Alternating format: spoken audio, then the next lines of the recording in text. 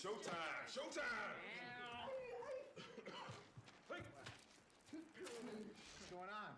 4, 3, 2, 1.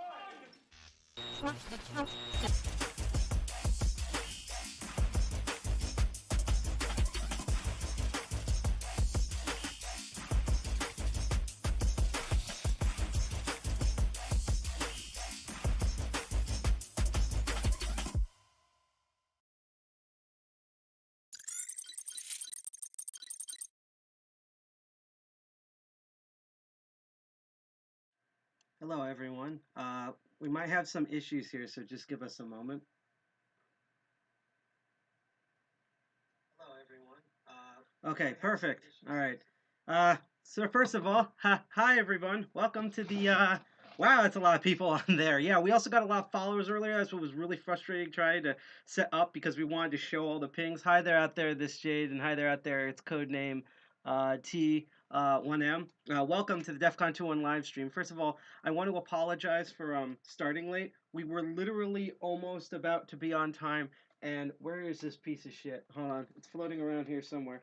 Well, it's not a piece of shit, it's just, I threw it back there, I was so annoyed, hang on. So, we've been trying to slowly update our setup for 2021, and basically, we got like this super high-end, fancy whiz, widescreen focusing HD camera. And if you ever seen that Hey Arnold episode where the Patakis and Arnold go camping in the woods, basically I plugged this in and it didn't work, which means I need more time to configure this. So I had to spend time resetting up the old camera, so I apologize for that. Yes, there's certain talks. We have a bunch of amazing talks, and we're starting a little earlier than normal because we usually start at 6, do like an hour-long pre-show and begin. But because of all the different time zones, we always adjust for our people who submit lightning talks and speakers. We want them to be comfortable, especially in this remote hell that we're in. And if you ever want to submit a talk, you can go and find our email, which is info@defcon201. You can also check out our website at defcon21.org. We're also all over social media, such as Twitter at defcon21nj, Instagram, all that sort of stuff. And if I could type this really fast because I want to get into everything in the pre-show and stop wasting time, I will put a link tree in the chat, and here comes the first instant reward. It's a cool like cryptocurrency reward, not a scam, that you can earn by watching our live streams here. So link tree. So in that link in the chat we just posted, that's all of our social media links. We normally meet third Friday of every month. It's usually in person at the awesome Subculture in downtown Jersey City, New Jersey, which is where we're based at, hence the 201 area code. Unfortunately, because there's a deadly flesh-eating virus, the police will beat anything with a face, and apparently everyone will beat anything with a face if you're in DC. We are not be able to meet physically, and that's why ever since March, it's almost going to be a year, we've just been remote live streaming. Now, we're going to go right ahead with the pre-show here, and later on, I will shout out all the names that followed that you didn't see on the screen earlier, so again, I apologize. We also want to put out there that if you do like this content, you could hit that bell, click like, share, subscribe on Twitch, D Live, YouTube, I think recently Facebook, and hi, this is Jade. Thank you for finally following. It was nice to see you in chat. And now, which hopefully is working because we're going to test it in a moment, is PeerTube can live stream. So we have a decentralized, truly open source platform where normally you don't have to worry about the censors, but because we're on everything else, we have to worry about the censors. It's like WBAI, but worse.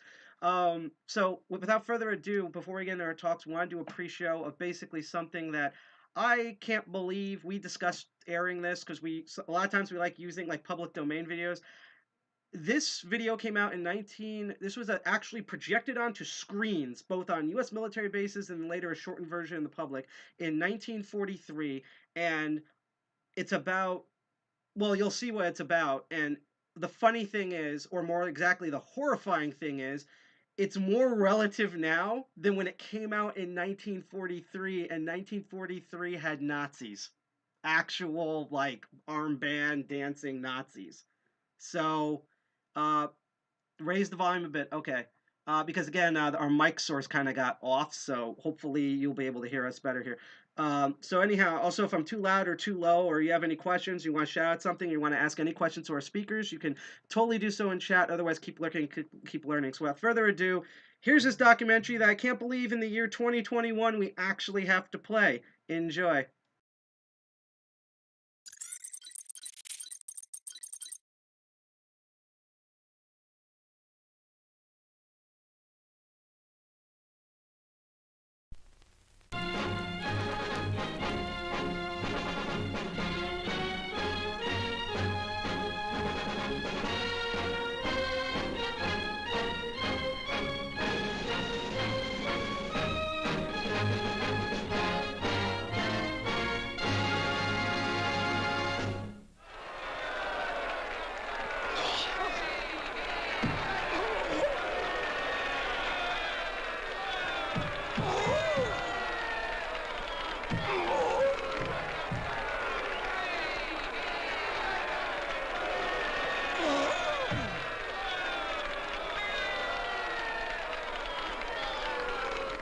This looks like a fake, doesn't it? Well, it is a fake.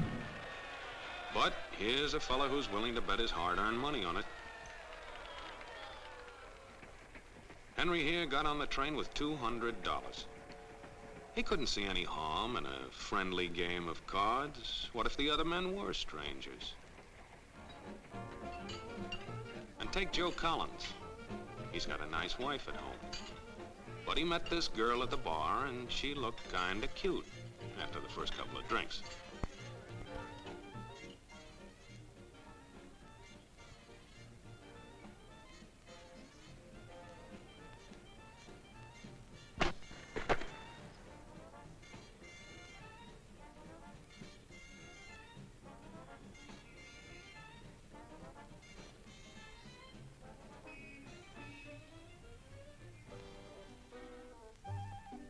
There's a good old-fashioned word for people like this.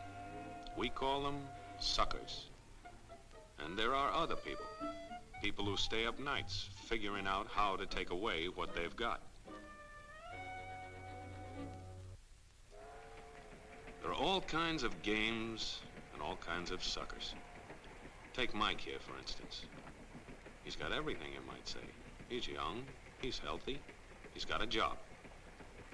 And he's got a country called America. It's a wonderful thing to have. America. Lots of room. Room enough to raise plenty of food. Big factories to make things a man can use. Big cities to do the business of a big country. And people. Lots of people. Enough to work the farm and build the factories, dig the mines, run the business. All kinds of people. People from different countries with different religions, different colored skins. Free people. They can live together and work together and build America together because they're free. Free to vote, to say what they please, go to their own churches, to pick their own jobs. Yeah, Mike's got something, all right. He's got America. But there are guys who stay up nights figuring out how to take that away from him. I want to give you the truth, folks. The truth about America. I know you've got a lot of questions. You want to know why you're not getting the breaks Hey, thank you, here, sir? JDRS Stream. Well, I I'm hope not I a pronounced your politician, name right for following But us. I've made it my business to study these things, and I happen to know the facts. Now, friends, I'm just an average American. But I'm an American. And some of the things I see in this country of ours make my blood boil. I see people with foreign accents making all the money. I see Negroes holding jobs that belong to me and you. Now I ask you, if we allow this thing to go on, what's going to become of us real Americans? I've heard this kind of talk before, but I never expected to hear it in America. This fellow seems to know what he's talking about. Yes, he knows all right. What's the answer? What are we real Americans going to do about it? You'll find it right here in this little pamphlet. Thank you, Tim The truth _T about for Negroes and following us. foreigners. The truth about the Catholic Church. Now, friends, these books are free. Paid for by real Americans who want others to know the truth. Excuse me, young man, but are you actually going to read that stuff? Sure, why not? You heard what he said, didn't you? Yes, I heard. But do you believe in that kind of talk? I don't know, makes pretty good sense to me. I'm speaking to you as an American. And I tell you, friends, we'll never be able to call this country our own until it's a country without. Without what? Yeah, without Thank what? you, Twee Balta, Without for needles. following us. Again, I hope I pronounced your name Without correctly. alien foreigners. Without Catholics. Without Freemasons. You know these people. What's wrong with the Masons? I'm a Mason. Hey, that fella's talking about me. Thank you, And that makes a Arg, for difference, following doesn't us. These are your enemies. These are the people who are trying to take over our country. Now you know them. You know what they stand for. And it's up to you and me to fight them. Fight them and destroy them before they destroy us. Thank you.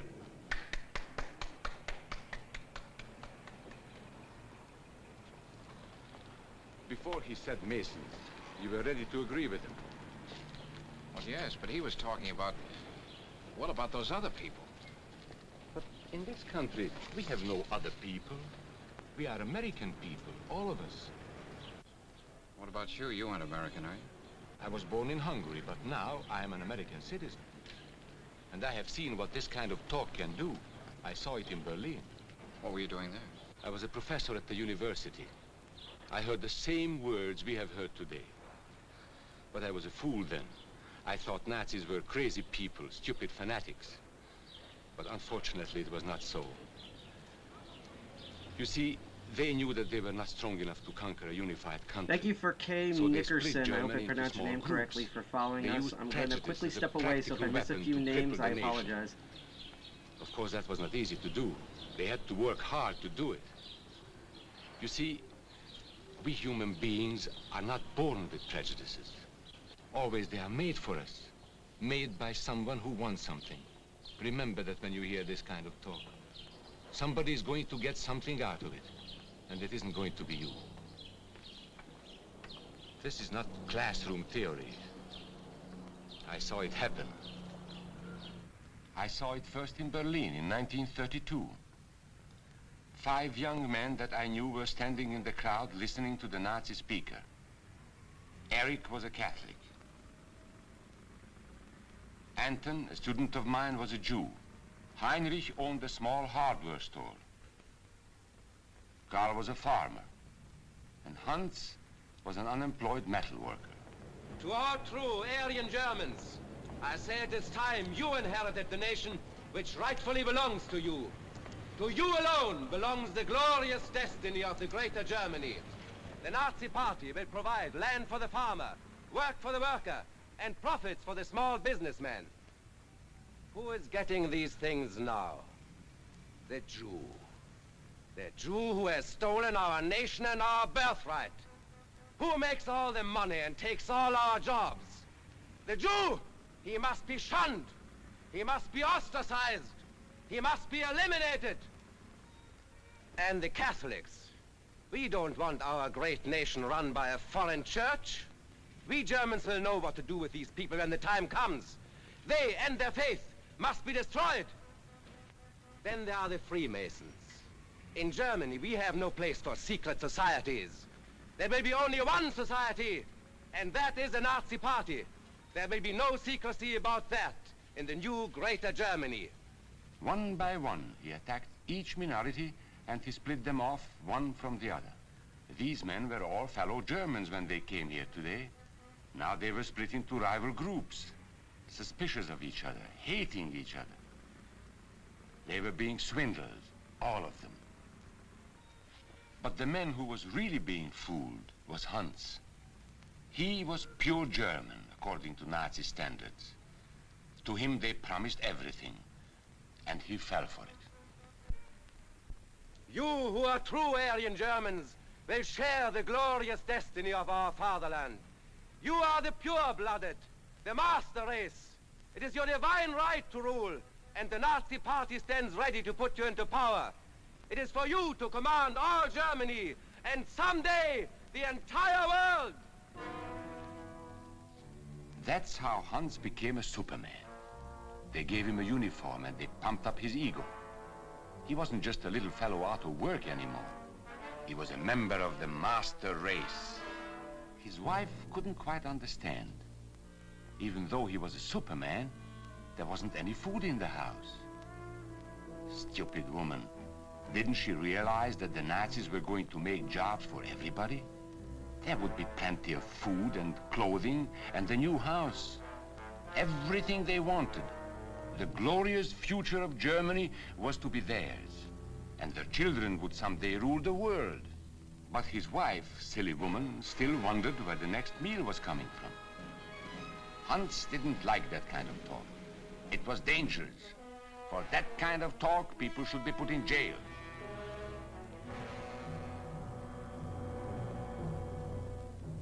Hans had swallowed the bait all right. And these were the men who baited the hook. Why? So that Hans could come to power? Of course not. So they could come to power. They would merely use Hans to help them get there. He would do the dirty work for them. Hans and thousands of others like him, all playing a sucker's game. They gambled with other people's liberty, and of course they lost their own. A nation of suckers. Hitler needed these people. There was lots of work to be done. There were trade unions to be smashed, because unions were organized and might offer resistance. There were many political parties in Germany. These the Nazis destroyed. They were determined to smash every organization where people might band together and resist them. There were Jews to be beaten and killed. The Jews were not powerful, but they were a convenient excuse for all the nation's ills. And besides, a Nazi party member could not take over this man's store. Hundreds of Catholics were put in jail because the Catholic Church had strength and could resist the Nazi drive for power. They had split the nation into 100 pieces, and then one by one, they had destroyed the pieces. Over these broken pieces, the Nazis rode into power. One party, one nation, one religion. These men had won their struggle for power. They now ruled all of Germany. But still they had trouble with their oldest and most persistent enemy, the truth. They found that truth does not die easily, and so they decided to abolish truth. One great source of truth is literature, so they burned books, 20 million of them. Many great men in Germany who were spokesmen for truth were jailed or driven from their country. Teachers, writers, scientists. Education was discouraged. In 5 years, college attendance dropped 53%. It was forbidden to listen to a British radio program or read an American newspaper. Thank you, J.W. In Sauce, Nazi for Germany, following you us had as to we get cover your information evil from Fox Dr. News. Goebbels. He knew what was best for you. You couldn't see this movie or listen to this music. And you couldn't watch Joe Louis fight because the champion had black skin. He disproved Hitler's theory of Nordic Thank supremacy. you, Arm the Cyber, for following us. Albert Einstein, one of the world's great scientists, disproved that theory too. He was non-Aryan, so he had to leave Germany. His mind was dedicated to the search for truth, and the Nazis, having sold a lie, were most afraid of truth. The church was one force in Germany still strong enough to proclaim the truth in public. No doubt is possible that we Christians are in a grave battle. Against us stands a faith out of blood. The battle signals range from cool repudiation to hate-filled causes. Weapons are used that centuries have dulled. The aim of this battle is to dislodge Christianity from our fatherland. This Catholic priest was arrested the following day on charges of immorality. The Protestant Church also continued to try and fight for truth. He who desires liberty for himself cannot deny it to others, lest he lose what he has gained. This is the great lesson the world can learn from Germany. The Nazis put this man in a concentration camp. There were others who spoke for truth, and I am proud to say that educators were among them. And what, may I ask, is an Aryan? I don't know myself. But let us see what our present so-called authorities have to say about him. They say he is tall,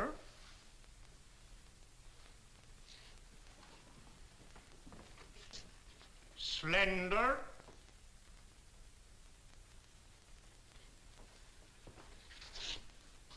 blue-eyed, and blonde. There is no Aryan race. And more important, there is no master race. There are people who may find these ideas convenient, but science cannot support them. There is no scientific proof that there's any correlation between a man's racial characteristics and his native ability or character. In all racial groups, we find the same range of potentialities. We find idiots and geniuses. We find criminals and philanthropists. We must judge each man as an individual and not by the color of his skin or his eyes or by the length of his nose.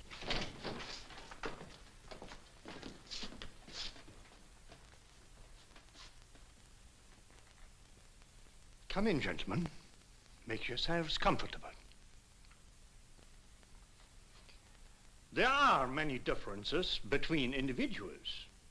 We each have different capabilities, different backgrounds, different views about what's right and what's wrong. Like the difference between me and these gentlemen who have just arrived. But that is not the difference in race. It is a difference in the way we think. Remember that. And remember that there is no master race. That is a scientific truth. Anyone who tells you otherwise is lying.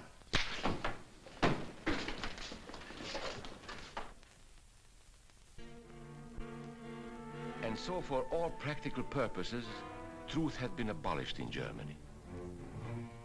A lot of my German friends wondered what had hid them. How did it happen? Where did it start? It started right here. And this was where it could have been stopped.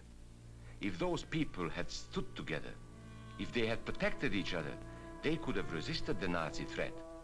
Together they would have been strong. But once they allowed themselves to be split apart, they were helpless. When that first minority lost out, everybody lost out. They made the mistake of gambling with other people's freedom. Now let's see how those bets paid off.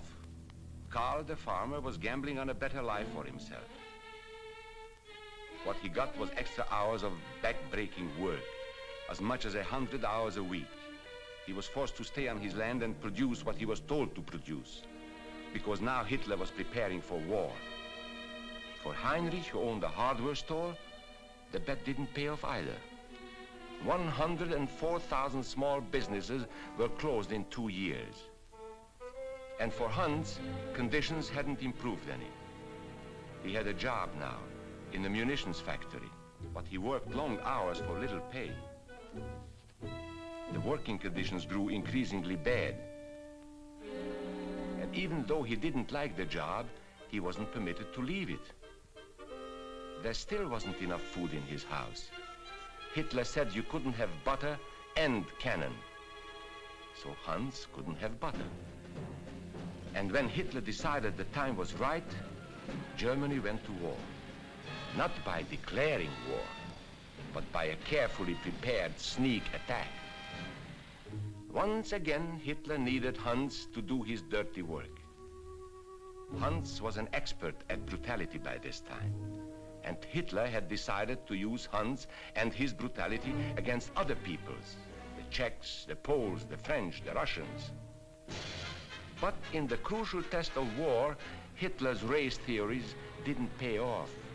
His pure-blooded supermen were defeated by the mongrel armies he despised, by the British at El Alamein,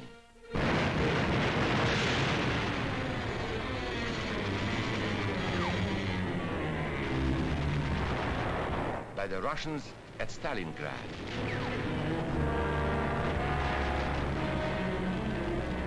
and then on D-Day by American soldiers of every color and religion, who smashed across the Normandy beaches and drove on through to the heart of Germany. For the misguided Germans who had swallowed the Nazi bait, the Nazi game did not pay off. The continent of Europe was strewn with millions of German bodies, pure Aryan bodies. Karl, the farmer, was left in the snow outside of Moscow. Heinrich stayed in Italy at Salerno. And Hans, who was going to rule the world, got only a little patch of Normandy that he could call his own. We must never let that happen to us or to our country. We must never let ourselves be divided by race or color or religion, because in this country we all belong to minority groups. I was born in Hungary. You are a Mason. These are minorities. And then you belong to other minority groups too. You are a farmer. You have blue eyes. You go to the Methodist Church. Your right to belong to these minorities is a precious thing. You have a right to be what you are and say what you think, because here we have personal freedom. We have liberty. And these are not just fancy words. This is a practical and priceless way of living. But we must work at it. We must guard everyone's liberty, or we can lose our own.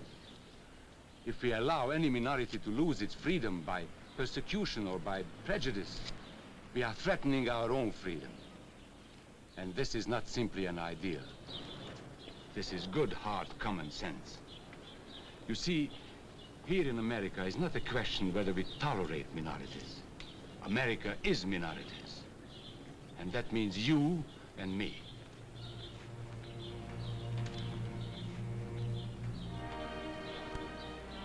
So let's not be suckers.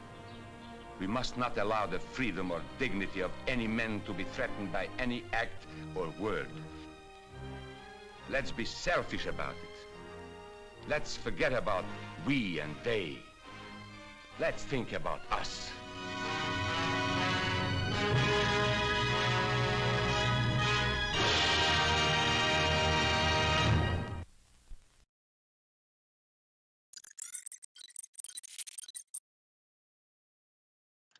So as the new instant reward happens, hopefully everyone can properly hear me. That was a PSA that was done by the U.S. Military called "Don't Be a Sucker." You can find it available at the Internet Archive. And again, I can't believe we have to air something of just basically, I don't know if this word's banned on Twitch, which is weird because how are you going to get the memo out that this is bad if you can't say the thing? Anyhow, it's just, you know, don't be fascist, and fascism takes many different forms. We're actually going to get into that a little bit of the day. But first, and you also know some kind of clean shaven. Again, thank you for all the follows. I just want to get right into this content because this person, I think it's like midnight over there, and so I don't want them. They probably stay up enough, like getting a tan from the computer screen as is, so I don't want to delay anything. So, without further ado, and I'll let you, the other person can hear me, I'll let you know in 30 seconds when you can begin. Just give me one moment here. We're going to transition. Turn off the PSA video here. There we go. Turn on browser. Ta-da! So yes, this is our meeting website, and our new format is we're still having talks, but they're kind of more condensed but more awesome. And then we're going to just hang out. We'll probably actually open up the big blue button at the end for everyone in chat because I have to spin up a new one every time. And so our meetings catch fire because insanity, and I'm going to get to a fun video later on because we're just kind of delayed. But this is our schedule. So I will actually do the announcements at the end of everyone at the end of our speakers. Just give speakers time to thank you, MK. I couldn't read the rest of your name, but thank you for following us on Twitch. So without further ado, our first person here. This is awesome. I don't know if they want to introduce themselves, and I'm probably going to screw up their name, so I'm just going to refer to them as the Kottmann. Because apparently I can't pronounce the first name because I'm an American and I don't know what English is. From the current state of DevOps, which I'm excited about because this person apparently is such public enemy number one on the interwebs. You probably have heard of them from the Nissan hack. That was probably the most publicized thing, but from a bunch of different hacker leak stuff that they actually got banned from Twitter before it was apparently cool to get banned from Twitter. So I think we're kind of in a real treat with leak hacks or stuff here. So I'm going to switch over to our big blue button here. And that was a little bit of a fun OPSEC. And without further ado, take it away, Kottmann. Talk on the current state of DevOps. I can take off my headphones now. Yeah. My first ever talk, so there will probably be some words misspoken here and there because I'm very nervous. It's also weird because I'm just standing in my living room doing this. But yeah, first than me, I'm Tillie Kottmann. My pronouns are they, them. Yeah, I live in Switzerland, so yes, it's after midnight now, I think. I'm a Proud Blahai owner, like these IKEA shark things. Very important fact. I'm a software developer 4 days of the week, and all the other times I'm a highly dangerous cyber criminal. And I'm mostly known as the publisher of various source code leaks and other leaks. We'll get more into that during this talk. And yeah, I'm too cool for Twitter, apparently, because I've been permanently suspended twice now. And so yeah, you can find me on the Fediverse as @deleteescape@notbird.site. Okay, we'll get right into it. So first, I will just quickly go over the few popular DevOps tools that we will look into today, and on which I will explain what like their security advantages and weaknesses are that I have exploited or that I know of. Yeah. So first thing is GitLab. I think everyone knows GitLab, a popular source code hosting service, which you can host yourself, or yeah, just use gitlab.com. Then there's Jenkins, a code building tool, a CI tool, which allows you to automate basically anything, mostly used for builds and deployments, but yeah, you can use it for anything. For example, for source code quality analysis with SonarQube, which yeah, it's a source quality tool. It displays you vulnerabilities in your code, potential bugs, hard-coded passwords, on why this is cool. Yeah, more into talk. And then there's Bitbucket, another popular source code hosting platform. They apparently changed their logo. I didn't notice until I looked for a picture for this talk. Yeah, and then there's TeamCity, which is another code building tool, similar to Jenkins, but also very different. Yeah, and Kittens, also a very useful DevOps tool. More on why that's a DevOps tool later. Okay, let's start with GitLab. GitLab security is not that bad. It can be secured pretty easily. You can change most security settings or security relevant settings through the admin settings inside the web app. And if you want to make it really secure, you can obviously also change the other config options in the files, and you can achieve pretty great security like this. However, it doesn't have ideal default settings, or at least didn't used to, because registration is just enabled per default. So anyone can register on your GitLab and just access all your internal projects, which most companies obviously want to prevent. So they set it up so that only their employees can sign up for GitLab. GitLab has a feature for this where you can make an allow list of email domains which are allowed to sign up. But the thing is, if you only set up the allow list, then yeah, sure, only people entering a email with your domain can sign up. But you have to explicitly enable confirmation emails. Otherwise, I can just pretend to be dummy@daimler.com and could maybe potentially leak 850 Mercedes-Benz source repos just like that. I don't have to ever prove that I have access to that mailbox. I just have to claim to have access to it, which I did. And so they improved their default settings because there were too many high-profile cases of me breaking into GitLab because it wasn't configured properly. So now, per default, if you register on a GitLab with just the default config, an admin has to approve your account. One could say this is a good change. I don't find it very funny because it does make my life a lot harder. Yeah. Then there's Jenkins. Yeah, and there's just one thing I can say about the Jenkins security model. What even is security anyways? Because yeah, their default settings are quite frankly just horrible. They basically flatten hierarchy all the way down because with the default settings, even an unauthenticated user has full admin rights. Yeah, cool. So, but what can someone do with admin rights on Jenkins? Well, Jenkins has built-in remote code execution as a feature. It has a built-in Groovy shell where you can enter any Groovy code, which is just Java, but yeah, more geared towards scripting, and you can just execute that. There are specific reverse shells just for Jenkins. And you can also easily dump all the credentials from it, which are used, for example, for pulling code from GitHub or GitLab and things like that. Very useful if you want to leak source code. And yeah, it's just overall a whole lot of fun because there's also the workspace feature, which just allows you to view and download the build directory from every build. This is often still enabled on servers which do somewhat restrict anonymous users, so you can often still download Git repositories, which usually still have hard-coded credentials, because people love to do that. Yeah. Then there's SonarQube. Yeah, this is another case of just bad default settings. SonarQube has a default user. It's admin. The password is admin. How many people changed that?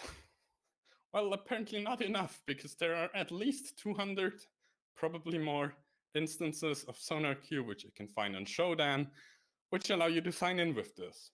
Do with this information whatever you want. Yeah, and then the default project visibility is public. So even if you do change that password, projects which are created by any user will be public per default.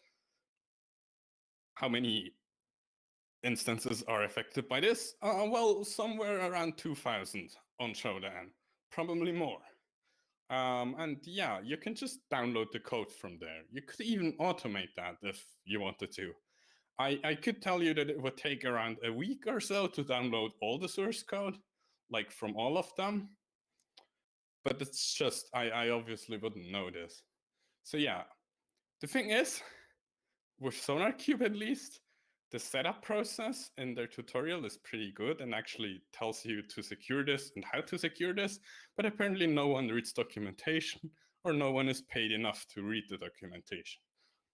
Yeah, and when I talked to SonarQube about this, because they reached out after some high-profile case of me abusing this to read the source code, and once again, and asked me if there is any vulnerability or not, and I just told them, yeah, maybe change those default settings. And the response was more or less just, yeah, this is only meant for intranet deployment anyways. And the projects that do deploy it on the web are usually like open source projects. So these default settings are good. But I have a few things to say about that. First of all, I mean, there are over 2,000 servers with public projects on the internet. So it clearly isn't used only on the internet. Secondly, you could change that. Why not make the default settings the more secure ones? People can read the documentation if they want to change it. Also, third of all, why would you want to make everything public inside your internal network? not all the people who have access to your network should have access to all your source code or a dashboard which just shows them all the hard code and passwords. Because while these things are displayed and are actionable items in SonarQube, often they aren't fixed anyways. Like the screenshot you see in the background is from like an actual recent project I checked. I'm not even sure anymore. But yeah, this is from an actual company in the screenshot I made. And there are bugs and vulnerabilities. Yeah, but unfortunately for me, I can only dump partial source code or partial repositories from SonarQube because SonarQube only is only interested in code quality. It only displays and stores source code. So any binary objects like images or like build configs and whatever else you might want to store in Git repos, which you shouldn't, is not available here, which is sad. But yeah. And yeah, like I said, there are about 2,000 or more of these just on the web. And yeah, there is a cool tool someone made. Someone, that I made to download the things from SonarQube. You can find it on GitHub at deletescape/sloot. And yeah, you can look at that there and use it for whatever you may want to do with it. And there's Bitbucket. I don't have a lot to say about this. I don't have a lot of experience with finding things on Bitbucket or, yeah. But it seems pretty okay in general because I don't have a lot of experience with it yet, which is usually a good sign. Then we have TeamCity. It has almost none of the issues Jenkins has, which is like the most similar software we can compare it to. Though it's probably not that hard to not have the same issues that Jenkins has. But it also doesn't have any of the features like workspace or built-in remote code execution. However, if you already have remote code execution, or just server access via SSH or reverse shell, you can easily do a couple of things without having to restart TeamCity or change something in the database or do any other invasive things. For example, you can view all the secrets. It's also, once again, it's just some XML file. You can pull this down to your local machine and decrypt all of them because all installs of TeamCity use the same static and known encryption key. Why someone thought this was a good idea and why they even encrypted at all at this point, I don't know. But it's a known key. Yeah. Also, you can easily get superadmin because the password changes on every startup, but it's just written to the log file. It's like the third line or so in the log file from TeamCity. You can just go in there, copy the password, enter it in TeamCity, and you have full access. Cool. And yeah, it's also made by JetBrains, which is a dangerous, obscure Russian state actor, according to the New York Times. So yeah, be careful when you use this. Now, kittens as a DevOps tool. Kittens are great emotional support when everything breaks, which will happen eventually. They have no security issues, at least none that are known right now. But they do, however, abuse vulnerabilities to humans, so the humans fully obey them, which, depending on your threat model, might be an issue. But they're pettable, so I don't see an issue. Yeah, now I need to quickly take a sip of something before I run out of breath.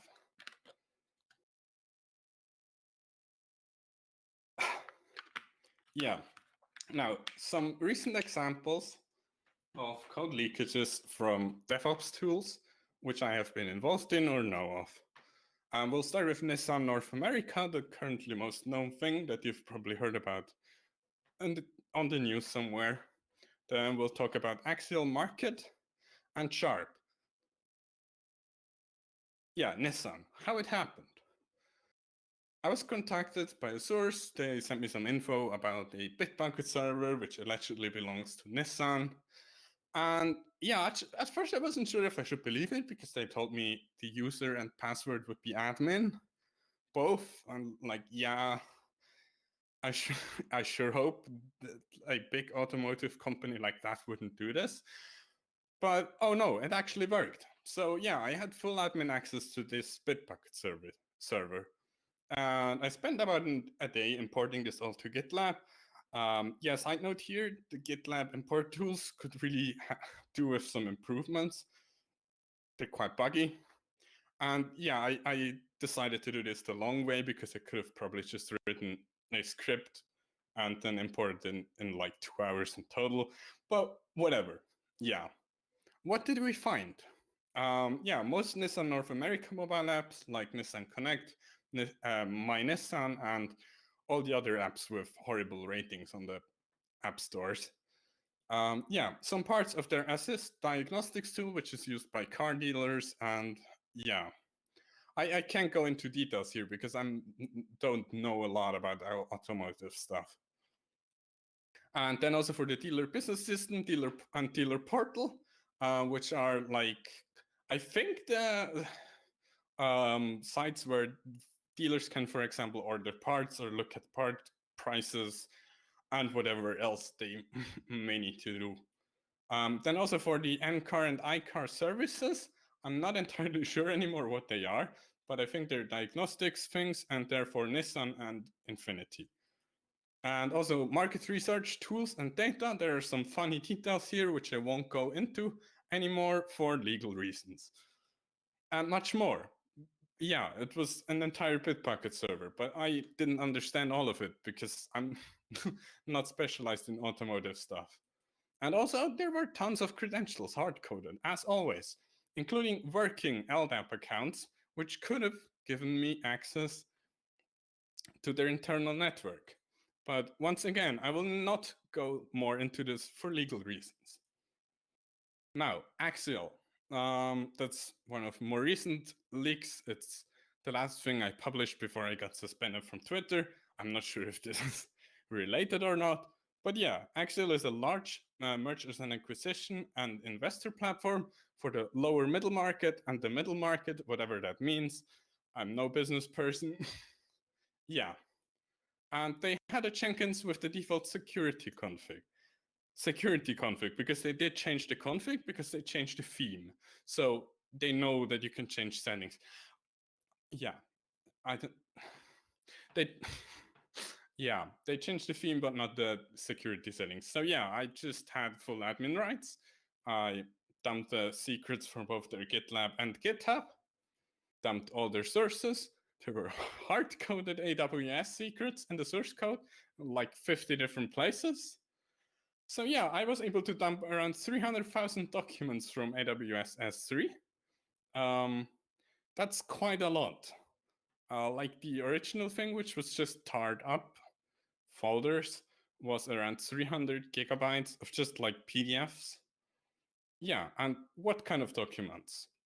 Well, it's kind of hard to tell. I didn't look at all of those. I don't know how many people looked at what, because I'm not on Twitter anymore, and I don't know how many people even know about this, because yeah, I was suspended while this was kind of growing.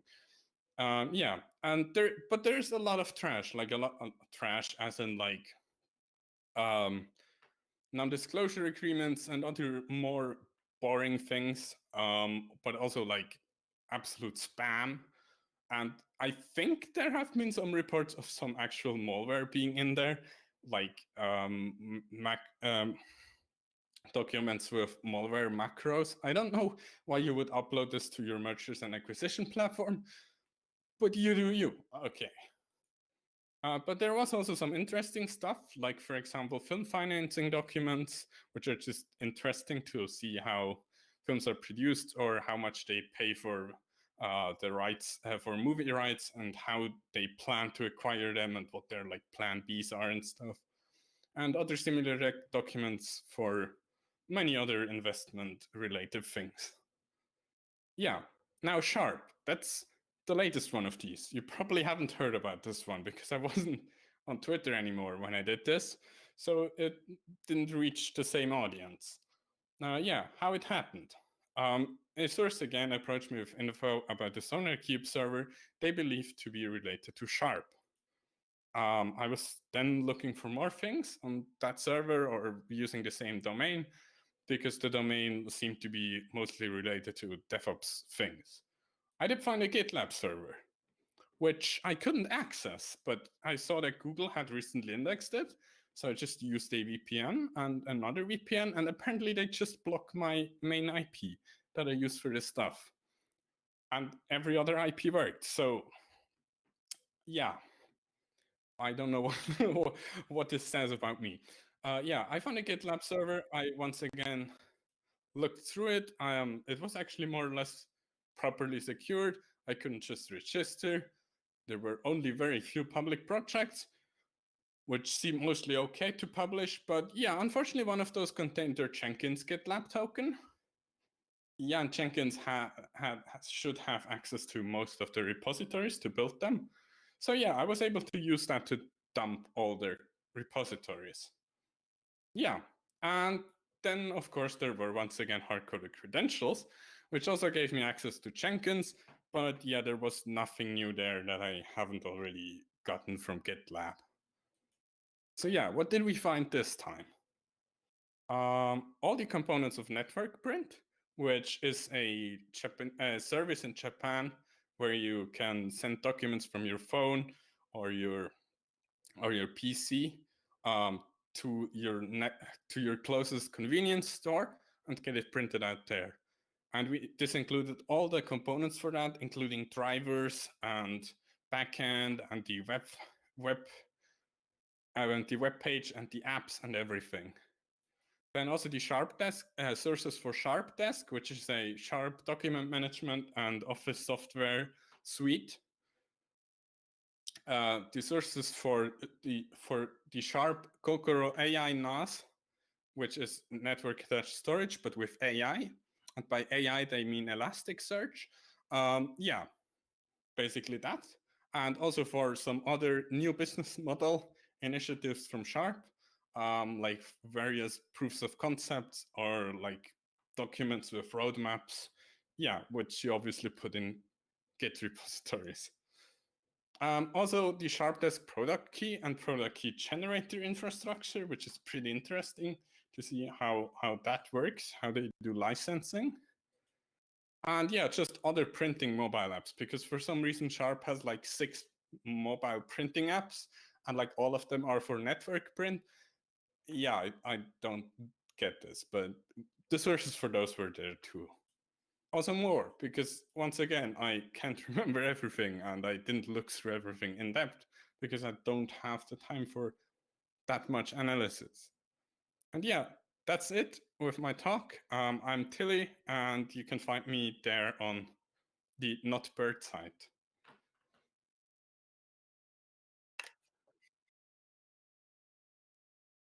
Yeah, sure.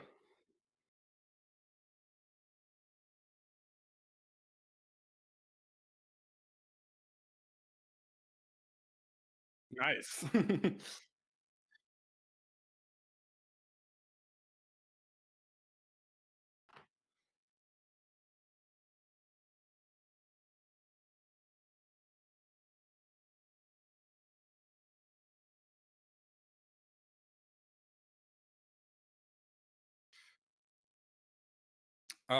I'm actually not sure if there is any good resource right now, because I like mostly look into how to not secure it.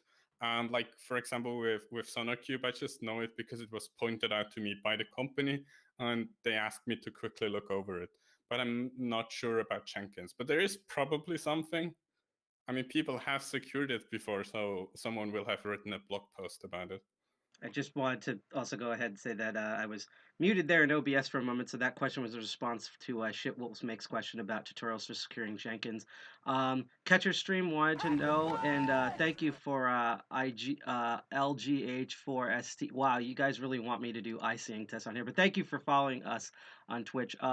Catcher Stream wanted to ask if they were curious of, I can't remember what company they asked for, but who ZSTD compressed the files. Oh yeah, that was Kesher who's CSTD compressed it, and it got down to like 180 gigs from 300, which is pretty impressive, and took like a week. So good job. All right, a few more, and then I might have one or two at the end. Its code name is Tim, spelled with a 1. Wanted to know who do you think was mirroring to Usenet in that leak? Oh yeah, that's one. I think that's once again a question where they want to be complimented. But thanks for whoever mirrored it to Usenet, because I don't actually know. It's amazing how much chaos you can spew on the interwebs. TS Code, Tim, again, also asked, besides recommending of not using standardized passwords, what would you recommend to companies to, in general, protect their stuff? Honestly, just maybe don't put your DevOps infrastructure on the public internet. That's like a good first step. And just read documentation and pay your system people enough to actually give them time to read documentation. Yeah, it's funny because we're actually trying to plan for a video game talk that will hopefully happen in America in the middle of the year. And one of the things about this is that most of the time when things get leaked, it's not because you're hacking into stuff, but due to disgruntled employees. Oh yeah. There's a user here where I don't know if I want to read because I'm just trying to be sensitive what they said. I think they mean to be really positive, but basically they really wanted to compliment you. It's from This Is Jade, so I don't know if I wanted to read that out loud, but it was they wanted to just compliment you on your talk. Yeah, thanks, Jade. Quick question of mine, and then we're going to go on to the next speakers. So, we try to, for example, obviously we don't put all of our stuff on the internet, but we have our own encrypted, repos and stuff like that, just to move like image files for meetings and such. Yeah. How would you recommend if you have to send stuff encrypted over the internet to how would you do encryption keys? Do you want to do a little bit about that, or? That's really not at all my area of expertise. I don't want to give advice on that because, yeah. That's perfectly fine. Other quick question just for me, and if anyone, 1 minute left, anyone has questions in chat, please say them now. I mean, obviously, unfortunately, got banned from from Twitter, but how's the response have been to all of these sort of leaks? And in addition to that, do you notice anything difference between the way vendors respond for, let's say, a more European company versus for one that's headquarters in the United States and such? Yeah, that's a really interesting question. So first of all, the responses are obviously very mixed, always for all the releases. But I think it's also important to note the difference, between what kind of job people have, because most of the people complaining about these leaks are usually more management type people, obviously. But at least with things like Nissan, where it's just clearly neglect on the side of the company, or at least, yeah. I mean, it's literally just neglect. There is mostly just positive responses, or they deserve it, or just people making fun of it, because what else? I mean, it's also, that also makes it interesting how after that the vendors reply that I dumped stuff from, because they can't really generally can't really paint me in a really bad picture, because they're already standing there in a really bad way. So it's usually mostly about them requesting me to take down stuff and just try to limit their the damage to their image. And there are definitely differences in how across the globe how things are handled, but it mainly depends on company size, because most smaller companies, even if they do work for really big companies or for governments or whatever, usually just reach out really chill, and they're just, can you please take this down? And I'm yeah, sure. And then there are the big companies like Nissan, like Mercedes, and the ones which actually also already have their own legal departments, but they very often just get some really expensive third-party IP lawyer, and they just write me some complicated emails, and I just reply super informal, or not super informal, not even really on purpose, just because, yeah, I'm just yeah, sure, I can take that down, and you don't need this legal language, and you don't need to pay someone $500,000 to send me this email, but okay, go ahead. It's not my money you're spending. But yeah, I do find that interesting. Okay, so I think this will be the last 3 quick questions because I want you to eventually have sleep. And everyone in chat is obsessed with you trying to broadcast to do crime and be gay in the background. It is an impressive neon sign. So someone asked, through all of this, has anyone offered you to pen test or do work because of the type of leaks that you've done? I have gotten a few job offers, but it's usually mostly stuff that I decline because it's often government contracting companies mostly, and I don't want to do that, like for moral reasons. And there's often like when companies reach out for to take stuff down, that they also ask me if there's anything else they can improve, and I will usually give them advice. Awesome. Yeah. So second to last question here, it's actually a question from me, which is that it seems that one of the major linchpins for this is that a lot of this stuff is using like a GitLab or a Bitbucket, and they're really centralized. Would decentralization help in terms of like making sure these repositories aren't pwned if they have to put things on the internet? I don't think this would really change that much. I mean, I mean, it's this is all things like which are company internal anyways. I don't see why you would want to decentralize that. I mean, that just spreads your data even more around the internet. Someone quickly asked a question about if there's any legal repercussions you've had so far besides being banned on Twitter. So far not. I got one cease and desist, but that's it. So before I do the and a lot of threats, but yeah. we get those too. We'll share notes later. So unless because Wild Cersei spoken up, did you have any questions or things to shout out before we do our last question? Hi Tillie. Hi. Actually, one thing I did want to ask, but I think actually they asked the question I was going to ask already. So no, I'm good. Okay, so our meme shark wants to know. This is the last question. Is that what is your favorite meme shark from its brethren? Like, what's your favorite meme shark like thing that you've seen out there on the internet? Ooh, not sure. That's a hard question. Is that like trying to pick from your children or something like that? Yeah. Well, I have to like plead my fifth now. Sorry, I can't reply to this. They do have pointy teeth. They're soft teeth but pointy teeth. Well, anyhow, I don't want to keep up the other speakers, and I don't know if you're gonna go to bed afterwards, but I feel really bad keeping you up. So yes. So, but thank you so much for your talk. W's and round of applause in chat for Tillie. Do you have any? Thanks for having me on. Yes, no, I'm excited, and it was funny because we were originally talking on Twitter, and then the ban happened, and I had to like do some recon and be like, "Hi, this is how you." Do you have any quick things to say, like once again, like how people want to contact you, or do you want to do a shout out before you go? Yeah, you can just find me on the Notbird site, I guess. Yeah, and from there you can also find other ways to contact me. Well, thank you once again. Go be gay, do crime, do hacks, meme shark applause. Exactly. And we can look forward to your future research. If you're ever, for some reason, in America and are not being put in zip ties like our politicians, you're more than welcome to show up to our meetings.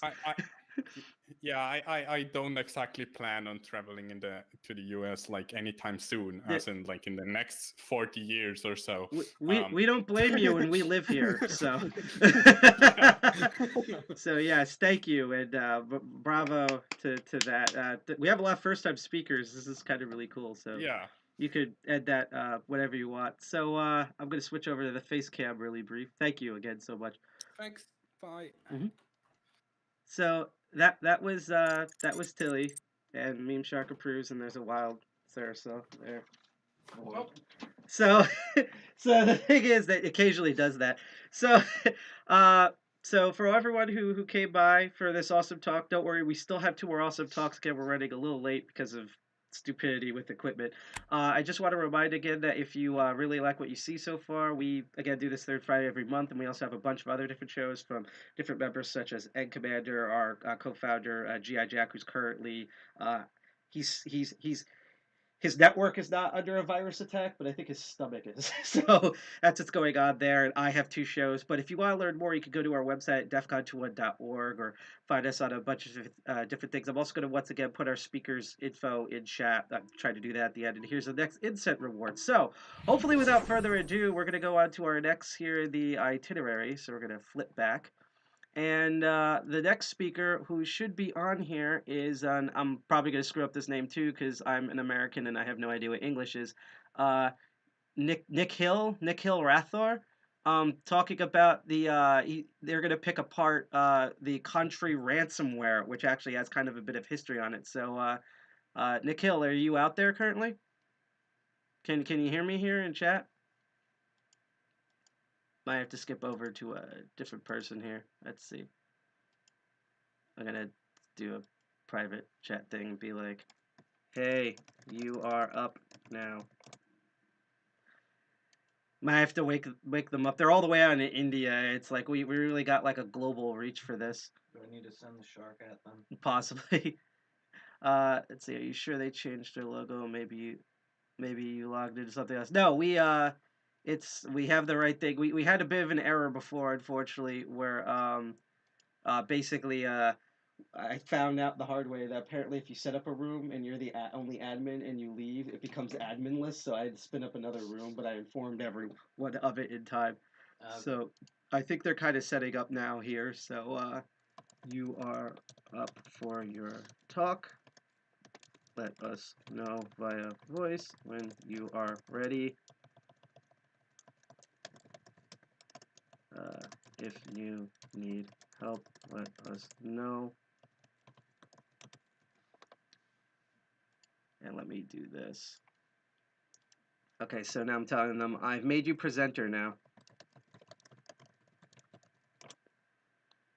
And also your mic is currently off.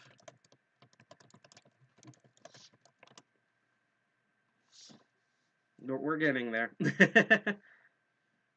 This is it's always rare because everyone else is like super ready, monster machines ready to go, and then like all of a sudden like a popsicle stick blows in our pipeline. So we're kind of used to this. Where should I turn on? You should have the if you can hear me, and let me know in the chat if you can hear me. I'm asking our speaker. You should be able to drag and drop your presentation into Big Blue Button.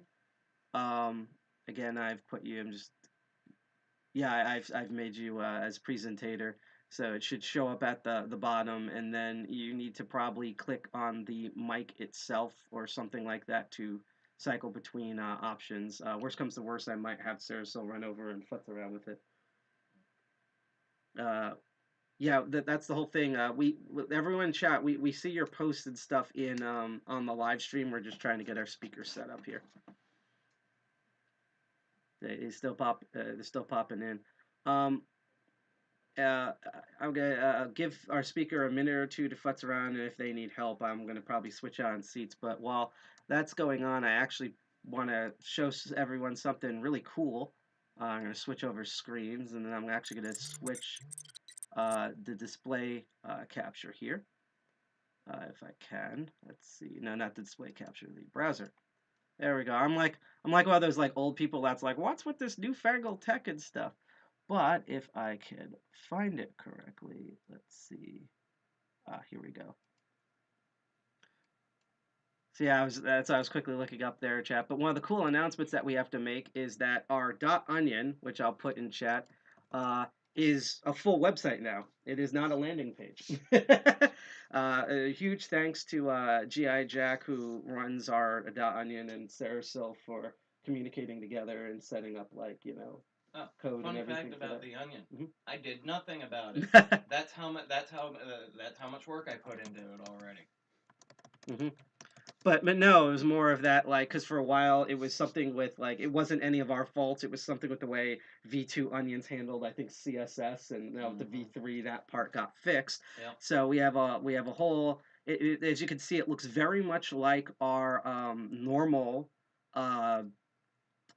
website here on Tor, but if you kind of click around, and I think the most obvious is the partner page, which might take a minute to load, but there are Onion links that are either exclusive to the Tor network or, for example, or links that you normally see on the ClearNet that now have Onion versions, such as the main DEFCON page. So when you go check out our Onion, it's actually the full website. It's going to get updated along with our website when we have new meetings and such. And so that was just sort of a cool thing that we wanted to shout out there. Did all the V3 onions crash? That was a whole thing. Let me go get my onion. We were gonna chat that at the end when we open up the room, but right now we're gonna flip back to the big blue button. Okay, so yeah, they have their slides. Awesome. Can you hear? Can we hear you, Nikhil? Can you start speaking? Okay, so currently we still can't hear you here, unfortunately. Let me look into like because it might be either the way your browser's processing, or it also might be. Hi Albert, again we're a little bit late here and we're trying to set up Nikhil. Everything's going smoothly though, so thank you for everyone's time, by the way, so far, whether you're watching on the live stream or in the chat here. Trying to think of like possible solutions. Do you have like different mics plugged in, or because what I understand is when you log in, it should ask how you want to join, and then when you click on microphone, you then select one of the microphones from your browser if you have multiples of them, and then it's going to do an echo test, meaning when you speak, you should hear your voice reverberate back. If you did, that means it should be working. Was that understandable enough, or? And hang everyone on live stream. I've seen this entire research on this thing. This will blow your mind if we get this running. So they're still trying to. So Nikhil, you're still cycling. Are you like looking through your microphones and stuff?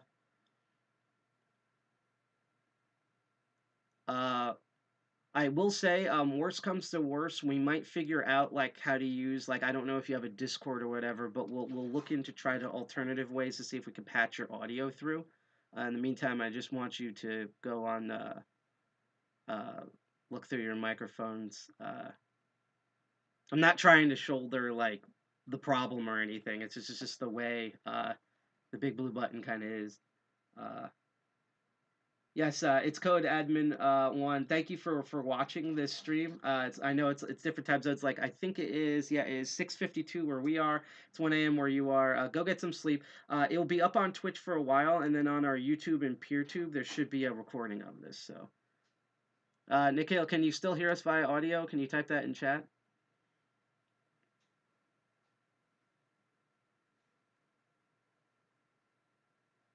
Okay. Did you try cycling through the microphones? Nothing's working so far?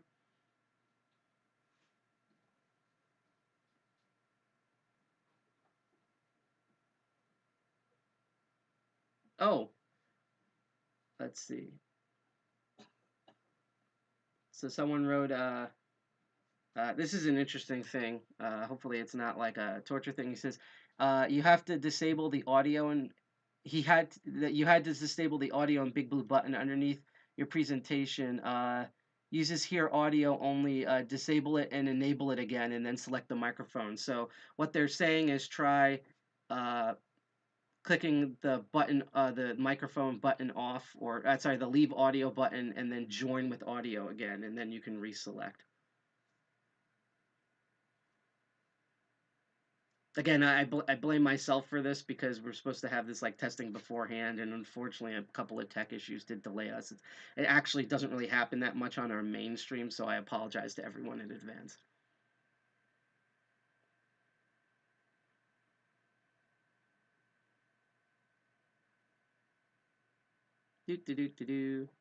So, while Nikhil's getting set up, anything you want to talk about in chat?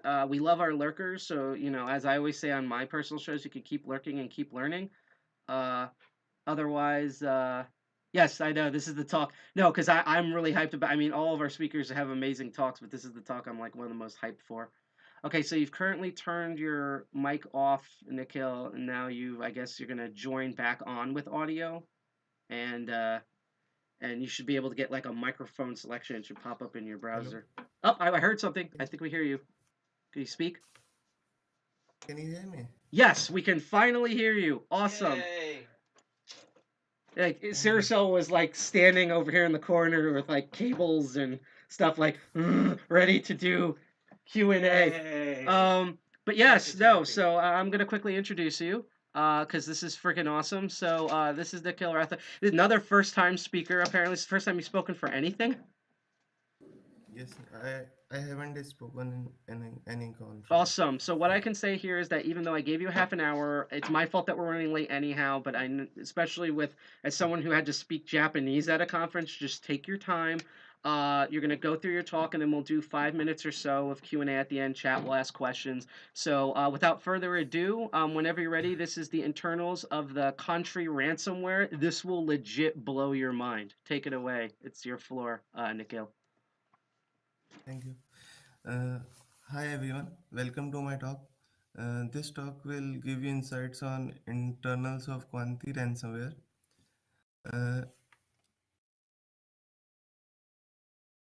Let me introduce myself. Little about myself. I am Nikhil Rathore, and you should probably know me from Twitter. I am passionate about reverse engineering, and I am from India. Other times, I am mostly doing the security researching, and I had recently graduated. So today, I will give you a tour on internals of Conti Ransomware. What's a trick bot campaign is all about, and how the ransomware had happened last year. Then we will see what in the analysis of it, and both of the static and dynamic analysis. Then how has uh, it has impacts on the hospitals and healthcare system. Then we will look into how we can detect this using Giara signature, and what the remedies and precaution we should take for safeguarding networks. Lastly, I will give you some summary and references for this talk.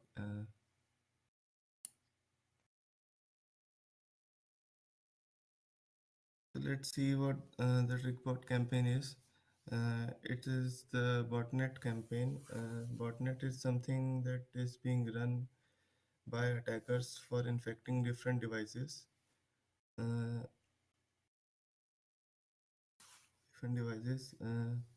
What TrickBot does is that it infects the system in multi-stage malware.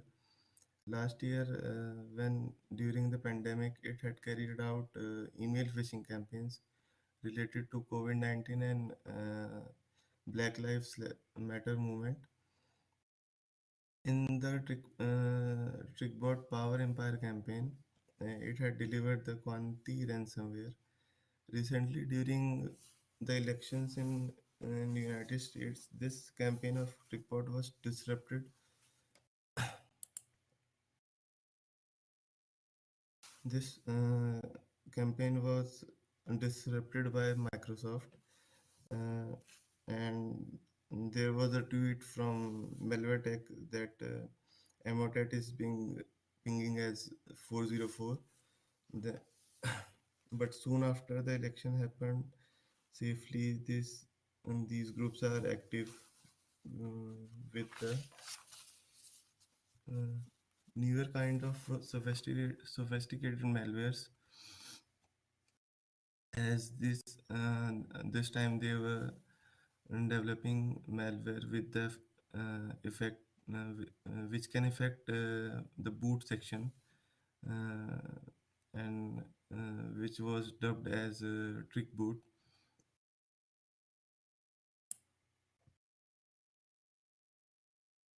Rise of Conti ransomware, and it is a successor of Ryuk ransom. Threat actor groups that are being ransomizing with the Ryuk ransom are being adapting to deliver its successor. Around mid of last year, Conti ransom was in its first version stage, whereas as in last few months, further the development of Conti ransom become consistent, and its next version 2 and version 3 type was observed. Back in October of last year, uh, advisory from CISA was given as the infection become frequent and targeting of public healthcare system become more.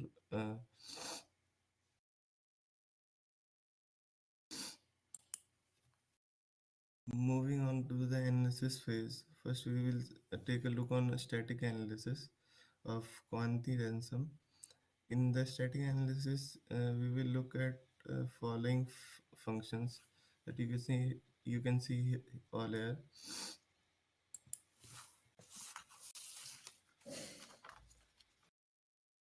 Here is the entry code of this ransomware and its disassembly. Here it's disassembly. Let's get into the details of the entry function. Firstly, in the entry function, the stack operations execution takes place in which the 32-bit registers EAX, EBX, and EDI are being mainly targeted, where in and outflow of data happens. Lastly, the collective amount of data is being fed into the EX register as 0xFF and uh, returns that into the entry function. Just after the stack operations, the data obtained from it is being scrambled up by for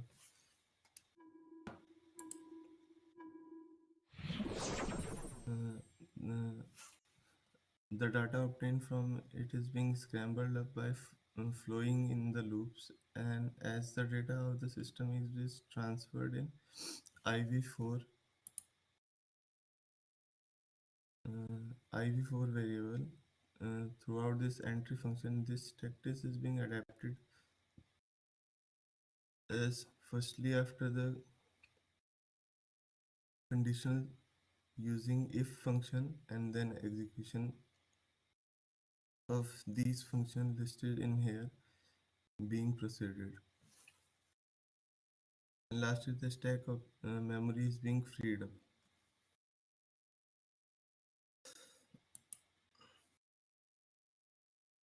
Here are the few functions which I have reversed.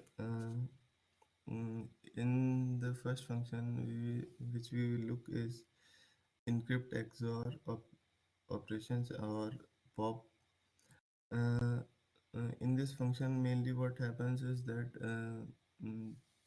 encrypt or XOR operation or POP is used for encrypting the data and using XOR operation and then before in all in this function the heap has been created and destroyed using this heap create and heap destroy functions.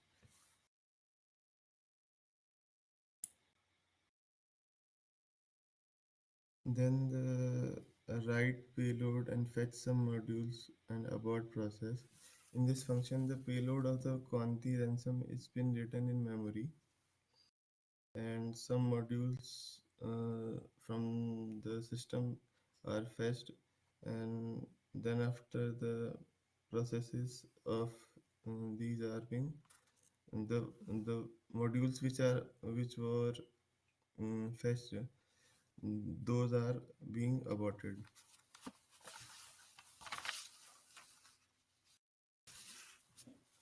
Another function is the get startup info of system. This is the most dangerous function, as this function what does is it creates the persistence in infection, as it fetch all the startup processes information, and whenever the system will boot up, it will generally show that ransomware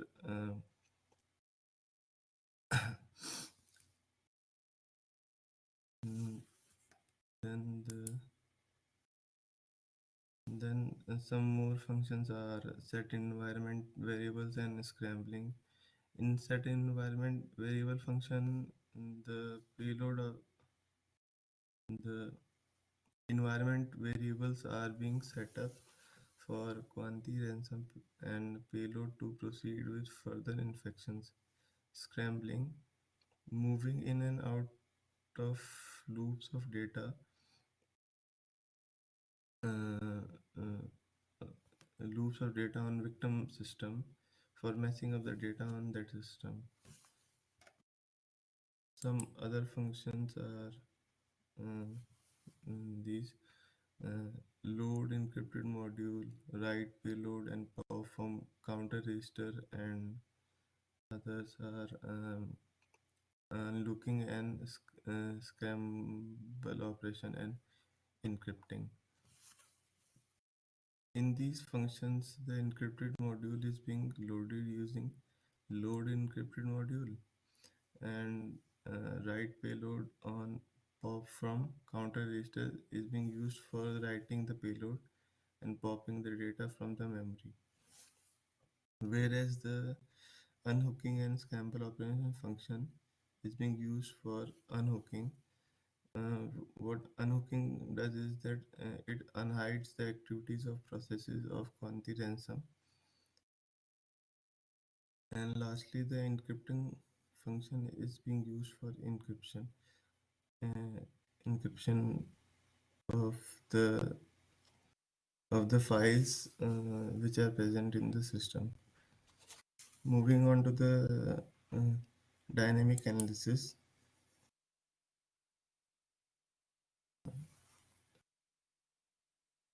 Moving on to the dynamic analysis, what this threat actor groups generally doing was that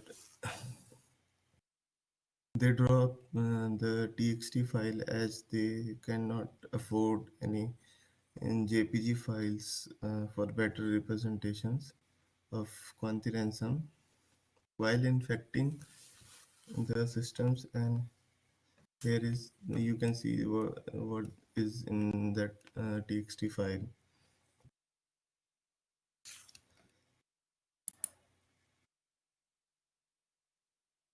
Here are the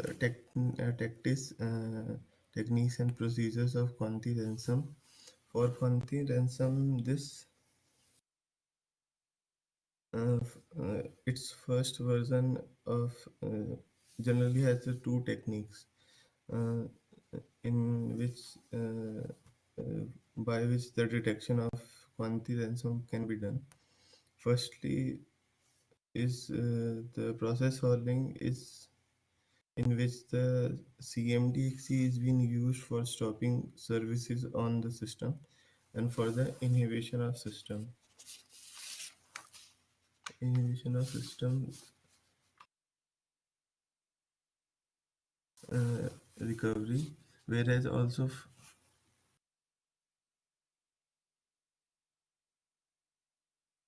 inhibition system recovery, whereas also for the extraction of running services.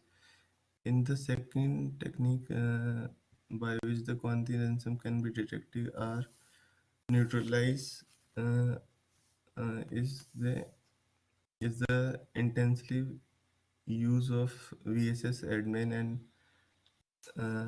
net commands in removing shadow copies and for stopping the services. Moving on to the version 2 detection, uh, uh, it can be detected by its three techniques. It does the fetching of malicious plugin using installed browser, just like as we have seen in the static analysis. Uh, Here in the version 2 dynamic analysis, it uses the Office Word startup folder for infection and persistence. It renames the files lastly and encrypt all those files.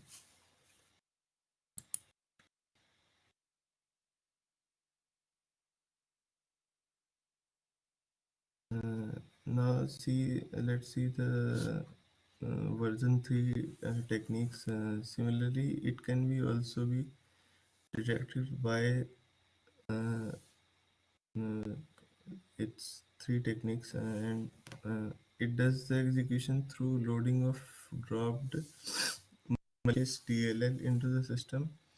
It can be it can execute the arbitrary binary by calling run DLL32XE, and it can load malicious uh, library for countering the defense mechanism of system.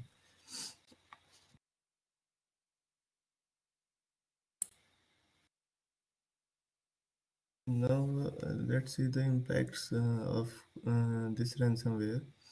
Recently, when the Conti ransom is being deployed in email phishing campaigns, in which the threat actors have been targeting the public hospitals and healthcare system across US.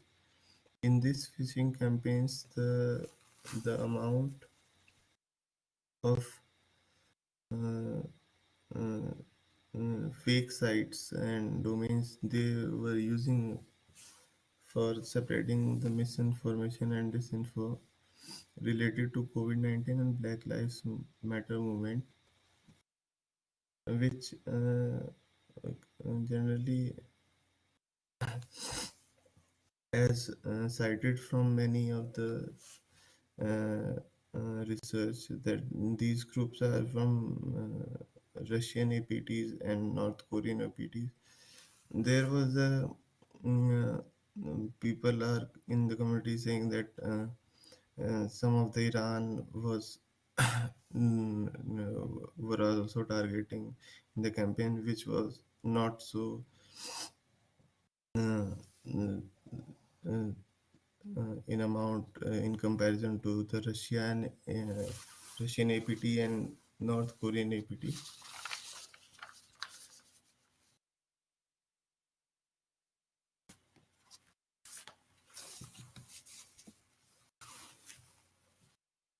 For all of these threats, CISA, FBI, and NSA had alerted at that time interval and hardened the situations for these actors by moving them out of the scene by disrupting the complex networks that are being made by APT28 and APT29 group. And uh, now we can see uh, some of the YARA rules and signatures which I have made for detection of this Conti ransom. Here the YARA signature for first version, and here for the second, and this is one for the V3 version of Conti ransom.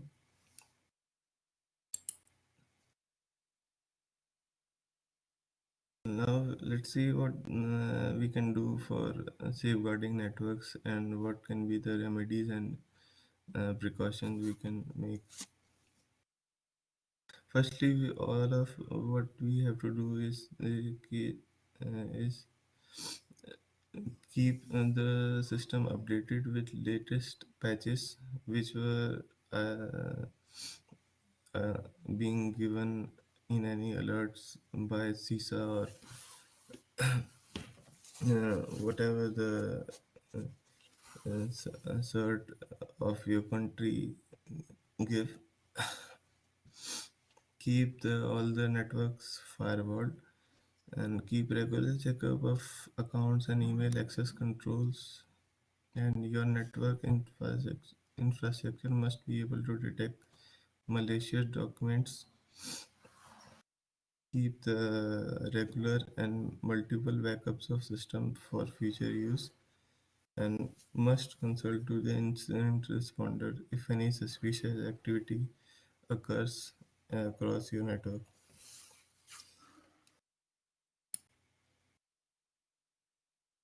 Summarizing my talk, you can see that during the static and dynamic analysis, we have found that firstly the dropper loads the payload in memory,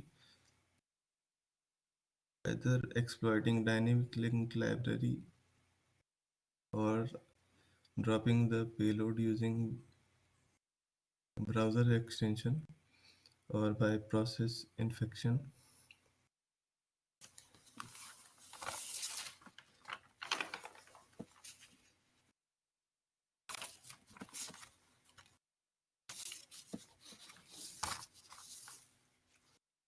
Uh, During infection, it can be using the similar TTPs throughout the process of infection. Either it's maybe the next version came of Conti Ransom or the last few versions, and it only drops the TXT file, nothing else. And these are the some few references. First one is from CISA, and another one is from my blog, and these are from communities. Thank you. Awesome. Hold on a second. Let me unmute this here. You are now unmuted. Awesome. Bravo there for that presentation.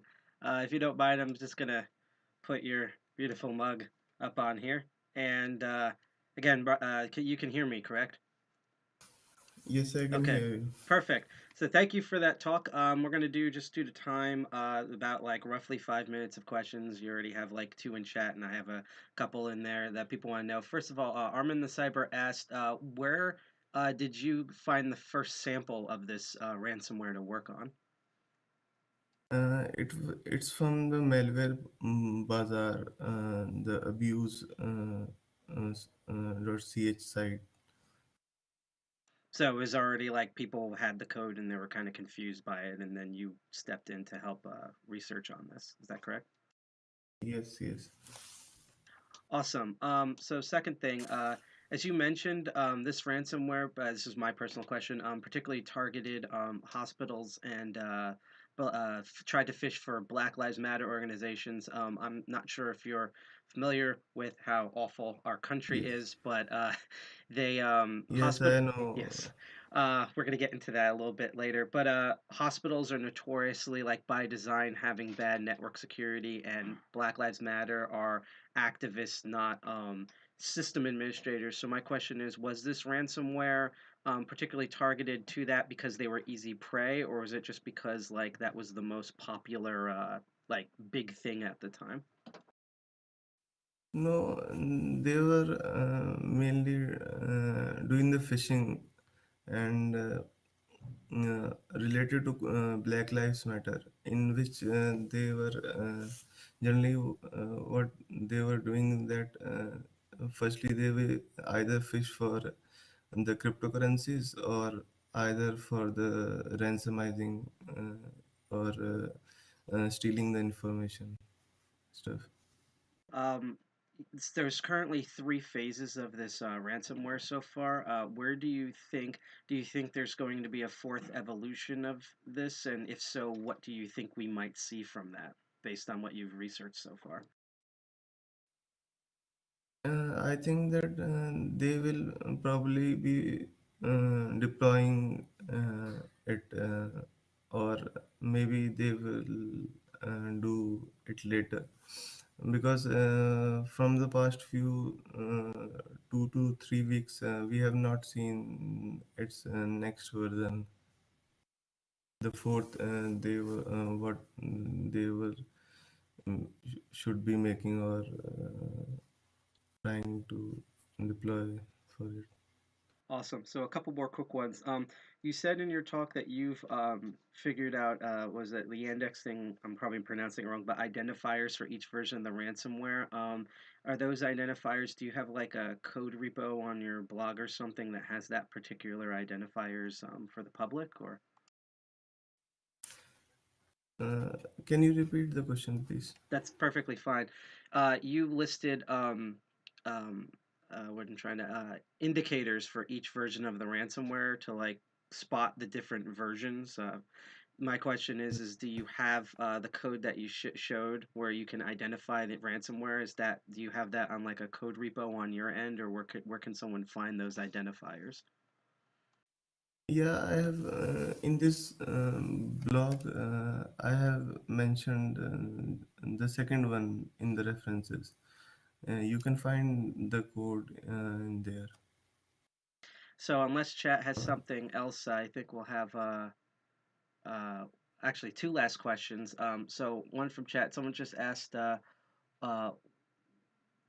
they were asking, was that in the, I don't know what they're referencing, but was that in the CISA bulletin, the identifiers, I'm guessing? Yeah, I'm a little confused too. Yeah, they said the identifiers. Were the identifiers in the CISA bulletin? Yes, some of the IOCs were from malware bazaar, which were obtained from one of the uh, members from our community. The Arbird, I guess, has obtained the first few samples from CISA, I guess. And the final question, which were later posted on Bazaar, and then after I have analyzed them. Awesome. And I guess one final question, unless Sarah wants to chime into something. Yeah, I just have I have one thing to say. I had a question, but when I tried to open it, it said, "Oops, all your files have been encrypted." So yeah, I'm good. Thank you. If you can't tell, because we live in post sarcasm, that was a joke. To the chat out there, that's the joke. Someone asked, they were just curious of like, it's okay if you don't want to dox yourself, but like, what region in India are you from, and how did you get into reverse engineering? I saw some talks from DEFCON, and I like them reversing malwares and vulnerability related stuff. So I like those things. That's why I had moved to reverse engineering field.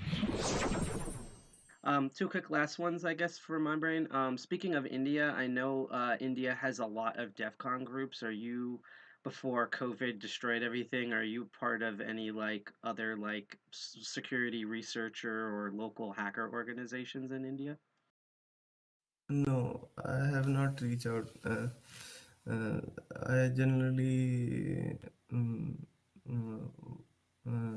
in few months later, I have recently graduated, and now should be, if the COVID situation generally become better, and then I should be able to reach out to the DEFCON groups, I guess.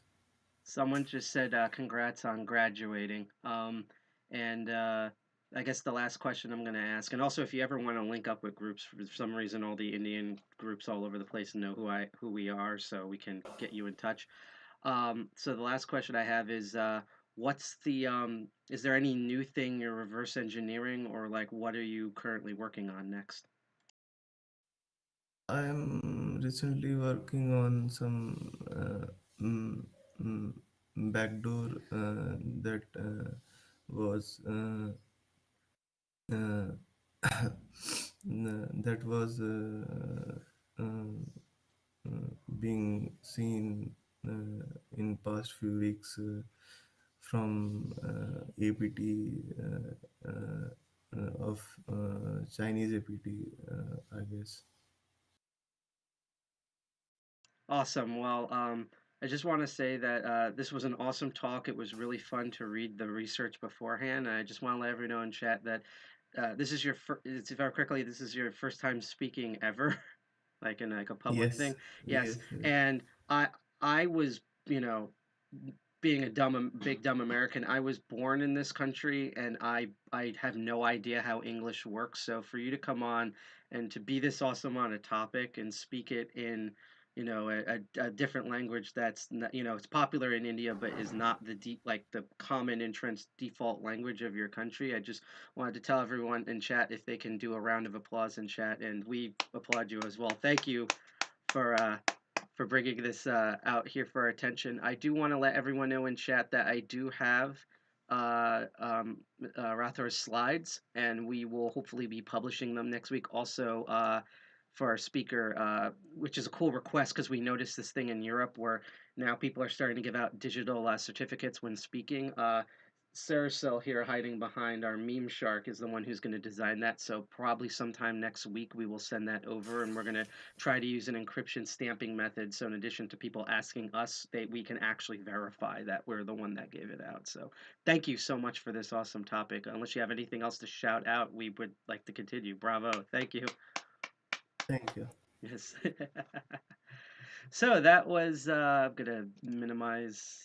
Let's see, how do I, here it is. There's the controls.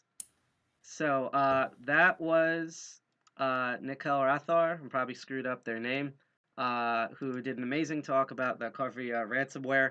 And that's like the super coding hacker AF, but because we screwed up and like we're running out of time, I want to immediately go into our final lightning talk. That's not me because I'm like, whose line is it anyway? Where it doesn't like where everything's crazy and the points don't matter.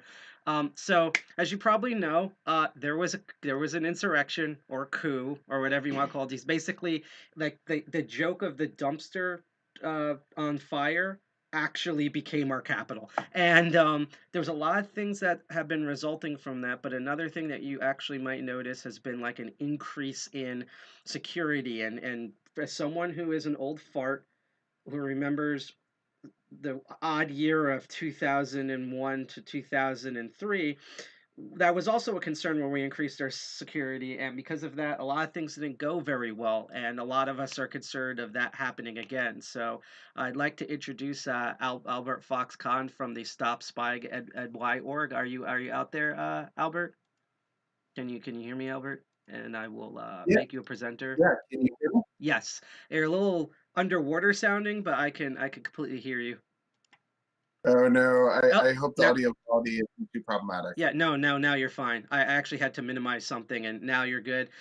Because once again, as a reminder, we're apparently uber elite hacksaws who know everything about technology, so of course nothing works. So, yeah. That's the true sign of mastery, when you can really get to Yes. advanced level, bugs showing up. Also, you're making me both like jelly and inadequate for the amount of books that you have. I used to have like that around many of books, and a lot of us are big reading fans. But I don't want to go on for too long. So this is Albert Fox-Kahn from Stop Spying NYC, and he, if I can refer to you as that, is going to be talking about privacy after the insurrection. So whenever you feel comfortable enough, you have all the time since you're your last speaker, so take it away. Well, I really appreciate it. I promise while I may have all the time, I will not be abusing that privilege, because after all, it is Friday night. And as much as I enjoy talking about all of this stuff, I know that we all want to start off our weekend with doing other things besides, pondering the downfall of democracy and the horrific state of our country and just the ominous things that are coming. So let me start by say I want this to be an interactive chat. I see there's the Twitch chat window open, and really welcome comments throughout and questions, and I'll give some background information to start us going. But I really find that these conversations are the most engaging when it really is a conversation, not just hearing a lawyer blab on it incessantly. And I will be. I just want to interject and say I will be talking in whenever you want to interact, and I'll post again that if anyone in chat has any questions or want to say during this, please let me know, and I will relay that over. So your floor. Fabulous, and I have the chat window open as well, so perfect. That sounds like a great format. So yeah, I do have to start as I do whenever I do a talk outside of New York City, at least virtually outside of New York City. I'm happy to be across the river with you in spirit tonight. My sincere apologies for our part in producing the horrific president who now occupies the Oval Office, if albeit for just a few days. Yeah, my role is I'm the executive director of the Surveillance Technology Oversight Project. I'm the founder. I'm a civil rights lawyer, national security lawyer, a bit of a technologist. I also am a research fellow at New York University School of Law. I write a lot of op-eds on emerging technology surveillance issues. And in addition to being the talking head, I also have represented a lot of people who have FBI SWAT teams coming to their doors who are under persistent surveillance and have had to deal with sort of the national security state that we know and despise. So we're going to be hiring you soon. I feel like you won't be alone, and that's one of the things that I'm really concerned about is that, look, when I saw the Capitol under attack, my blood was boiling. I was so infuriated. I really wanted to do anything I could to catch the people who were attacking our government, trying to overturn an election, trying to undermine democracy itself. But what I quickly became very scared about was the fact that we already are seeing calls to expand governmental surveillance powers in the aftermath of this attack to undermine the ability of people to use end-to-end encrypted services. And we see all of these growing threat vectors to general purpose privacy tools and the privacy rights we all enjoy. But we didn't need any of those powers to stop this attack. We saw people planning it in the open. There were t-shirts that said Civil War, January 6th. We had this situation where it wasn't that the police didn't have enough powers, it was that they chose not to use them when the people perpetrating this offense were white and conservative. And so against that backdrop, I really want to push back against the expanded surveillance tools because I'm so concerned that when we okay this additional power, they won't be used against people who look like the insurrectionists who took over the Capitol. They'll be used against people who look like my clients. They'll be used against communities of color, against Muslim Americans, against the communities we've systematically over surveilled for generations. And I want to, before we go to the questions, I want to just make a brief comment about the introductory film because I thought that was really intriguing. It's a film I've actually seen before, but when I was watching it today at the start of this event, I was thinking back to the facts of what was happening in 1943. At the very moment that film was appearing in movie theaters across the country, the United States was using the powers that the expanded powers that we had created during World War II to fight fascism. It was using that to imprison more than 120,000 Americans of Japanese ancestry for no crime other than their lineage, for the fact that they were of Japanese descent. At the moment that film was being shown, the most widely used form of that expanded government authority to supposedly protect us from a foreign threat was really being used for racialized internment. And so we have to be careful that even when we're fighting the most noble of causes, even when we are fighting both then and now, literal, well, I don't want to say it and get booted, but if we are fighting them, that doesn't mean that the powers we give our government to push back against totalitarianism won't be misused as we see surveillance powers misused so consistently. So, turning to the specific threats, we are already seeing expanded calls for a broader no-fly list, expanded calls for facial recognition. We see additional concern that people are using this to, claim that somehow Signal and Telegram are a national security threat simply because these platforms haven't removed the, horrifying attackers who have organized so successfully on Twitter and Facebook and other open platforms in the past. And, because encryption is agnostic to political party, you can't just break encryption for neo-Nazis. You can't just break encryption for one ideology. When you break encryption for one group, you're breaking it for all. And when you give the government a backdoor key to access encryption tools, they will use it to target so many different groups and not just those who attack the Capitol. So that is a concern. We also see expanding surveillance authorities at the state and local level. We know that the NYPD has talked about it in enhanced threat posture. We've seen that up in Albany. We've seen that state capitals around the country. We know that there's a growing call to use additional measures to disrupt any plots to target these capitals on the election. And part of that, again, is to the extent that it's evidence-based, public safety measures that are disrupting the attacks, that's fabulous.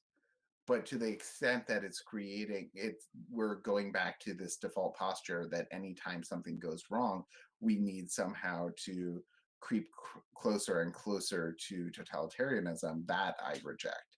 And really what we see here coming after this attack is the fact that we've entrusted police with so much autonomy. We've removed so many of the civilian safeguards for decades now that they felt empowered to essentially, in many cases, give a green light to an attack on our democracy. And the major thing that we needed back on January 6th wasn't, an additional set of, ISMI catchers, stingrays, or additional thermal imaging. The thing we needed was police command that was going to take the threat from conservatives just as seriously as they would from protesters of color. Because I've organized dozens of protests. I've organized protests in DC. I've never seen a protest, even one that I've never seen a protest at all given that much deference. And I've never seen protests that were completely peaceful and completely lawful and permitted given the amount of deference. I have systematically seen protesters targeted just simply for wanting to dissent in the public square. And that's something that clearly was not the case with the attack on the 6th. So let me pause there. I've already been going for a while. I see that there's a lot in the chat already. A lot of mixed stuff that we had to do adminning for, but I do remember one of them. Someone wanted to ask about your background of that. Is the law that you practice, is that just for New York, or is that like in many different states, or like? So I'm only licensed practice law in New York. I've appeared pro hoc vice in New Jersey, California, other states. A lot of the law I do is national security law, First Amendment law, internet law, and a lot of that will be federal. But my area of specialty is mostly doing state and local law in New York. So helping draft new surveillance ordinances. So I've helped draft something here called the POST Act, the Public Oversight of Surveillance Technology Act, which earlier this week led to the first time the NYPD has ever disclosed comprehensively every spy tool it uses. I've also authored a ban on geofencing. So both geofence warrants and police use of geofence data from data brokers, trying to push back on some of the ways that they use this sort of mass data collection in order to track people at protests, to track people at houses of worship, and to track really the exercise of our most fundamental constitutional rights. And so while a lot of that work tends to be hyper-local, we then take that legislation, those model bills, our legal theories, and then work with partner organizations around the country to try to help them advocate for additional reforms. So we've worked with student groups in North Carolina to try to outlaw facial recognition. We've worked with civil rights groups in Washington State. We've worked with community organizers around the country, and we certainly have worked with computer scientists and hackers and all sorts of people to try to better understand and better advocate for things like encryption. And before people weren't rubbing their butts on each other and licking doorknobs, getting everyone sick, I've actually been to one or two of like some of the public seminars that you've done in New York and downtown about various issues, and there's fantastic stuff.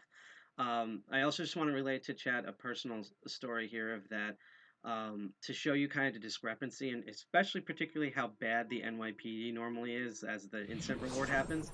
I literally have I guess the best way I can call them is a friend because I don't want to completely dox them in our relationship, but like they literally had an incident where they went to a BML protest, had held up a sign, and then went on their bike and tried to row away, and the police response was to literally tackle them off the bike, and then they threw the bike into the river.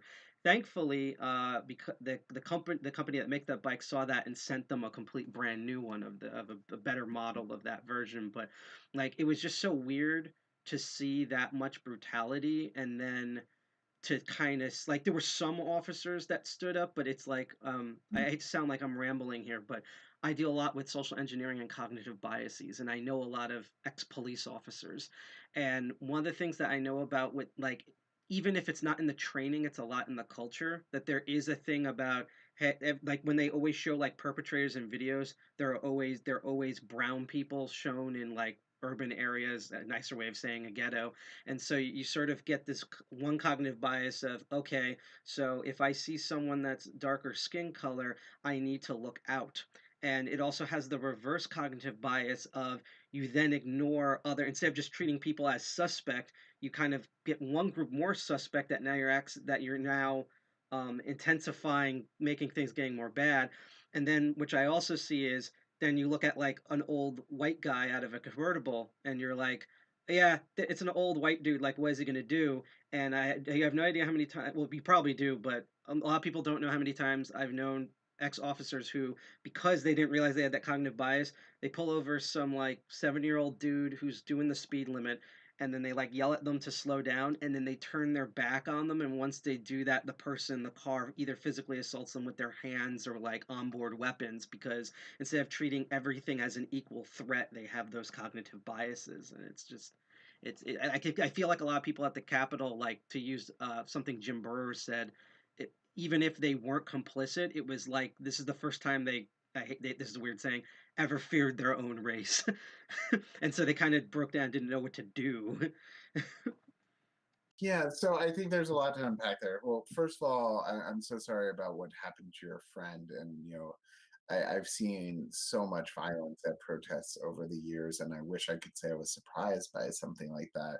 But that is all too normal that you'll see protesters and you'll see just bystanders who happen to be near the protest, who, people who are just trying to get past the protest to get home, who are then, out of nowhere thrown to the ground, their possessions taken, their possessions destroyed, arrested on pretextual charges.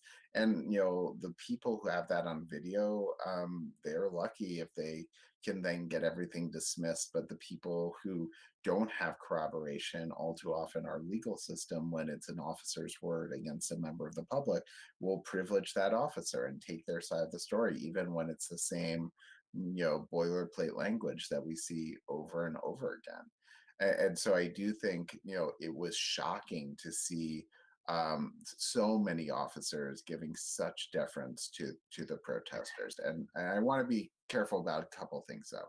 So first of all, there were some Capitol police officers who did remarkable work to try to keep the Capitol safe. I have law school classmates who's in Congress. I have a few other people I know on the Hill who have spoken about those sorts of examples where you saw true heroism. You saw people who were rising to that moment, but then you also saw a lot of really blatant failures. You saw officers who were from the beginning, were not dressed in the sort of tactical gear that you see for a protest led by communities of color, or a protest that is itself targeting police violence. You saw fewer officers than would typically be in that sort of instance. You saw less support from additional police agencies. You saw an unwillingness to reach out for support. You saw just a number of really concerning decisions. And then you saw people who were outright siding with the mob, who were giving people high fives, who were doing selfies, who were putting on MAGA hats. You saw people who were enabling the violence. You saw people who were giving people directions to specific offices. And then some of the most alarming reports are that, we've heard that Representative Ayanna Pressley of Massachusetts, that all of the panic buttons in her office were ripped out. That, we've heard reports of Capitol Hill staffers and providing tours to people who later use that information to attack the Capitol. So, you see really extraordinary cooperation, and in some case, true accomplices from within the very police departments that are now asking for additional powers. And those police departments instead need a very thorough external evaluation. And, we continue to call for, these departments to be defunded, and we call for them to be stripped of a lot of the surveillance powers that have come into scrutiny. But I do really want to emphasize a point that hasn't gotten enough attention, which is just the fact that, there's so little need to somehow, in the aftermath of this attack, change the way that those police departments go about their job. Because, I talked about some of the things that we saw that day, and in terms of, the T-shirts and all the public warnings, the FBI report that there was a coming attack. But, even things like the fact that a lot of protesters and insurrectionists, the people in the mob, a lot of them, they couldn't find parking, so they just parked on the National Mall, which, as someone who lived in DC, the idea that someone could do that and not instantly see their car being towed, and instantly seeing their license plate cataloged, and instantly getting questions from police, like, that's not something that would happen in any other protest. And so that is a continuing concern. And we also just see the fact that there's really been a mild response at best from a lot of the police departments to the violence that unfolded. You've seen from New York and New Jersey departments, you've seen a lot of officers and police unions that have responded with rhetoric that was like, that was basically on the one hand, on the other hand. They, you've seen them talk about very bland statements, but you haven't seen the outcry that you basically have seen in every modern US attack, every act of political violence, especially every deadly act of political violence, where the individuals who were leading the attack were not white. And so that's really a stark difference as well. But let me pause there for any other questions so far. I just want to shout out to a person named Turtle No Neck from D Live. Thank you for sending the lemons. It's like a type of reward system on that platform. Yeah, no, because there's just, I know you have such limited time, and there's just so much to talk about there, and I agree with all of those points. I think I'll do that secondly, but just for people in chat, because another thing I have to be aware of is that there are a lot of people out there, more than most people think, for example, who were born either during or after like 9/11. And so all the stuff that I actually grew up encountering, they only read in textbooks. And I just wanted to give a quick, my personal thing about what I saw happen there. So that's why I'm glad that you're on here, because I feel like we're in a similar situation where 9/11 was absolutely frightening, and I could go forever on how much the previous administrations, from George Bush Sr. to Bill Clinton, completely dropped the ball with that multiple ways, but I'd be here forever. But what I did see was, after this horrific thing, and I'm one of those people where everyone talks about, oh, 9/11 is an inside job. I do not think that at all. However, I do know historically that the U.S. government is really good at seeing bad situations and then trying to leverage it for themselves. Same thing with corporate entities and individuals of power. And so I have a lot of younger people, because I work with kids at my normal job, asking, like, why did we get into this war? Like, why did we go to Iraq when there was like nothing in Iraq? And the way I have to describe it to these kids is that essentially after the whole incident happened, there was kind of like a weird subtext where when people were asking for more security, it was coded either intentionally or unintentionally of like brown people are bad. So all they would have to say is like, for example, why do we need to invade Iraq? Hey, there's brown people over there, and the American public's like, brown people caused 9/11. Therefore, these brown people must be bad and would go for it. And to me, that's why the Patriot Act got passed through with almost no opposition and everything.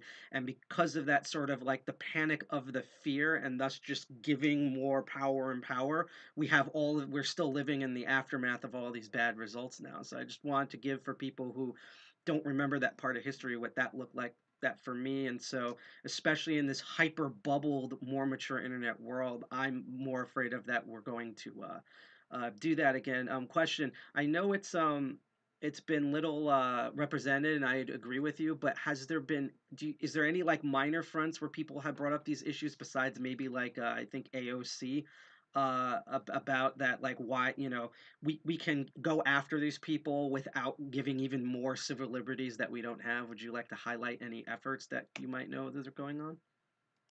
Well, it's a little early for the legislative fight because, especially with the transition in leadership in the Senate, you've seen Chuck Schumer starting to go down this road a little bit, but he isn't even majority leader yet. And, we haven't seen, the sort of quick turnaround legislative proposals that we saw in the aftermath of 9/11. And, I just to touch on that first, if it's not something you remember, it's hard to encapsulate because it, the biggest difference is just how calm and how peaceful in a lot of ways life was prior to that moment and how much that attack pierced that tranquility. The big bubble And from the so, 90s, I remember.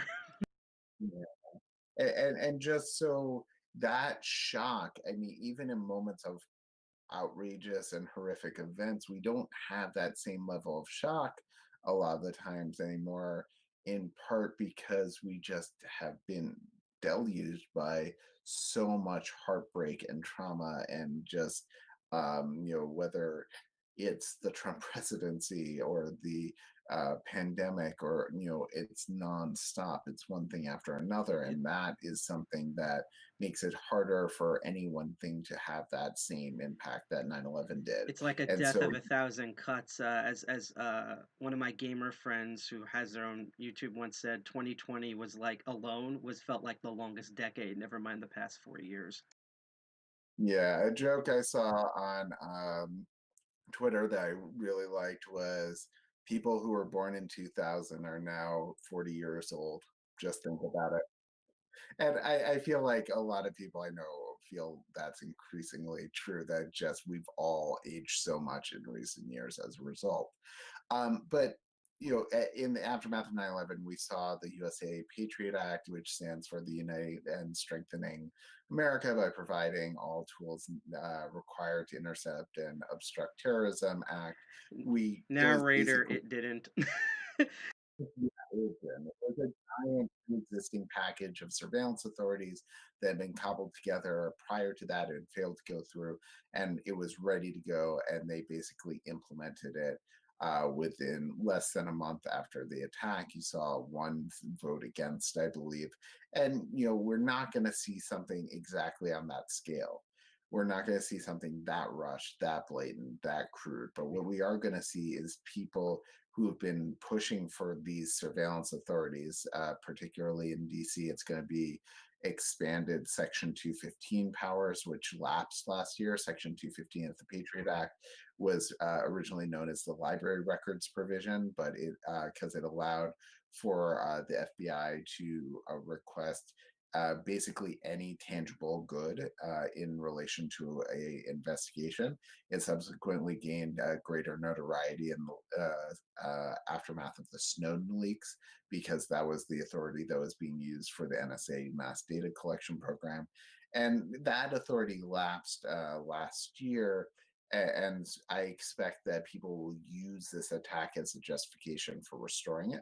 I also think we'll continue to see pushes to weaken the protections afforded by CDA 230, that's Section 230 of the Communications Decency Act, which provides limited liability shielding for internet platforms, on the idea that in the absence of this law, they would be essentially required to proactively review each and every post, each and every stream, each and every bit of data that goes up that is posted by a third party, to ensure that they're not liable for any unlawful content, any content that is libelous, any copyright violations, things of that nature.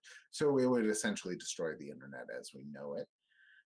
And so I think those are going to be two of the big choke points. But I also think that prior to this, we saw growing national momentum for a ban on facial recognition, for increasing civilian oversight, surveillance powers. I think one thing we're going to continue to see is people using this attack as a justification to push back on those reform efforts just at the moment when they were gaining national prominence. And then the last thing I'm really worried about, and this is something I was already worried about because of the pandemic, is the continued militarization and cloistering of one's public spaces. And we need to have a way that the U.S. Capitol can both be a secure place where lawmakers can gather, but an open place where all Americans can go and speak out and be heard by their lawmakers. And that's not just a nicety. That's not just something out of like Mr. Smith goes to Washington. That's an indispensable part of the lawmaking process and the democratic process.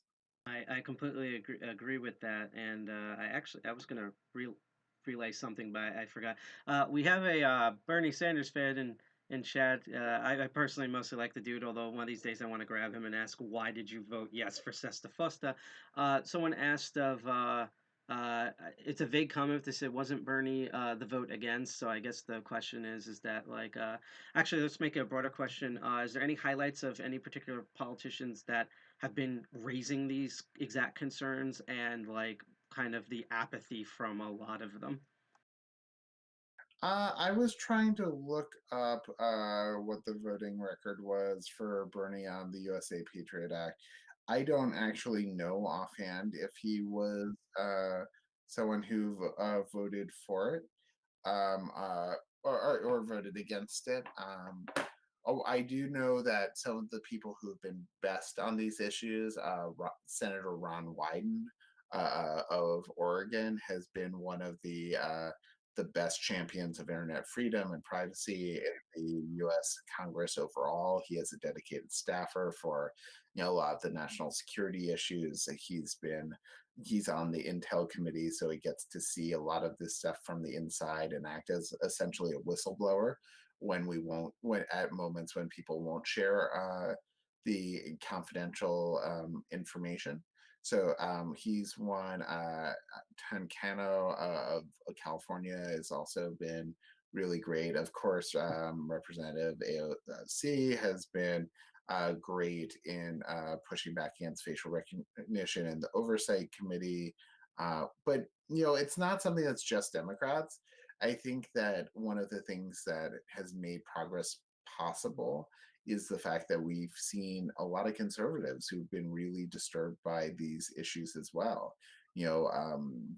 Representative Kelly Armstrong of, I believe, South Dakota, maybe North Dakota, raised work we had done around geofence warrants and asked Google and their CEO point blank about their practices in enabling mass geolocation searches by law enforcement.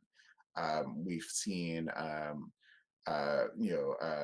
Jim Jordan, who I have despised when it comes to the impeachment process and the, his efforts to obstruct the election, but he was actually very good on facial recognition as well. So I do think that if it's only a Democratic or Republican issue, we're not going to see meaningful, lasting reforms and the abolition of a lot of these surveillance technologies. Yeah, like in my brain, I agree that this should be like one of those like no-brainer bipartisan issues such as like should we eat food to live, but politics, particularly in America. What was I going to bring up here? So this is probably more tame than I think this is. So odd conspiracy time. This is from me. And this actually ties into something I've been noticing about social media platforms, which is that what actually, I have mixed feelings, although it's been fun memeing and eating popcorn, watching Donald Trump get banned from Twitter, for example, and other platforms. And what makes me angry about it is, like, in an odd way, is that one, that they waited till now, and uh, maybe not there, because I just read that in chat. I mean, I honestly probably wouldn't notice the difference at this rate. But what do you call it? That kind of derailed me slightly. No, was that like one is that it happened so late in the game, and it had this error, especially from groups like Facebook, where they kind of like essentially played around because they were worried about either like getting bullied and or like any sort of power connections they have, and they sort of basically, in my opinion, waited to be like, oh, the old people are not going to be power, good, now we'll do all the things. And that bothers me because one, I've been banned from the platform before, IP banned, literally because an alt-right mob just mass flagged my account. Trying to copy paste here. And two is that that again, what disturbs me from this is that, like, one of the things I ask for social media platforms is that, if even if I hate your policy, to at least be consistent. And like we've seen world leaders and stuff, and powerful people in the government in other countries be banned. So the only thing I could think of is why they keep Trump around was either because they were too and this could have been anybody, but either too afraid of him, or two, which is, I'm thinking, since a lot of his platform was on Twitter, that gives them a lot of revenue. And so it's like, it sucks when I see something where I like kind of, it's, to me, it's positive, and I agree with, to some degree, is my own personal beliefs, but similar to conservatives, in my worry, being concerned about facial recognition and privacy stuff, not because of a general thing, but because of selfish interest. That, my thing is, like, Twitter didn't ban Donald Trump because of the goodness of their heart. It was more of like external fears. So I don't know where I was going with that, but I just kind of wanted to put that out there, No, my thoughts myself. yeah, I don't think it's courageous to act in like the most minimal way to help preserve the integrity of the republic and prevent, further destabilization of our political institutions. You know, people, their platforms may be um, global, but the leaders of these companies live here. Their kids go to school here. They need a stable country to simply live their life without the existential dread that's gripping so many of us at the moment. So I mean, I think that one can think that both that Trump's rhetoric was posing an increasingly imminent threat to national security and to the integrity of the country, and justified his removal from the platform. And you can also think that their internal processes for doing so were haphazard, opportunistic, and self-serving. And then at the same time, can come back to the really hard question of, how do we govern speech in an age when these corporate intermediaries have such outsized and really historically unprecedented power to control who can speak about what and when?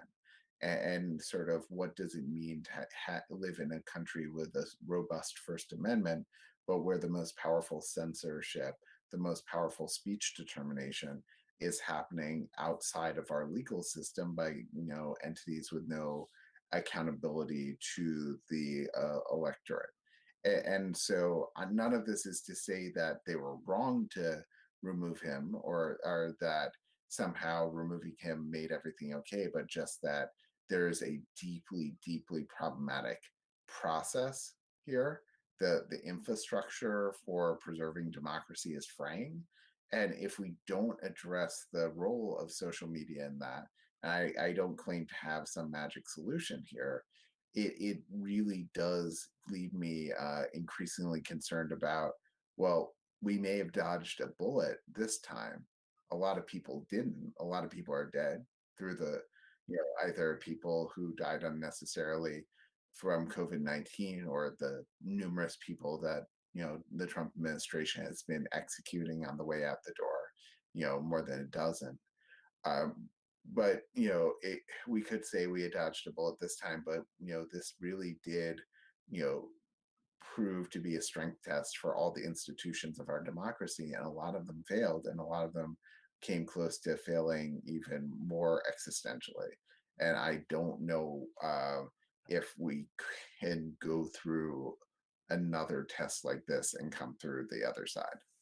Right, especially since there's just so many unknowns. We did had someone in chat say that government must always be stronger than corporations because corporations do not have a mandate to keep people safe. I can see where that's coming from, but I just want to put out there just my other personal opinion that while I do think government should have accountability for corporations, to me that only should also happen in a government where again, it's the interest for the people and it's transparent so we can actually communicate because if the government is essentially being a high horse, what makes them different from a corporate entity? And that's been, in my opinion, about a lot of the problems. Is like I always keep. I have a friend named Johannes, and he made a parody documentary of the future. And in his parody, the two biggest remaining nations is the People's Republic of China and Google. And with the joke is Google is occupying most of the United States and Western Europe, because at that point there's literally no difference between the two.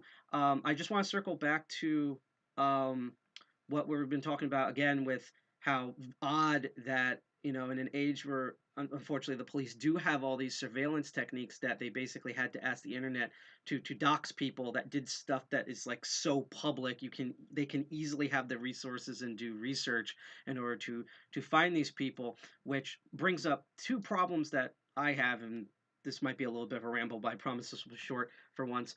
One is that, and I'll get to bits of this in the talk that I'm doing right after this. Is one, no, actually, it's probably gonna go for two. Oh, great, my brain's just dying. We're having that type of day today. Just bear with me for 2 seconds. Okay, one is that again, when we have such media, especially social media, that is so public, that like for example, I know a lot of people who didn't have a lot of opinion about NYPD even during the BML protests, who now have a crap opinion about NYPD because they saw how brutal they were during BLM, even if they might think some of it was justified, but then looked at that one person, that restaurant owner from Staten Island, who just happened to be a cis white male because power dynamics, who kept his shop open during COVID, and that the police showed up, and the guy literally had a high speed chase where he ran over an officer to the point where it wrenched the legs out of his body.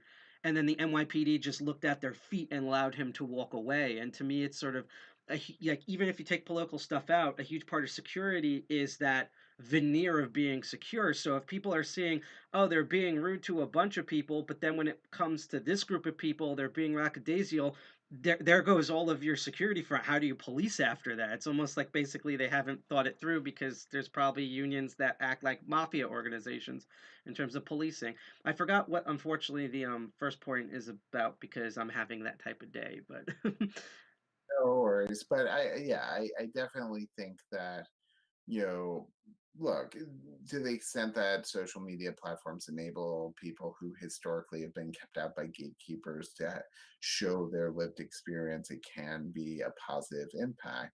And we've certainly seen these platforms enable people to share bystander video as an accountability tool for the police. But I don't think that means, on the whole, that the positive value of that use case negates all the harms that are occurring with these platforms, and it certainly doesn't excuse the platforms for systematically enabling and profiting off of insurrection, conspiracy theories, white supremacy. I mean, Facebook is running ads for body armor. I mean, there's no reason why they should be that they should be earning a buck from helping people, stockpile for an attempted coup. or just capitalizing on fear in general. Gun stores do this So gun companies do this all the time, or anytime any incident happens, the other group just buys a bunch, and they love feeding into that. I know that by being part of smaller gun groups who are really pissed off of a certain gun group that can remain nameless. RA, but yeah. Recently declared bankruptcy, I assume is the one you're talking about. Yeah. No, it's that's also one of my worries too, is speaking of that, is like some of this stuff, like I'm glad there's people like your organization fighting for this, because I feel that there's been things where while we can still do stuff, that the problem had been ignored or the blame had been shuffled back and forth for so long that almost like the damage is basically like done in a lot of aspects. So my question, I guess, is, and I don't know if this is an ending question, because basically when you're fed up with this stream, that's when we'll end it. But what can people do? And I'm, by the way, making an assumption because we have a lot of global viewers. I'm unfortunately going to specifically ask for Americans because it's our dumpster fire, and so we might be able to have power, because I was actually originally going to open with, I haven't checked the news, so I don't know if we still have a country left. So welcome from the United State of New Jersey, or the Republic of New Jersey, or whatever it's going to be. But what can people do who are in the United States at a local level? What can they begin to do or watch out for or interact to watch out for all this bullshit going forward and do something about it? Yeah, I mean, I think local is the key word there. At a moment when it feels like the problems in Washington are almost just unsolvable, when the tensions are unbearable, when we see ourselves at loggerheads about the most blatant needs of a democratic society, you know, at the same time, we still see functioning state and local governments. We still see progress is possible. And so I always say, stay vocal, but stay local. Invest in the taking the time to go to the city council meeting, to the school board meeting, to the meeting where decisions are being made about a lot of the tools that we talked about today. When a facial recognition system is installed in, a Lockport, New York school district, it's not going to be discussed in the halls of Congress, but it is going to be discussed by the PTA and by the school board. When you're looking at body cam use policies, that's not going to be something that makes it to the national papers, but it's going to be something you can talk to your city council about. And it can take, you can see millions of people engaging on a topic nationally, something like Sesta Fosta, millions of people raising up their voices saying this is a bad idea, millions of people, filling out comments and reaching out to lawmakers, and still they were ignored. But you can take a small handful of people and reach out at the local level, and actually with just a handful, get the meeting with the mayor, get the meeting with the city council member, get the meeting with the local official, get the legislation and that you want enacted or blocked. And, that's something that we all have power to do. And the more we see this change happening in our own communities, the more it normalizes a culture of encryption, a culture of privacy, a culture of civil rights that builds national momentum towards more meaningful nationwide changes. And it's something that's not just confined to the US. It's something we work with small groups around the globe that are doing this in their local communities, because the problems that are coming from these surveillance technologies, they're being marketed by the same firms all around the world. So we see these same problems recurring all around the world. And so local groups are organizing. And so it really is something where I would say find the groups in your community. If you're in New York, please reach out to us at stopspying.org, the Surveillance Technology Oversight Project. If you're in other parts of the country, the EFF, the Electronic Frontier Foundation, has something called the Electronic Freedom Alliance, which is a network of smaller grassroots groups all around the country. You can find a group in your community. If there's no one in your community, you can start a group yourself. You can find people who maybe are interested in policing issues but don't understand the technology. You can find people who are interested in the federal issues but don't realize there's a chance to organize locally. And that's really a powerful opportunity to enact meaningful change that will make people's lives better and really impact them directly.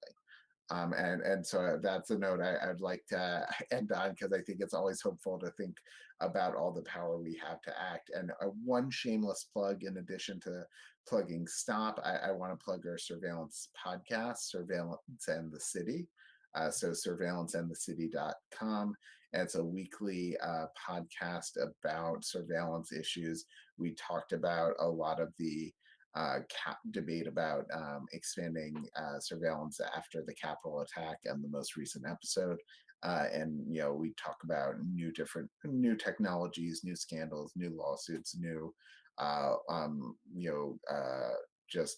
events every week.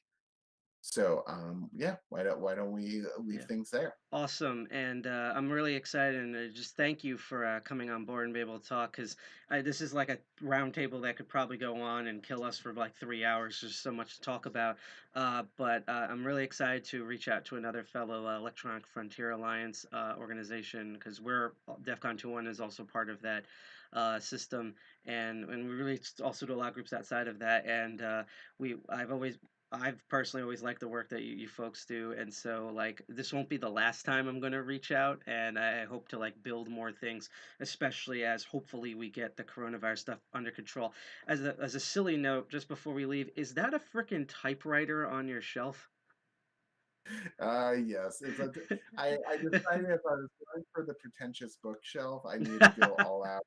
Add the typewriter, add the power broker, add infinite jest, and add a bunch of gavels and medals, because if you want to look for TV, why not? I mean, we usually hacker AF up, not. I mean, we've done it a couple times to extreme in the past just to like get the visual. No, I do not want to install a new version of Git. Stop machine. Okay. See, again, the technology does not want to listen to us. But yes, we've been posting links to the organization. Just to say out loud, it's stopspying.org. Is that correct? Yep. For the organization? And then surveillanceandthecity.com is the podcast. Okay, I'm going to type that later just because my brain's broken, but I will put that in the chat. Sure. So sorry again about the delay, but thank you for coming out on our meeting, and hopefully we'll be able to have you folks again locally, and we could discuss like some of the stuff around here, particularly about like, we've reached out to our city before COVID and stuff, and there's a lot of groups in the government that's been excited, so we'd like to eventually get tips on what we can do and kind of talk about some of the issues and benefits that we have here. So I hope we can grow this into something where we can literally hack the planet and be awesome. And so thank you for being awesome and doing the work that you do. Good luck out there.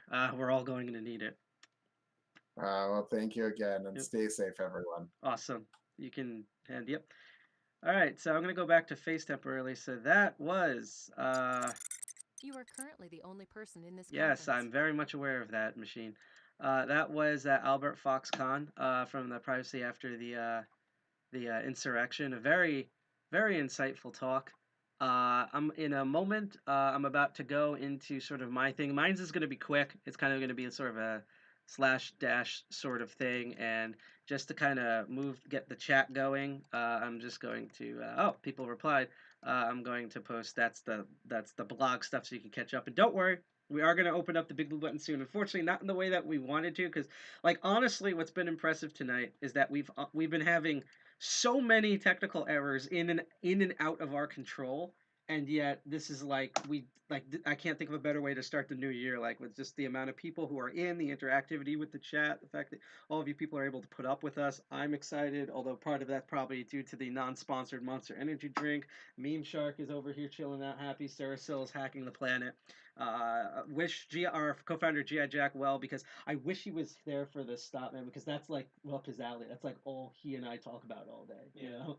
But he's just been really ill because he got hit with the bio version of Stuxnet, not COVID, but just general,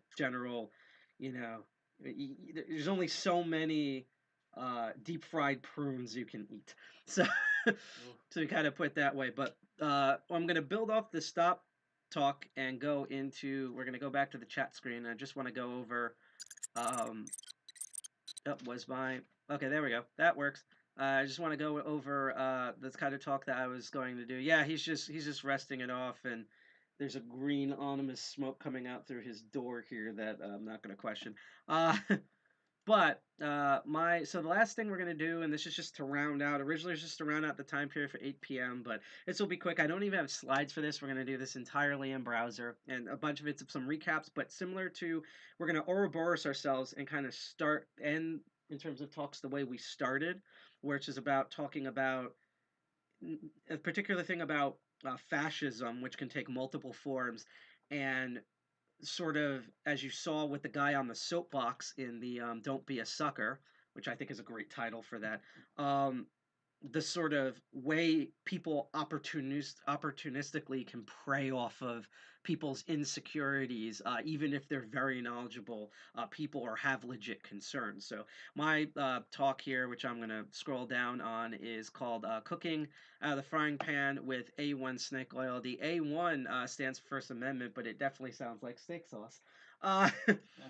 So that's what we're basically going to be kind of talking about here. But first of all, just to clarify and get things out of the way, it's just for anyone who's watching this, and we all, as we see, we unless you're like doing ads or just like really being a dickhead, we also enforce this more in person because we have a code of conduct both online and our in-person meetups back when we were able to meet and talk without people like licking each other's eyeballs and sneezing on each other. We allow expression in here. Like, we don't have to necessarily agree with your opinion, but if you can articulate an opinion and it's not going to truly be damaging or anything, and it's just because if we had to get rid of people who like were just weird, we would not be live streaming. So, but just to clarify, like my background and stuff, I was trying to think of like how do we communicate to everyone in the best possible way, kind of a summary of what happened at the end of last year that then feeds into what I'm going to talk about today. And so I was thinking about it, and I remembered a thing that I want to quickly share with you all. This is us kind of setting the stuff out there politically, and then we're going to move on into more tech stuff, even though it's still going to be politically charged, about in the most New York, New Jersey metropolitan way. I'm not necessarily sure of DC 201's feelings. They probably are, but at least my feelings as an individual person of what's going on right now. Good, good. I say recount, stop the count, count it again, okay? Then triple count it. It's over, fucko. You lost. You fucking lost. The fucking ghost of John McCain bit you right in your fat fucking ass in Arizona. Good, you fucking asshole. Your big fucking mouth came back to fuck you, okay? The fucking, you don't want to back the governor of Michigan when there's a plot to kidnap her? Good, you fuck. And our internet is already limiting us, but I think there's a little bit of more here if it will properly load. Your fucking shit, and you're gonna lose Pennsylvania, huh? The ghost of Daryl fucking Dawkins, the Broad Street bullies, you're fucking done in Philadelphia. You're done. Pack your fucking shit. You got a bunch of fucking flunkies around you. Get your fucking stupid sons. Funny your how dumb fucking daughter, your fucking mute fucking blowjob Jared fucking Kushner fucking son-in-law. Get the fucking tape, get the boxes, and pack your fucking shit. Pack it now. Go the fuck away. 4 years of this fucking nonsense, you fucking blowjob. Get the fucking trucks.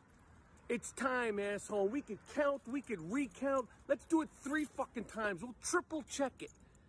It's over, asshole. You fucking lost, motherfucker. You dumb fuck you. So I just wanted to air that out of the way, just in case there was any confusion on the exact emotional range of the opinion that we currently have now of the situation. And on a much lighter note, I just want to note that in lieu of anyone not possibly being in our big blue button chat, simply because there was a bunch of tech issues. It wasn't Big Blue Button's fault. It was just an error that I didn't see coming, and now I did not see that coming. That now I know is a thing that I can watch out for, and it's preventable. So I learned something. Yay! It's always good when I actually learn something at one of our own meetings as an uber elite hacksaw. But I do want to note that today I'm also I like hanging out, and I'm part of the Wikimedia New York City locally here, because unfortunately there's not one in New Jersey, which is all the New York Wikipedia people are awesome, to be honest. And it is actually Wikipedia's 15th anniversary, so just want to cap off. 20, sorry. 20. See, a couple of years ago it was, and I remember being there for that. That's why my brain, it's like the same way how I think that like there's going to be like a new season of Hey Arnold anytime soon, because I keep forgetting how fucking old I am. So it's 20 years of Wikipedia, 20 years of TV troping actual knowledge and data. Just endlessly click holding your way through, and that's going on. And they did have a live stream. I have no idea if they're currently still streaming, but if they are, they have a recording of it. In lieu of that, we might air a bit of that before we go offline here. But let's get back on topic here. So, as you probably have known, the 6th happened, and it was absolutely terrible and nightmarish. Like, it was weird because like it's like one of those things where it's like I was horrified of what was going on, but I was like not surprised that it happened, because again, we've just been, it's like a frog in boiling water, which is funny because we're going to talk about a certain frog in a moment. But you know, where it's been slowly heating up, and it's been a death by 1,000 cuts that everyone's just sort of like, what do you expect to happen? And unfortunately, the Stop NY person is not here right now. But one of the things I also want to remind people about DC is that it's an actual city. There is a district zone where the government works inside of it, but people live there, and then there's suburbs around there, and a lot of them are actual like minorities. So all of these like crazy traffic points and this other sort of stuff, that doesn't, you know, who cares about, you know, Nancy Pelosi and like Ted the Zodiac Killer, Lion fucking Cruz complaining about all this stuff. There's just normal people that have like bakeries or on government assistance or currently in the hospital with COVID in DC, of just normal as fuck people that are being impacted by all this and are horrified of what's going on. And as a part of a city in Jersey City, where we actually had something with a group of Black Israelites who did a kind of almost similar attack in terms of like scale and impact and ferociousness. I know what that's like when everything just shuts down because, you know, LARP morons. But one of the things I wanted to bring up here, and I will temporarily go back to the face cam, is that I'm not going to bring up our Twitter, and I also don't want to particularly go after like screen names, but as with any crisis, as we showed with the Patriot Act, it's really easy to go down a rabbit hole of like being so afraid that you literally jump out of a frying pan into a fire. And one of the things that's been concerning us is, rightfully, people should be concerned about, you know, how easy it is for centralized social media to ban people, whether they are in the wrong or not, and like how much control do companies have, and freedom of speech and my freedoms and things like that. But we've been seeing things, for example, and we will get into them, of like, again, you saw how much Parler blew up after all of this, and then you saw how Gab exploded because of all of this, and people are bringing up Gab and Dissenter and well, Vote's dead, but we'll look at that and laugh in a moment. But it's just all of these different platforms, and just to note that just because a platform, especially a social media platform, is an alternative that is not the man, does not automatically make it good.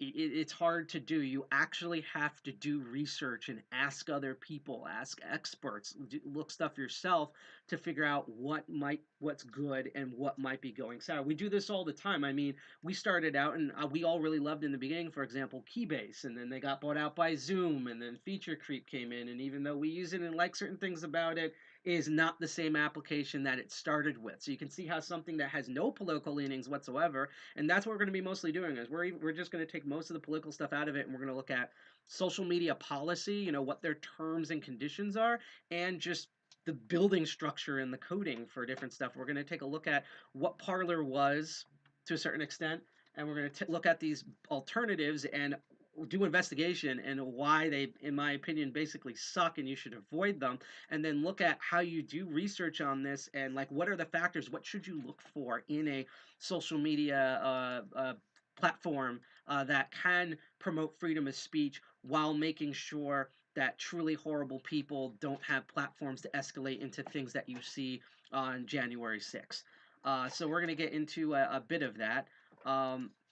So what and I think Saracel might be able to comment on bits of this. Unfortunately, I don't have a slide for this. I actually can bring up and preempt this guy here, but that like one of the common things that we see across these sort of platforms is that they're hooking everyone in by saying, "Oh, it's secure, it's private, it's not the man. Fuck Twitter, fuck Facebook. We're the ultimate platform. We don't do any moderation." That's a lie.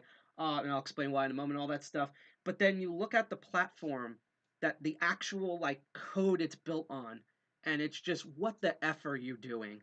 And a big part of that is, which is starting to become honestly a conspiracy, is why like every one of them uses WordPress for some reason. Mm-hmm.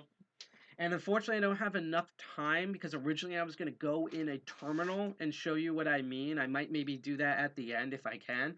But there are two things you need once you hear the word WordPress pretty much. WP Scan, which is a scanning type system that looks up vulnerabilities on a WordPress, and because it's a WordPress, there will be vulnerabilities no matter almost what you do. And then just simple basic Metasploit, and you can just go to town on almost any WordPress thing. That's how like most WordPress stuff gets hacked. So like if you're building a Twitter alternative, like why are you building? It's like Chinese buildings. It's like making a building out of paper mache. Why are you doing this?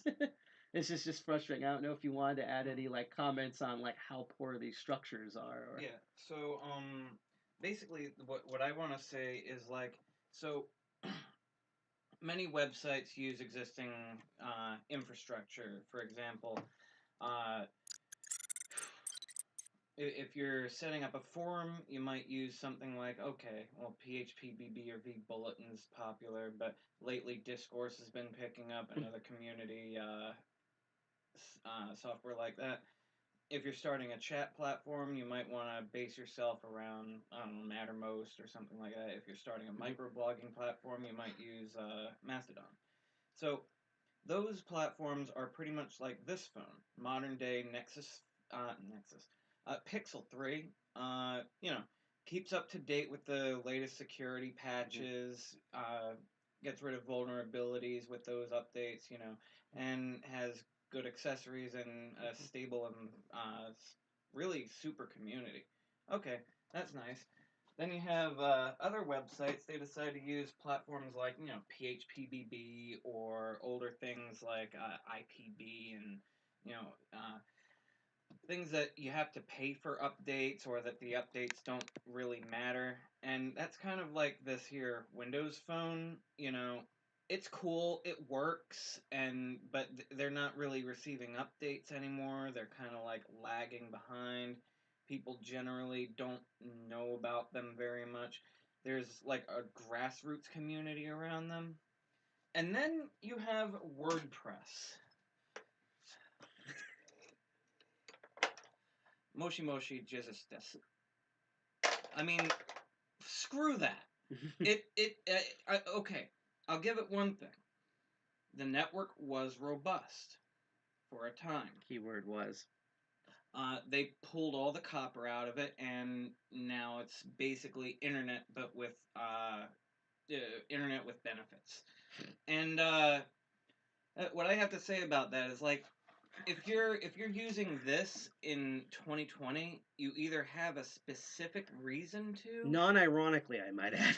Non-ironically. Yeah. If you're using this in 2016.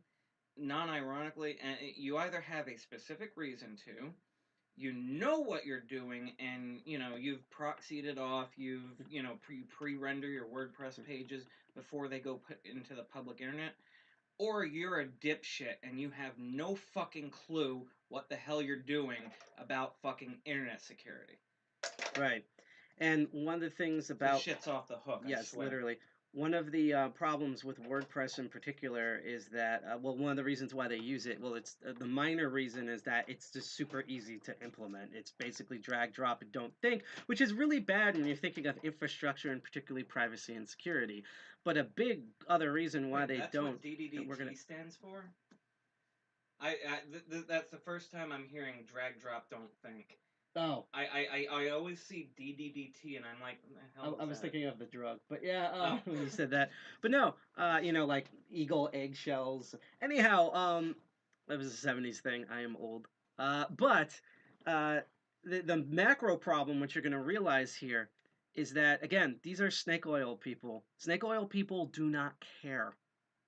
It's the same thing. You ever see again, we've seen this in politics. Where I'll give you a good example. I mean, I could pull anyone out, but just because he's still talking right now, despite being banned on Twitter, Donald Trump, where I vividly remember, and you can go look this up, that the platform he ran on was trying to improve American infrastructure, like literally physically, like the roads and highway systems and phone systems and stuff. And there was a lot of people that were writing on that. And that to me thing is we also have Democrats that, thank you, Mixer Mind, for following us on there. Yay for the follow a girl goal increasing, because there's a big reason why we want our followers to increase on DLive. But thank you for following us. But that there was a whole thing about that, and again, I've seen Democrats, and libertarians also be like, we need to upgrade our infrastructure, blah blah blah, and then they get into office. I'm in New Jersey. There's more potholes now. Mm-hmm. Like they don't care. They just want your votes. In the same way, there's these social media organizations and platforms want you to be on their platform to increase their ad revenue.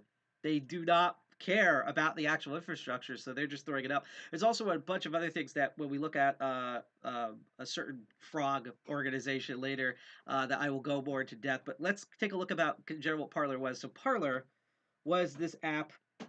It's weird saying was. We've extensively covered it when it started to get more popular, and basically it did the usual thing where they're like, they did this more than others, is that a lot of these platforms are like, we are here for freedom of speech. And I'll give you a good example. Minds.com, which we actually have a account on, legit, from what we can tell, wanted to make a platform where outside of just effing this is illegal stuff where most people could say things. And so when you go on there, for example, there are like what you would consider conservative viewpoints. There's also like super democratic socialist accounts on there. And there's people who also just upload pictures of puppies and stuff. Never see them. So like they legit try. It's kind of similar to Mastodon, where they tried to legit make a platform, and you just see it implemented in different things. Parler was like, we're freedom of speech, and that is basically blatant code word for if you were a awful deplorable, we want you on our platform, like straight up. And if you look at the background of the people involved, that was their background. And again, we're not even just saying that, like, anyone who has like a strong background where they're trying to say freedom of speech but are actually trying to go for one wing of something, that is generally not a good idea to build a platform. You want to build you don't build, like, for example, a building foundation having like a goal to like attract spiders using honey. Like, you want to build a foundation to put a rest of the building on, and then whether that building's used for like a BDMS dungeon or for a Capitol building or a pizza place is up to the person who buys it. Like, that's how you do infrastructure. So Parler was really trying to go for this, and the real part that bothers us about all of these alternative things is, again, they're trying to sell you on one thing and they do something for the other. And again, I wish I prepared more tabs for this, but we're going to look at some stuff in a moment. And some of the insane hypocrisy about Parler that we covered on our own Instagram is, not only was it, once again, built on WordPress, they talk about that, and this is kind of why you're seeing all this like doxing now. They talk about like freedom of speech and how they want to be private and stuff, but you legit basically had to give like your social security number and your date of birth and where you live and everything. It had more data mining stuff to sign up for it than Facebook does. And Facebook is the OG really dumb real name policy.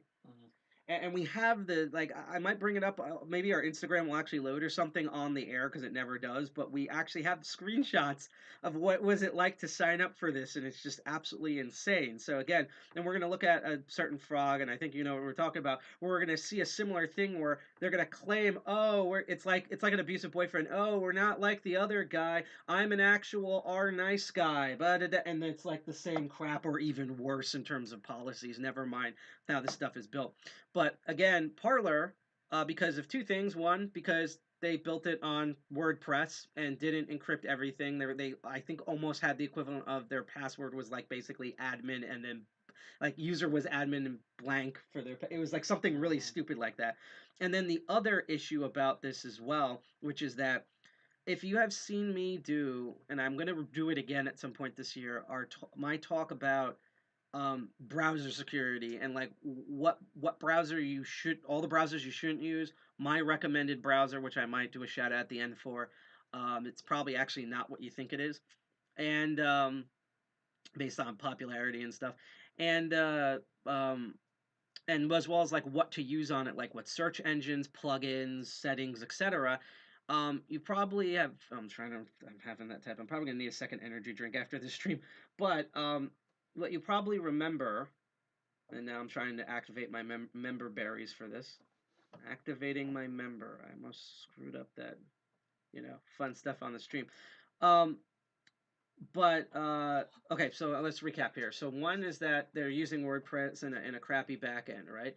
Oh, but another thing about all of this is that when I list search engines, one of the biggest shocks that people have is that there's 3 good alternative search engines for Google, Bing, Yandex, and all of them. And I also explain why those are all terrible, even if some of them are obvious. And one of them is that my third place one is actually DuckDuckGo, and everyone's like, heresy and stuff. And that's the thing. I don't hate DuckDuckGo. I use it all the time myself. Like it's really good and it's robust. Like, there's maybe some minor nitpicks with it, maybe like a policy thing or a usability thing. I personally, there's sometimes where I brought them up on certain laptops and VMs where DuckDuckGo won't load. So here's a trick: you type in duckduckgo.com/lite LITE, and it loads a lighter client that's all bare bones, but just the search. It just works. But it's really good. And the sad thing is that the reason why I put it number 3, and if you're curious, the second one is Start Pages, and the number 1 is Search it's SHERX. But the reason why it's third, and here's the thing, it has nothing to do with DuckDuckGo. It's not like DuckDuckGo has like some secret hidden gremlin policy that then bites you in the butt for using it. It's the fact that DuckDuckGo is an American company. And here's a general rule. If you are in a company that your service is being used by, your government has complete jurisdiction over that company. Like the United States already bullies their way into other jurisdictions. See, for example, the whole WikiLeaks thing going on, like extradition and stuff like that. Never mind what your opinion on the guy is. I hate him. But yeah, because DuckDuckGo is an American company. Now, in my opinion, if they get raided, I think they will actually shut down all the servers and then feign stupidity. That's what I honestly think they'll do based on their response. I could also be proven wrong and just be like, oh, fuck those guys because they went back on their word. But because, unfortunately, and they do have this warning on their website that they're a United States company, that means at any time the FBI or the NSA and stuff can press through them and raid them and stuff, and there's honestly not much they can do because they're in the American jurisdiction because they're an American company. And apparently Parler, and you're going to see most of these sort of snake oil platforms, forgot about that. So like when these people were on Parler recording videos of like, yeah, look, I'm teabagging the Lincoln Memorial, you're in America on an American, it's not like it's being routed through some VPN 8,000 times, bounces back from Mars Elon Musk base, and then he puts his own encryption where he uses his son name as a base hash to form the encryption and send it back. It's an American company and everything's running unencrypted, so if the FBI is like, hi, can we take a look at Parler? All the code, all the stuff. They have to do that, otherwise they're all dead. So a combination of company on U.S. soil and literally a WordPress page that was just like face down, butt up, please engage with me, daddy, non-encrypted, pants down sort of thing, caused a bunch of craziness. And we're gonna now flip back to the tabs. And so I found this out through Griffin Malone 6, but and there's another tab that I'm going to find somewhere else. But basically, there's a bunch of some of the most dangerous hackers you can honestly encounter are archivists, such as the Internet Archive, and again, Wikipedia and stuff, because this is why the internet never forgets. Sometimes Trevor forgets, but it never forgets. And the cool thing about what's happened here is that because all this data because it's just on WordPress and the servers are just there, they were like, hey, we can actually take all, what was it, like 7.2 or something terabytes of data? because that's how many people posted. And then because they're like, hey, we know some Python and JavaScript, they made and this is and actually this page will bring up Parler was not hacked. A WordPress config file was leaked online in July. It was literally in the config. You can see the code here. WP_Parler. Gee, I wonder where the main database is located.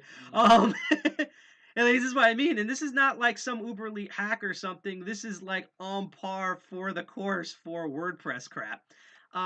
But basically, these awesome people, Griffith and these other archivers, and if I can find the page here we go, made this, which is the best pew pew map I have ever seen in my life. So a lot of these look like solid red, but all of these are little tiny dots that are representative of like IP addresses with the GPS data of where people have uploaded stuff from their Parler account. And I believe, and we're going to try this, it might not work because we're streaming. You can click on these dots and look at the videos. And I actually will say that we're not going to click on the dots simply because we don't want to bring up videos of like naked people and people getting shot in the face and weird like AOC fetishes and things like that. Here's a fun fact that someone actually stole her shoes. It's the only thing they took from her office. They didn't do anything else. That's why I forgot to bring up what the Stop NYC person was about that. They need to never mind physically disinfect the building. They need to change every single wire, every new ports, new computers, because computers got stolen and everything got compromised. So I forgot to bring that up. Unfortunately, we had to stop NYC, but I want to throw that out there. But yeah, and just even with this map data alone, it's kind of fascinating to look at where people upload. So shocking, non-shocking amount from Manhattan here. Jersey City has like 3. It has a couple and they're really spaced out. This might be a slightly updated version of the map because originally when we looked at Hoboken, yeah, there's like 1 in downtown right now, 2 in downtown, and that's basically it.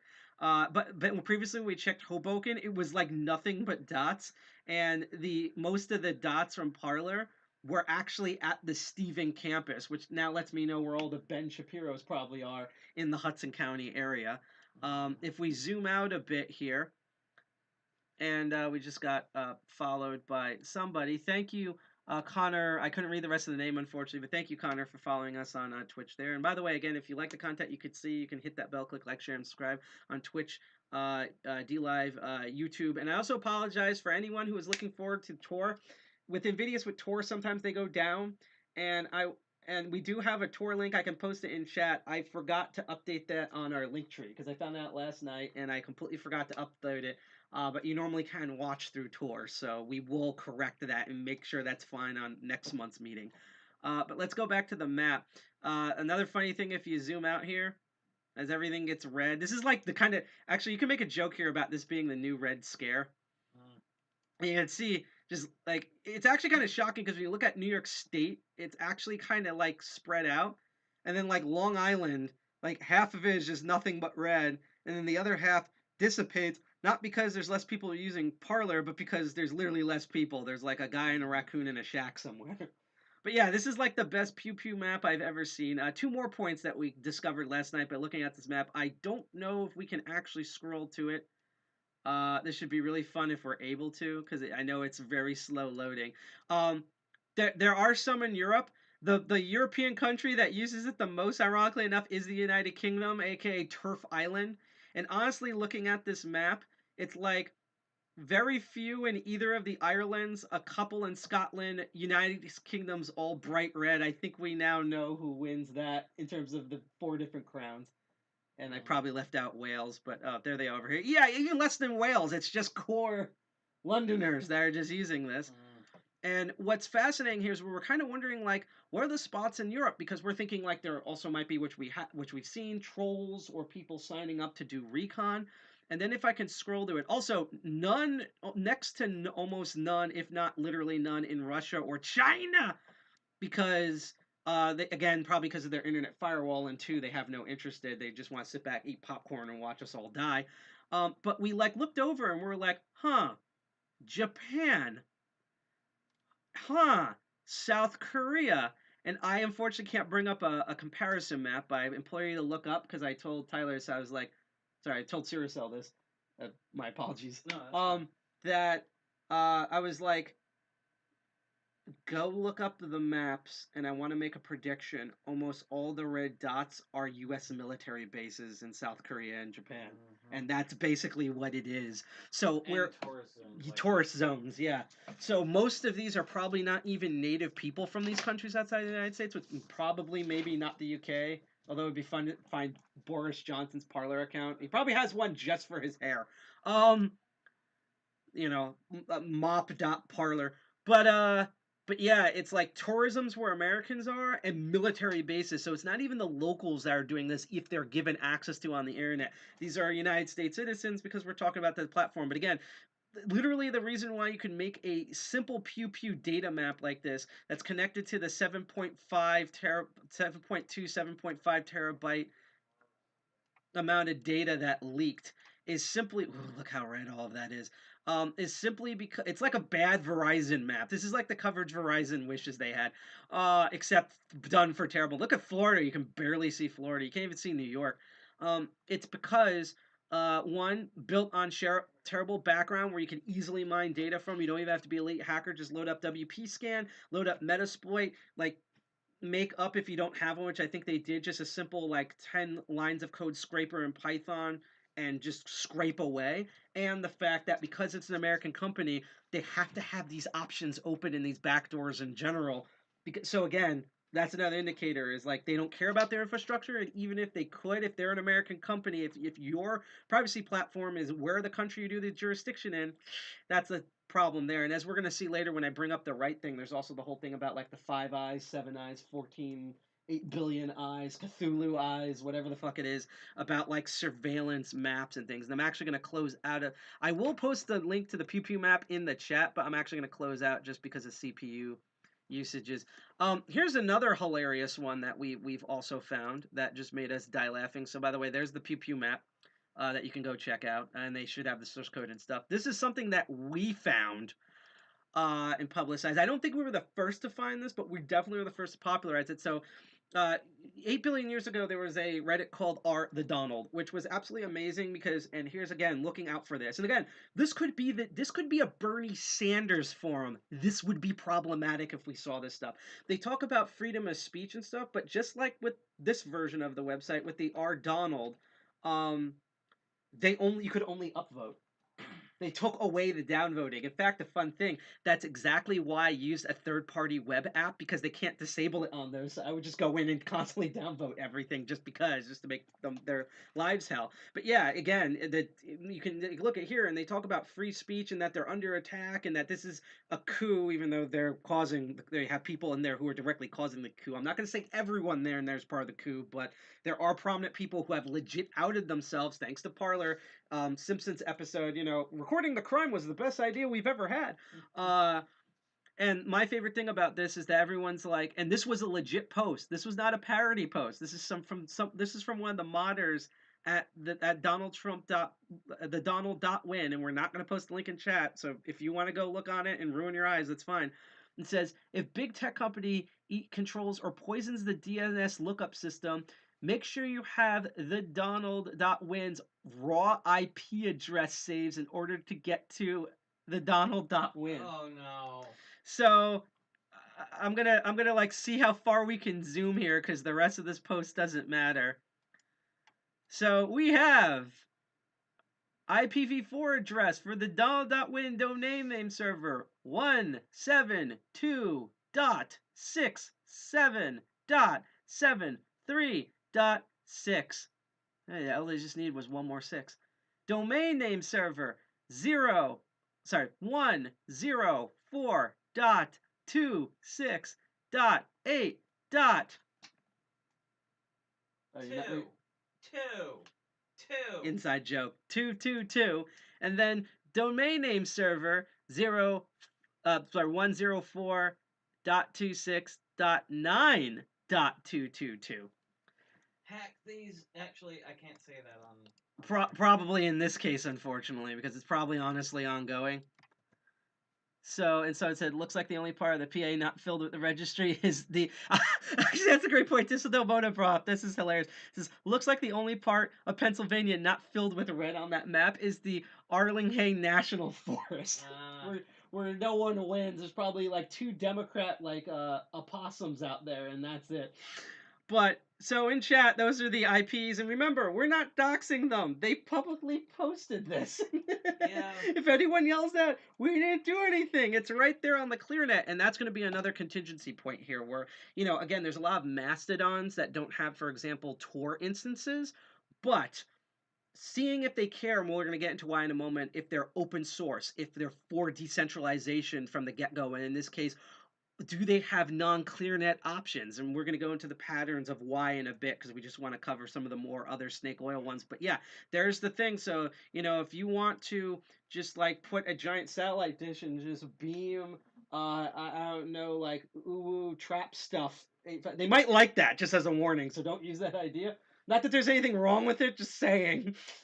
Perform research under ethical guidelines to these IP addresses. Yes, or just run back to back either or Chelsea Manning's live streams when she plays video games, or even better, just endless Temple OS streams. There's literally 18 billion hours of the CIA broadcasting this stuff.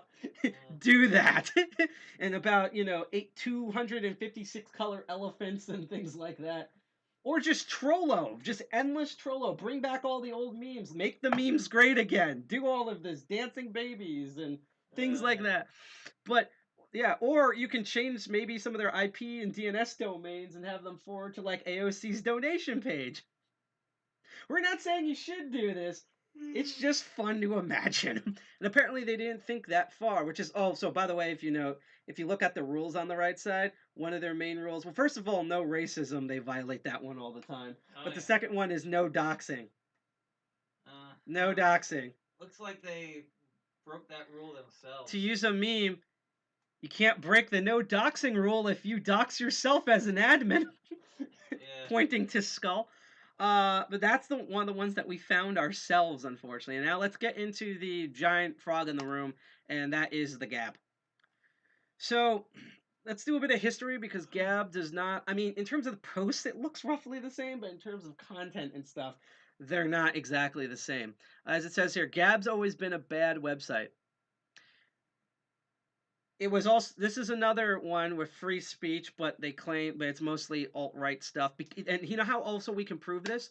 Both on Parler and Gab, if you go out, unlike Minds, to give Minds credit, you can go on Minds and just be like, I like Hillary Clinton's feet. They won't ban you. You might get like 3 people being like, what the hell is this post? No, we'll ban you. You actually get like good discussions. Again, you can go out there and just, be like, I like, I'm trying to think of something like, Rand Paul was always wrong. No one, you might have an argument with 1 or 2 people. You can also block people on that platform like any other social media, but you can do that. If you try to post anything that is not,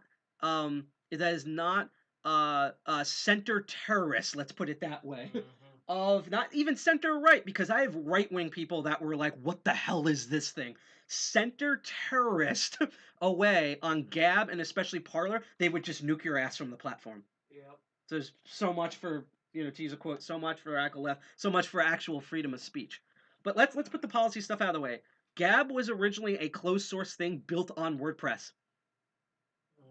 Right? It was like literally, you could see where they changed the WordPress template in the code to the point where it was literally missing features, which one of my favorite was, it was literally a roach motel where you could log in, you could not log out.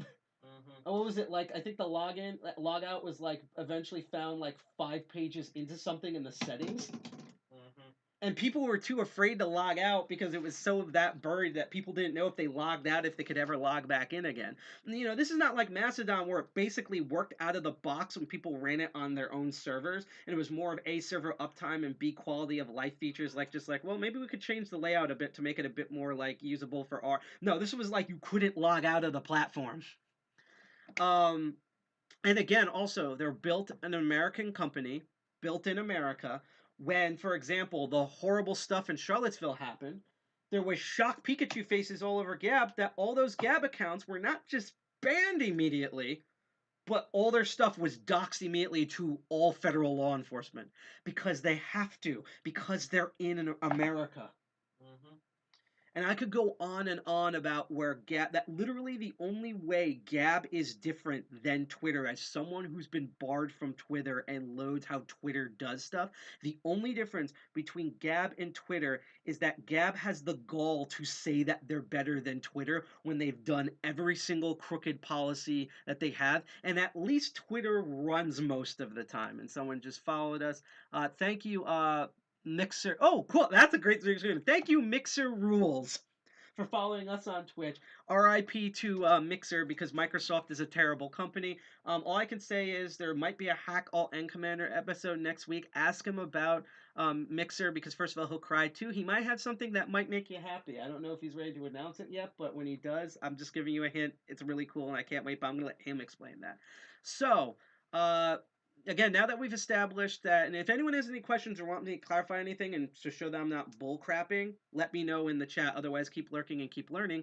That Gab both was terribly coded, again, with WordPress, and to add on top of that, and here's the key, now it's basically a Mastodon instance. It's a Mastodon instance. Mastodon is open source.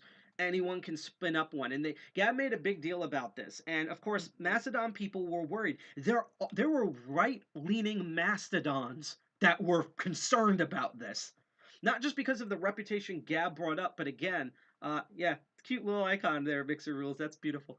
It's like a little Lego figurine. It's like poke, permission to poke. No, but yeah, the fact that, again, it's not a foolproof, but a lot of actual free speech platforms automatically go, okay, you know, we're located in the United States, or even if we're located in Sweden, we need to have transparency with the way we act, and what if our own servers get shut down? I know, let's make it open source, and we just got followed again.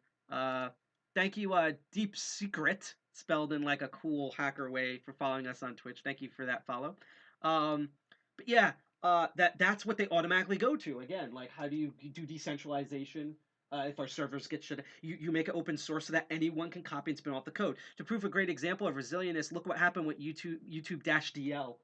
Because it was put on, even though GitHub was owned by Microsoft and they tried to take it off of there, there was a billion forks people also brought to other platforms like their own personal Getia servers, rival ones such as I almost said Firefox because all the Fox computer programs blend together, GitLab, and things like that. Gab did not think to go open source and try to decentralize until they got banned from every hosting platform.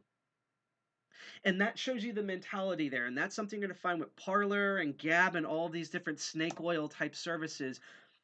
The difference here, and I'll give you a good thing, when a bunch of sex workers who were it was just boobies. They weren't asking for insurrections from the government. They didn't like storm, even though this would be amazing to watch, storm topless and grabbed American flags and threw them off and then put like Putang flags in their place, you know?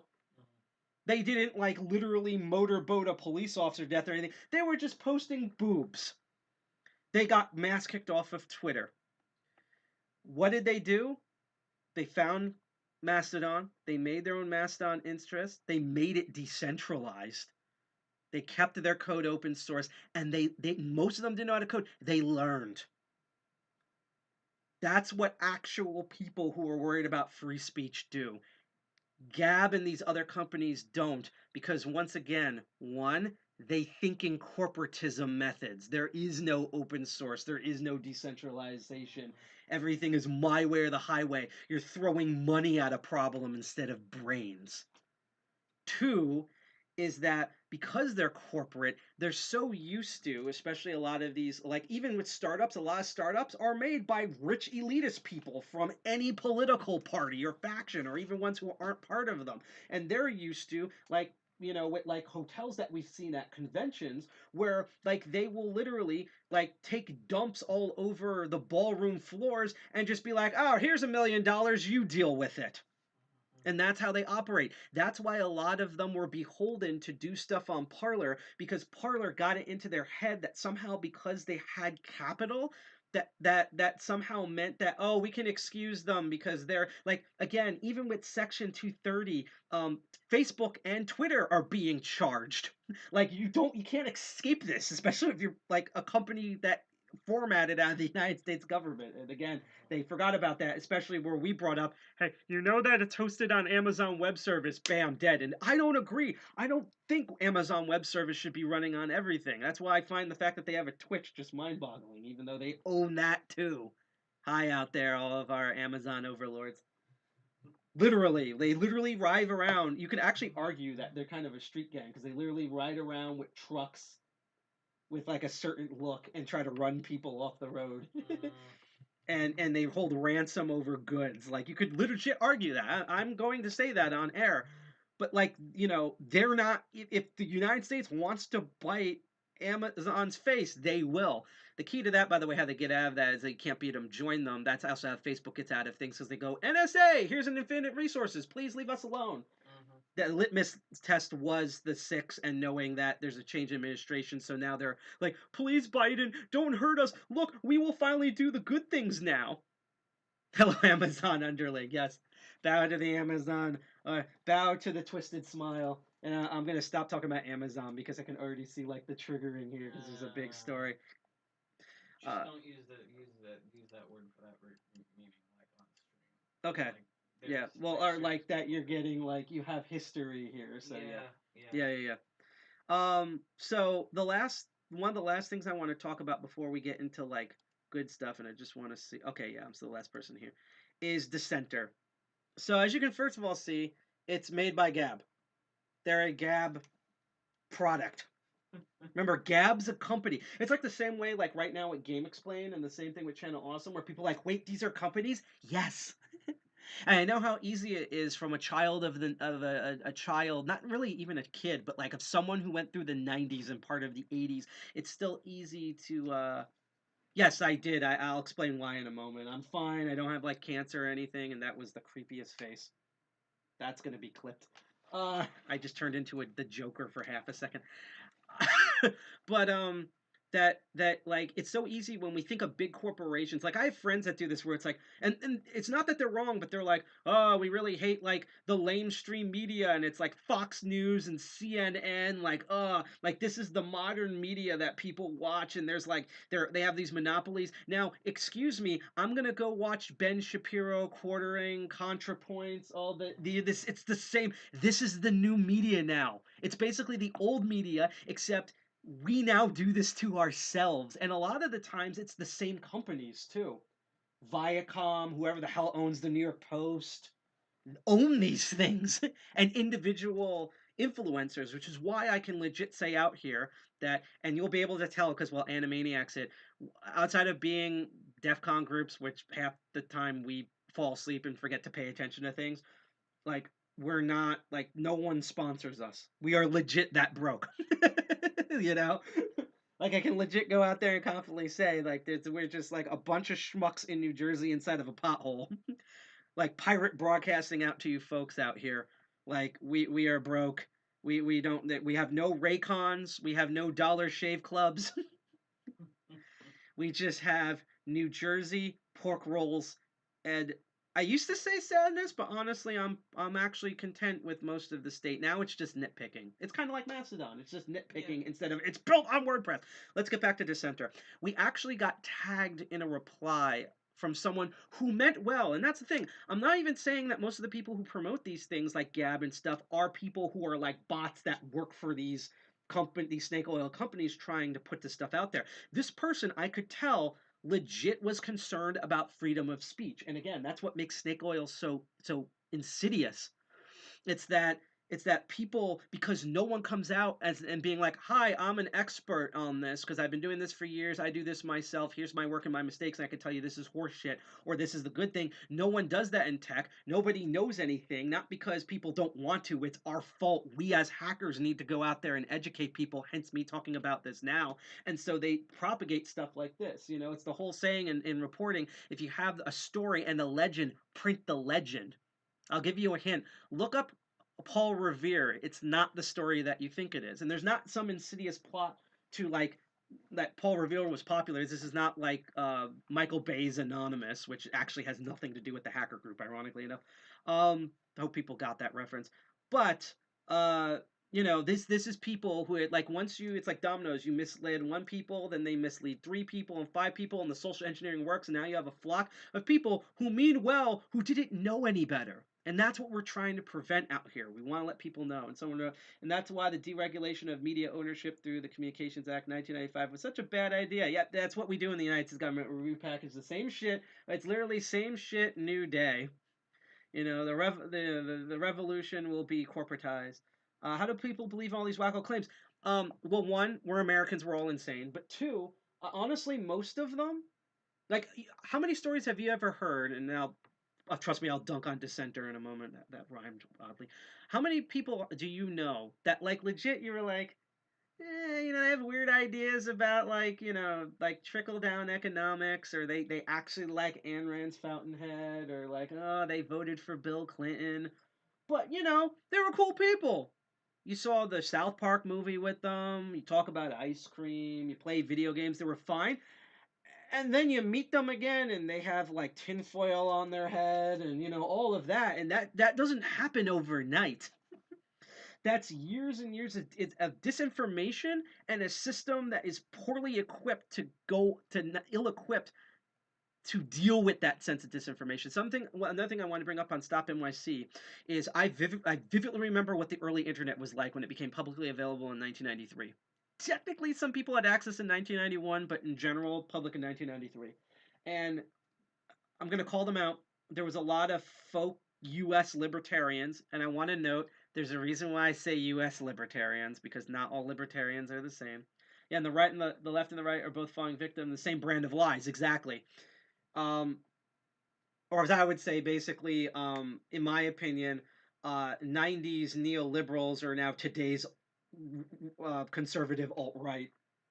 Like like that's my joke, is like, you know, it's like the organic food guy in prison. You know, the person who in the 90s used to wear a scarf in July and write poetry and talked about dumb policy ideas is now a Gab user. You know, like this is what we stereotypically think of like what the left is like. And it's not like there's not bad leftist people, but things like that happens. And yeah, there's so many lies being told to each side. And part of that is because there was a view in a lot of the leadership in the early internet, like even with the decentralized nation, there's pockets of leadership that legit thought, and you can go look this up on Usenet, that they were like, wow, the internet, thanks, like there will be no more conspiracy theories. Religion will die out and stuff. It'll be beautiful because there'll be so much information out there at a click of a button that conspiracy theories and bullshit wouldn't thrive. And I'm here as like an 8-year-old being like, hi, I know a lot of you are basement dwellers. I am too. Have you ever gone to McDonald's and meet people? That wasn't my voice as a kid. I like to think I didn't probably sound like Kermit the Frog, deep, like light, bootleg Kermit the Frog. But it's like, yeah, like people were worried so much about 1984 that now we live in a brave new world. And to quickly explain that reference, and then I promise I will dunk on dissenter. 1984 fear is a centralized system.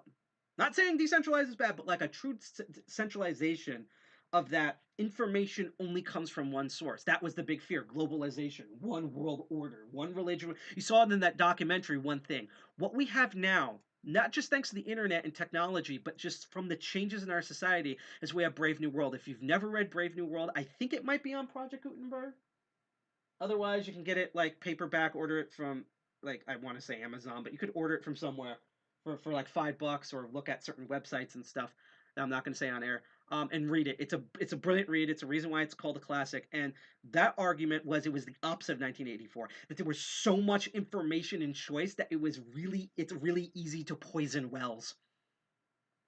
that like there's so much options and choice and you get so much information from everywhere that you can easily poison a well, and one bad idea propagates really rapidly. As our co-founder G.I. Jack says, how do you kill an idea with another idea? And two, that it's like the whole conspiracy theory thing where you often notice that there's so many conspiracies theories out there, and then there's actual conspiracies, like with Watergate, like with a lot of the stuff Trump does, a lot of the stuff that Bush and Bill Clinton did, and like for example Stuxnet, which is part of Obama's fault, you know.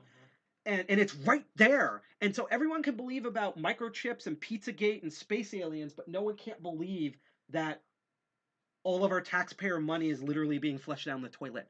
And that's because there's basically so many conspiracies out there that now no one trusts anything, including the actual right information. It's dissolving and cheapening, what's that called, like inflation or whatever, of information. Like how the way you would devalue money, you can devalue ideas and thoughts. And this is what's been happening with all this snake oil stuff. And we've covered Parler and Gab. Quick shout out. Let's all point and laugh at Vote. Ha ha ha ha ha ha ha Vote. Ha ha. Vote. Fun fact about Vote. A lot of people think that Vote, I wish I could click on it to show you what I mean. A lot of people think that Vote was a fork of Reddit. It wasn't. I'm trying to remember what it was built on. It was like built on like really horrible Ruby. I think. I thought it was .NET. .NET, and I think there's some Ruby support, like a really bad way to do Ruby. I know because I'm a Ruby programmer and I turned into like a parrot and was like, what the fuck? What the? Like that was their code. So again, bad coding. A .NET, like unaltered .NET, like foundation code. Like they like copy pasted it directly from like Bill Gates' computer levels of But let's go back to Dissenter, and then I'll read some comments, and then hopefully we can open up chat. If not, I think, we might end it. But I'm really thank you for everyone in chat watching us. And real quick, once again, if you like what you see, you can click that bell, like, share, and subscribe. I can't speak on Twitch, DLive, YouTube, and hi out there on Facebook. And you could see us through Tor. And hopefully, there's people watching us on PeerTube. We don't know if PeerTube's working with the stream. We're going to double check later. But I wouldn't be surprised if it wasn't. But I will also note that if you send us I don't think we have bits activated, but if you did send that, or as you saw earlier with Lemons on DLive or Super Chats with YouTube, we also get notifications for those. So thank you for attending our stream and stuff. But let's get into Dissenter here. So what is Dissenter? Now, I previously showed off Dissenter on an episode of Crypto Barons, which is a show that I do second to fourth Saturday, where I look at cryptocurrencies because we're looking at the Brave browser, which is relevant. So normally I would show you Dissenter, but because of the security features and also that I was just wasting space on the computer, I deleted it a long time ago. So unfortunately, I can't show you Dissenter, but you can go, if you go to our YouTube, like you type in YouTube DEFCON 201, click Crypto Barons in the playlist, find the Brave episode, I believe it's called We Can't Stop Here, This is Bat Country, and from October, and you can watch me say a lot of the same stuff here and actually look at the browser. But I will explain what it is. So Dissenter is two things. One, the browser itself is a fork of Brave. It's a slightly modified fork of Brave, to the point where one of the reasons why I deleted Dissenter is because it was actually conflicting with the Brave browser I had on here. So like I would get ads that I opted in on Brave, would click it, it would open Dissenter for the ad. Because that's how too similar their code and base and network callbacks are. So I was like, F this is already a suck-ass program, go. The second thing is, even if you don't have the browser, and this is not, to quote, like, I'm right now Rammstein singing America, as they say in the song, this is not a love song. I'm not promoting them. I'm just telling you what this is. So I'm recommending do not download these, do not use them. If you even don't use the browser, it's also an extension on all the common browsers. You can, I believe, get the extension unless they were blasted off the internet, but I believe you can get the extension on, like, Firefox and Google and things like that. So what makes this bad? Well, first of all, there are lingering concerns and issues with Brave. For example, we had the incident last year that TechLore covered brilliantly, where when you would start typing in a URL for certain cryptocurrency, I think it was Binance, it would auto fill out on a certain Binance or Binance, I can't speak, website, which, the fact that they can autofill stuff in the URL without telling you or consent, alarming. There's also a bunch of different issues. For example, that Brave, even though it's heavily modified, is based off of Chrome. And if you know about Chrome or even Chromium, there are surveillance stuff in there that is very tricky, if not nearly impossible, to hard code out. So anything that simply forks without doing major modifications is kind of an issue. Dissenter inherits all of those from Brave and makes it a billion times worse. So the hook of Dissenter is that in addition to like the privacy foo-ha stuff that Brave has, it adds a little dissenter icon. It's a little D up in the corner. It literally gives you the D. Okay? And when you click on that, what it will do is if you're on a web page, it shows you comments on every single individual web page if someone made a comment on them. It could be a page on Wikipedia, it could be an individual tweet, and they don't, from what I understand, they don't, or they claim they don't delete any of those, and you can add your own. And basically, so like even let's say you're on like Twitter and they shut down you speaking, you can still make comments on them. And Code Factors wrote, just FYI from the news headline, Mozilla and Google Chrome refused to support Gabs. I said, thank you. Okay, yes. So they did blast that from that, but it's still available in their fork, and I'm pretty sure you can also sideload those things, which is something that, fun fact about Parler, and this is sadly true. So I used to make a joke about, this is a bad joke. You all can boo me in chat if you want. And it goes, the reason why you don't see any U.S. conservatives in kernel development is because they would have to deal with libs all day.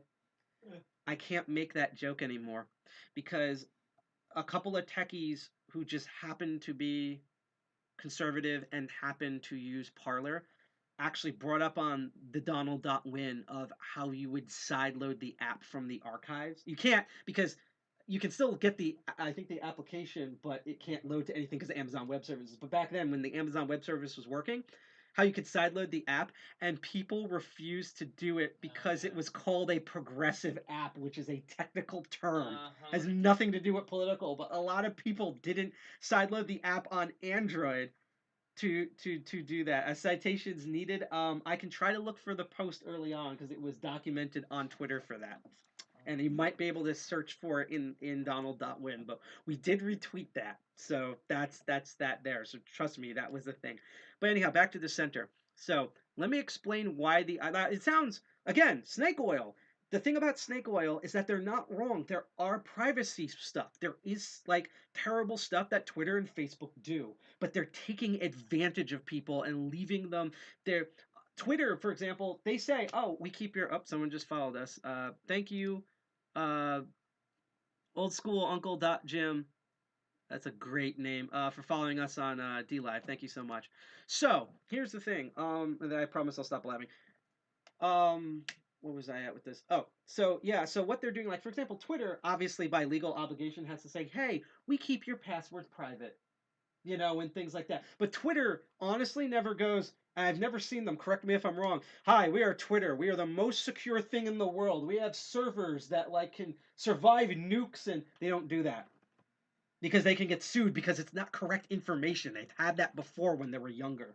Same thing with a lot of other big if you really want to read Brave New World. Yep, Telegram channels. Actually, we're actually going to get into a bit where a lot of them flocked onto Telegram, too, and it's kind of frightening about how out in the open people just plan insurrections.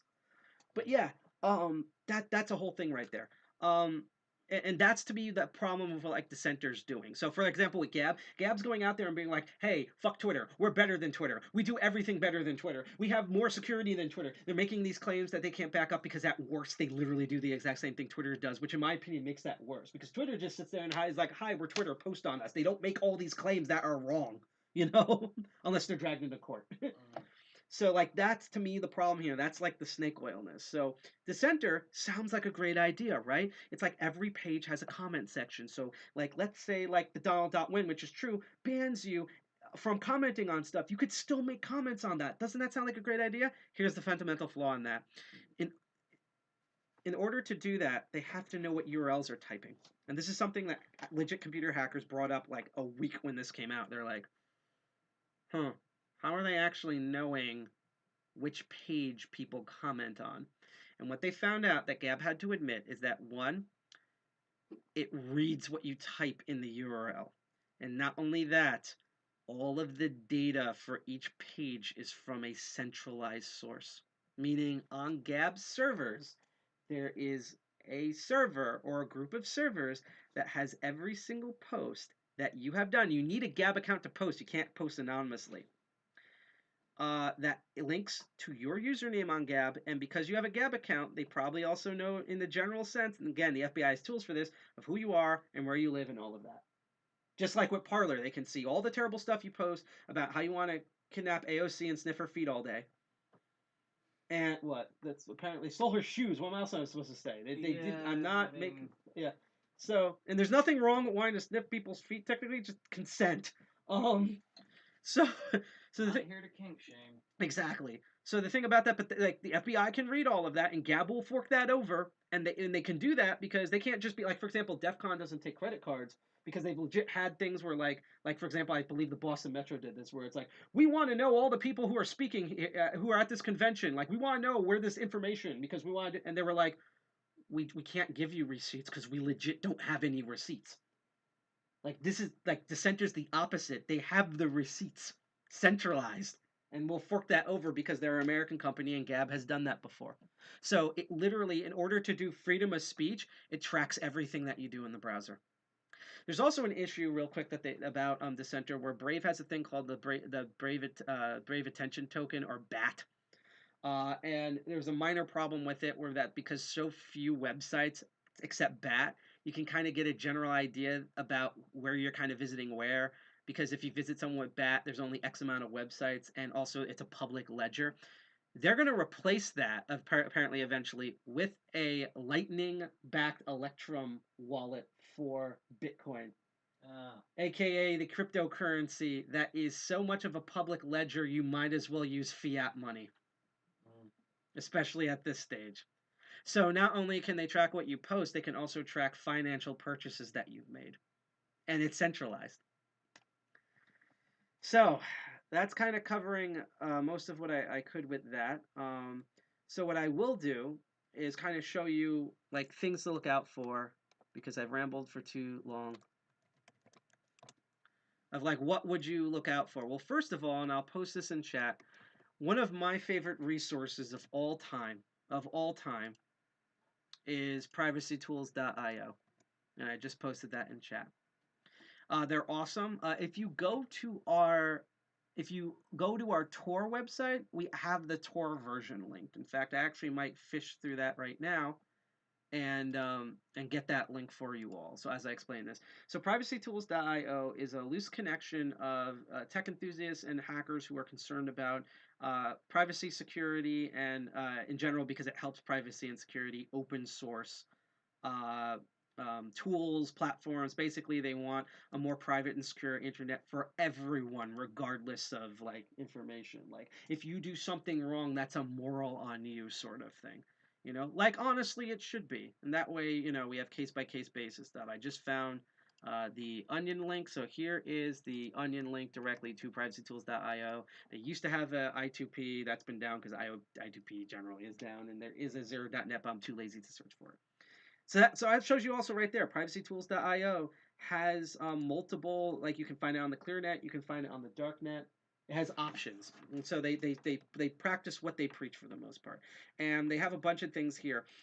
They use some of the services that they list, so they have their own version of search. They have a Mastodon you can join. They have a .matrix chat. They have a discourse. They have our PeerTube video you can sign up for, which we didn't exist when we signed up for PeerTube, although we absolutely loved Diode.zone. It really fits all the stuff that we do. Write freely in a private bin. So they offer like public tools themselves, and then what they go in, and you can see it on their Reddit and other chats, it's completely open. A bunch of computer people like ourselves and everything, just everyone has equal say for the most part, except for the people that program the website.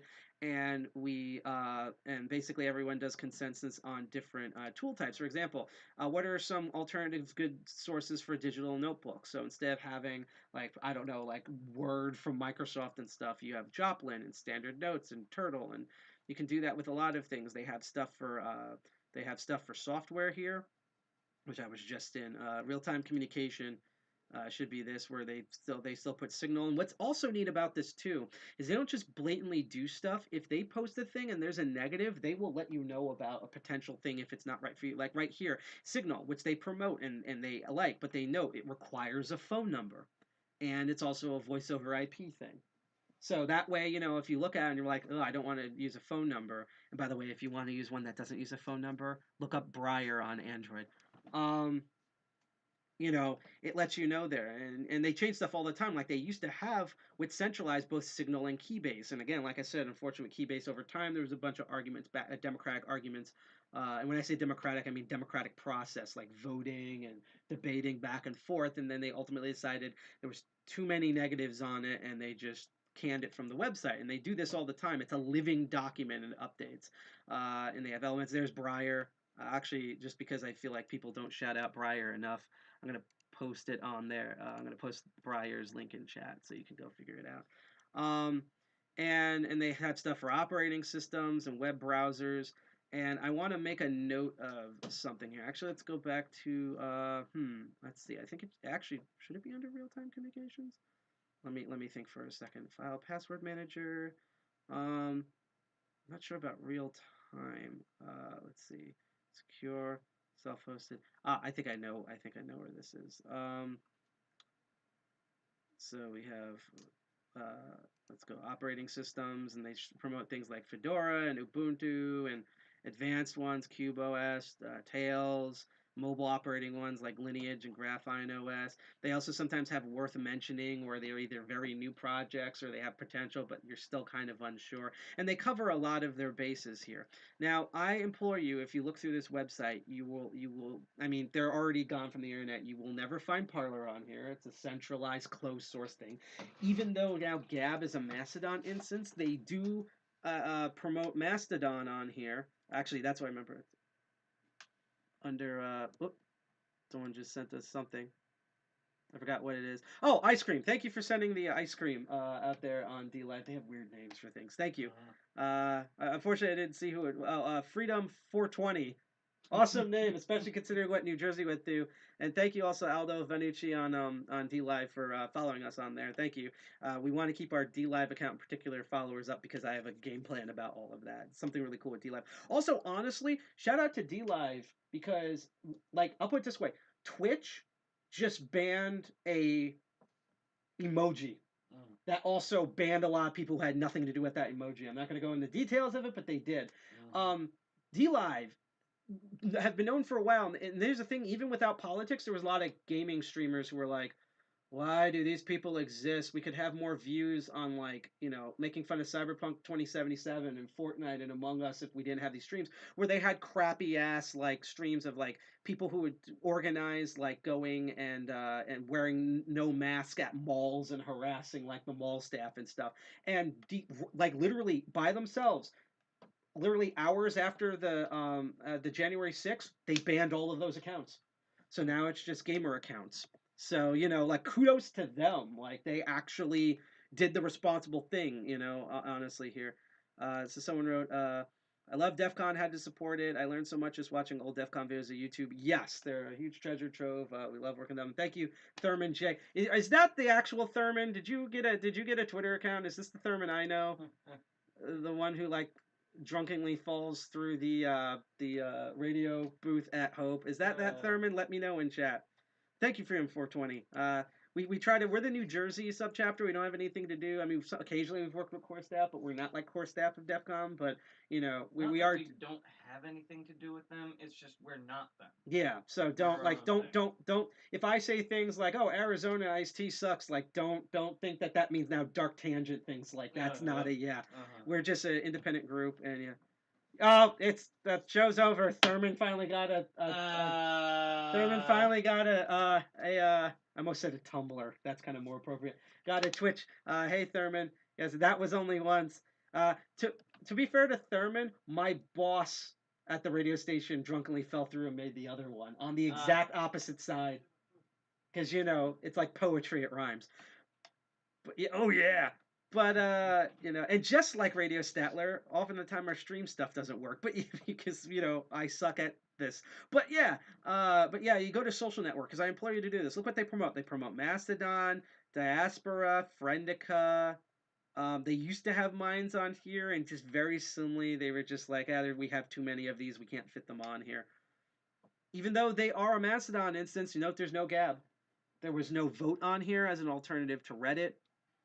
One thing I'll bring up about Gab, even though it's a Mastodon instance now, and even though it's federated, decentralized, they if you use Gab, you'll probably be banned on many of the decentralized federated Mastodon instances. Right. Like there's a lot of them whose just default is to ban Gab for good reason, because a lot of abuse on the network comes from Gab whatever Mastodon accounts. Right. So they have a good reason to ban them. They're not just like, oh, they're alt-right people, we don't like them. No, they're abusing the network. Yeah. It's the same reason where, for example, I know that there's a bunch of people who lean conservative that follow our group, and they're horrified because, whether their criticisms of like, was Black Lives Matter like an actual thing or not, we were all horrified watching a group of people grab flags off of our Capitol, throw them literally on the floor, and put their own flag. What the hell? So Freedom 420 just threw us another follow, just to see what it looked like on Twitch when you follow. Because we have all the integrations across everything. Yeah. In fact, to the point where I accidentally made a separate YouTube. If you follow us, it's the same exact prompts that it is on Twitch, but it's a different color. So if it's red, it's YouTube. That's a secret. If it's green, it's Twitch. There is Facebook ones, but the odd thing is that it only does Facebook pages, not groups. It's actually made me debate of making just a live stream page that links to our group, just so we can get the notifications for that. And that way also the live streaming can be a dedicated thing. I've debated about that. I don't know if we should even do that, but yeah. And for example here, Rattle, which is a great alternative to, again, like Reddit, because Reddit is a advertising cesspool. You'll note that there wasn't, even if you go into the Wayback Machine, there was never a vote on here. Literally, there wasn't vote, FVOAT, and that's because it wasn't open source. Yeah. Just you can just move everything to the island, and I'll deal with it later. But yeah. So I just want to go off that. Basically, my rule of thumb is that if you don't see it on privacytools.io, it's probably a snake oil service, and that they have a whole open democratic process about looking at this. And unless these chuckleheads have other ideas as well, a couple of things. Look if it's open source. Look at, like we do on Crypto Barons, look at what they advertised, and then look at either their policy, how their mods behave, or look at, which is even more telling, like the history. Like again, in the beginning, I honestly didn't know much about Gab, and then I searched for it and found people who were like banned for like no goddamn reason because they like post a picture of like an ice cream cone or something. It had nothing to do politically. It was literally just ice cream, and they got banned because they like had like a Thomas Paine icon, and like things like that. It's just. So like look at what they're promoting versus at what they're doing. Again, Parler, I keep wanting to say Parlay. Parler was all like, oh, we're like freedom of speech and app and stuff, but then it's like you had to give them all of your personal information. So it's a pro privacy, but you have to like give your social security and your DNA sample to them. Like what? Yeah. Look at that disconnect. And again, last thing I can think of is that if you have any questions, and again, our DMs are normally open, so as long as you're not like, I'm not even going to say what you could do because I don't want people to start doing it on our Twitter, but we have an email, info@defcon201. We're an EFA, Electron Frontier Alliance organization. We are here to let people know about like what's going on and stuff like that. If you if you're like, hey, I saw a thing called Dissenter. It seems like a freedom of speech browser. You're hackers. What do you think? You can message us that. We will answer you as honestly and as expertly as we possibly can because we don't know everything. We like to pretend to. That's what we have in common with Twitter. But yeah, where there's hacker groups, there's DEFCON 201, there's DCG 201, there's DCG. I keep wanting to say TCG like we're collectible card games. I bet you that's next. Yeah, there's DC 212. There's all these DEFCON groups. There's 2,600 groups, local things. Just reach out, ask Wikipedians, and ask multiple different opinions because some groups might know certain things, some groups might not know other things. But ask. good actual hacker groups will answer as honestly as it possibly can, because we also want to have an internet where we can, post weird like ooh stuff and endless trollo without without SWAT teams coming in every 5 seconds. So we're out there doing this, and that's why we're sort of doing this here. And I guess because now we have some real life people here, I am going to actually attempt to move the camera onto, and there's a huge delay on the TV, so ignore the TV. Okay, yeah, so... The, Yeah, I wasn't feeling well earlier, but now I've joined... Yeah. G.I. Jack has joined the chat. I feel so sad because okay, it's getting there. We want to see how bad the angle is, because unfortunately there's only so far the current cord can go, because we have to like redo the wires on here. I'm gonna use this camera. Oh, this is good. Oh, awesome. I don't really care about being on there. Okay, so the thing about that again is I load it. Initially, the machine didn't want to recognize it, and then when I load it again, the way it does sizing is weird. Basically, there is no our layup is slightly widescreen. Right. There's literally no the lens is widescreen, but in terms of the box window, it's all 4x3s. Yeah. So I have to go in and configure, and I didn't have enough time. And Meme Shark. I'll figure it out. Yeah. So here's my debate. So question: should we just go here and talk with the remaining chat for a bit, and then go ready to stream and end this, or we could do the same thing but do something crazy? And because I have to make a new Big Blue Button, should we post the Big Blue Button room in the chat because it's at the end here? I don't know. Because it's not like we're keeping the room. So, and besides, you won't be able to hear anything. I'll be able to, and I can do moderation. So. Okay. We're just going to let the cat out of the bag. If you want to talk on here and not be a fucking imidget. There it is in chat. There's our Big Blue Button link and the password to get in, because I have to, it's like with Zoom. I have to make a new one each time, and there's a different password and a URL. So if you want to come in and talk at the last second, and note, if you play stupid games, you will win stupid prizes with us on here with the moderating. You probably have noticed that throughout the stream. But we kind of want to hang out here in chat. So Jack, how did so as far as I know, you had Stuxnet, but your intestines, are you doing better? That's my intestines. I just got this splitting headache, which is why I'm not really talking that much. So a little better enough. It's my fault. Show up and say hi. Basically for our meeting, just kind of show face, but I'm not really doing much of the talking. Okay, that's cool. My brain just kind of feels scrambled right about now. Working on this new program called Tor Util that just basically sends API commands to the Tor daemon. It works across the network. There's It saves really basic configuration file that's saved with JSON. Keep talking. I'm just trying to find something. If anyone wants to check it out. So that's what I'm working on the past couple days. Still working on Ninja Forge NG, next generation, rewrite of Ninja Forge in Python. You didn't name it after the Star Trek series, did you? What? Did you name it? You didn't name it after the Star Trek series, That's did you? TNG. Oh, okay. Oh no, it's just common naming convention. Probably indirectly, but it's basically common naming convention among various Unix people. Yeah, because the Aircrack NG, because it was originally an Aircrack. There's a lot of programs that the original is just it's not available. So the entire rewrite is just whatever in next generation.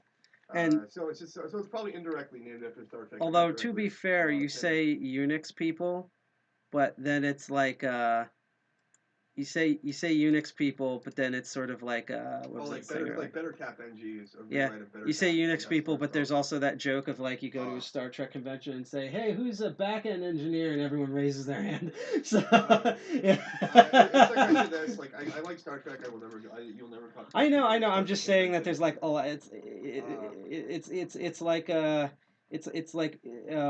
trying to think of a good way. There's a lot of crossover. I mean, yeah. I guess there. I mean, it's you like to think there is, but I mean, it's kind of. NG, next generation, not good. Normal geek. That's a good summary right there. What's it called? So one of the new things that's happened at our place is that so this that was a screw. I got screwed. I was going to say, please don't tell me you dropped the mercury switch. No, it's not. No, that's the other hand. No, that was. Now we have to evacuate. That was a tiny screw. Or John McAfee's going to show up and try to snort it. This was our thermostat. So the good news is that we actually have a thermostat from the century that we're living in. Because what was so fun was peeling it back, and I posted this in social media. There's a mercury switch. yeah. Literally just a vial of mercury. You see that thing floating around in there? That is mercury. Explains the rest of us, but yeah. This is basically Joe as an actual hardware device. You can see the whole lever system and stuff like that. So, you know, when we say we're not sponsored by anyone and we're literally like living in a pothole in New Jersey and we're broke, that's what we mean. Yeah. We're basically like those old, like, what do you call it? Like from the 90s, like, you know, here are these like sad people from this poor country known as New Jersey, and just for 79 cents a day, you can improve. It's the People's Republic of New Jersey, is what this is. It's a party shot. Party shot. People's Republic of New Jersey. Yeah, that's like the type of stuff that they drink Saturday night at home. What's it called? Look, this is Freak Shop USA right here. Yes. Freak Shop USA, Monster Magnet reference. Everyone else actually listens to like old rock bands. But So Sarah, I know you're you work on everything, but like what have you been working on? You have like a lot there on the table, literally. Okay, so right now, I got a phone that runs Windows, and I'd like it to stop running Windows. So. Did you find out a cool thing you could do with it? Yeah. I wish we could show it on the screen, but yeah.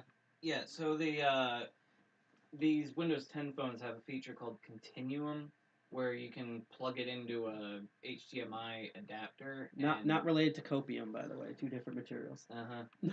You plug it into an HDMI adapter, and it shows up on the TV, you know, or on the monitor, and works almost like a Windows 10 desktop device. Like, it shows kind of like a weird desktop-ish shell. What I'm trying to do is, there's apparently a version of Windows 10 ARM that they wrote a UEFI bootloader just for this phone. So it works on here. You can boot regular desktop Windows. And with it, you know, all the development kits and software for it work out of the box. And also because it's UEFI, if you have a UEFI ARM build of like Ubuntu or Haiku or some other operating system, it just boots. It just runs. All the drivers are there because it's all firmware integrated. So, yeah, that's pretty cool. Yeah. Yeah, no, it's like weird because like you're using the phone as like an actual like touch controller for the screen. This and is everything. actually something me and Commander touched on in the past. UEFI, a lot of people hate it for reasons one or another. It's probably the best thing for ARM right now as far as getting standard operating system booting on ARM devices, phones, Raspberry Pis and things, and embedded devices. Just because it gives you a standard boot environment, gives you a standard device tree with your standard devices connected. And your standard. And you can write drivers off of those devices rather than having to probe an MMIO space that's specifically configured for that specific device and worry about, oh, did I get the right register accesses, or am I writing into a random I2C device that happens to be the boot ROM for the device and I just bricked it. Yeah. So, like, you have all that to worry about on other embedded devices. So, UEFI tends to put all that, you know, makes it better integrated. Yeah. Which is really good, because as somebody who's literally been, like, flashing ROMs on phones since the P2KOS days, there's one constant that I've had throughout the years, and that is literally hard bricking phones. Yes. There's only one phone that's hard brick proof because they literally just don't update their base firmware. It's the Nokia N900. But like every other phone, it's like there's literally a not zero chance that if you flash something in the wrong order, like, or you hit the one wrong button and it's really hard to get everything just right, you can hard brick your phone. I don't know how many Motorola Razors I must have bricked. How many like early Android 2 devices I must have bricked. If you still had those razors, I could hook a clip to the chip and reflash them and get them back to working. I also just want to mention too. Let's go back in time about 15 years ago. Just for anyone watching, if you're curious, yes, we all live together, and because of that, that's exactly why. Because I've been on live streams before, not certainly ours, where people are like, "Why aren't you all like wearing masks and stuff?" And that's because like you know, we should wear masks. We lick each other's. I have because I do Ninja West. I know. We've done that before, but it's like I mean, it's like let's wear masks. Like he has his glow in the dark mask. I have my ninja hoodie. I have a bunch of different masks. Yeah, I don't know. It's like the mask. I like the mask thing. It's fun because everyone goes. It's like. Yeah. It's good. It's art. Everyone should dress like a fucking weirdo. I'm lazy and tired, and also it's like I like to kind of save those for like special occasions. Like we probably will do that for our anniversary. Yeah, we'll have fun stuff. It's fun. Get the Mr. Robot mask out. So we're not sponsored by Pure. This just happens to be there. We're right now in like a work in progress, running a lot better than Parler right now, and having more followers than the is currently sitting president. Well, everyone kind of like the one thing that was brought about Parler is kind of like there's also compare Parler with like the Pirate Bay, right? Because they've been taken down so long, they blatantly say we're breaking the fucking law. Yeah. And instead of just running like on like some deep side, they're like we're having a .org like right. Yeah. They decentralized. That was the solution. So it's not they decentralize. It's just every time it gets taken down, we'll put another one right back up. Yeah. And that's part of that because you can actually take the codes publicly, but you can take that, run it, and it'll pull from all the different torrent sources, and it just runs. Also, on the Pirate Bay, it also doesn't dox its fucking users. Yeah. So it's some of the Swedish infighting might have disagreed with that. Oh God. So I wanted to introduce a project that I'm working on. He's building a statue of Mac airports. Here, let me do this one at a time. It's because we're close to Newark.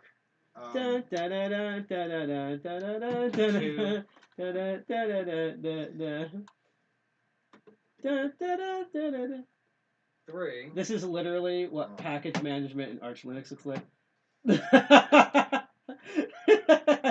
4. Jack just disassociated right now. It's always Arch Linux. 5, 6, 7, 8, 9, 10. These go up to 11.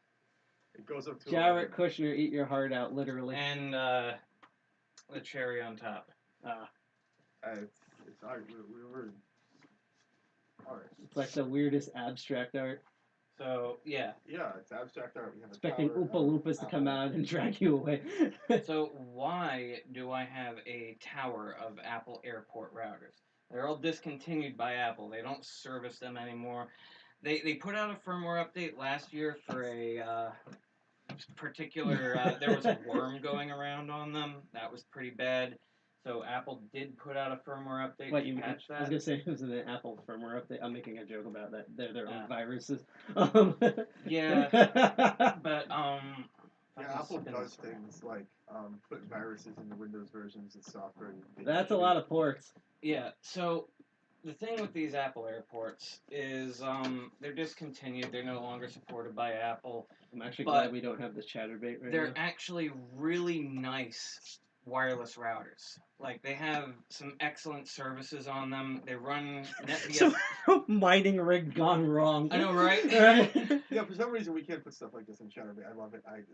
This is definitely somebody's. I'm working on it. I haven't been emailing it because I've been busy, but I'm learning to do that this weekend. I mean, I think you might have to take your shirt off, but like. Well, not on this stream. Yeah. Not on this stream, but like on Chatterbait, you might have to do hacking and like. Whatever. We use Restream, so again, we're on Peer 2, but we still have to put up for the sensors. So. The whole thing with this is these things run NetBSD 4.0. I'm kind of outdated, kind of really outdated, but it's stable. They have some rather nice interfaces and services loaded on them by default, and you can get a root shell on every single one of them with a diagnostics command and the airport's security password. Which there is a default one, but Apple is actually really good at making you change your default password, which is just the word public. Yeah, so they're good at making you change that, which is good because you can get a root shell on them if you know the password. But yeah, we're looking at you, Nissan. So the thing with these. I'm going to be working on a software distribution which basically brings these more into the 21st century. A Linux-based management tool, cross-platform, but starting with Linux with Python, written in PyQt probably. The management tool for accessing airport settings and stuff and making use of them without having to either A, download the airport utility, which is only on Mac and Windows, or B, owning a Mac in the first place.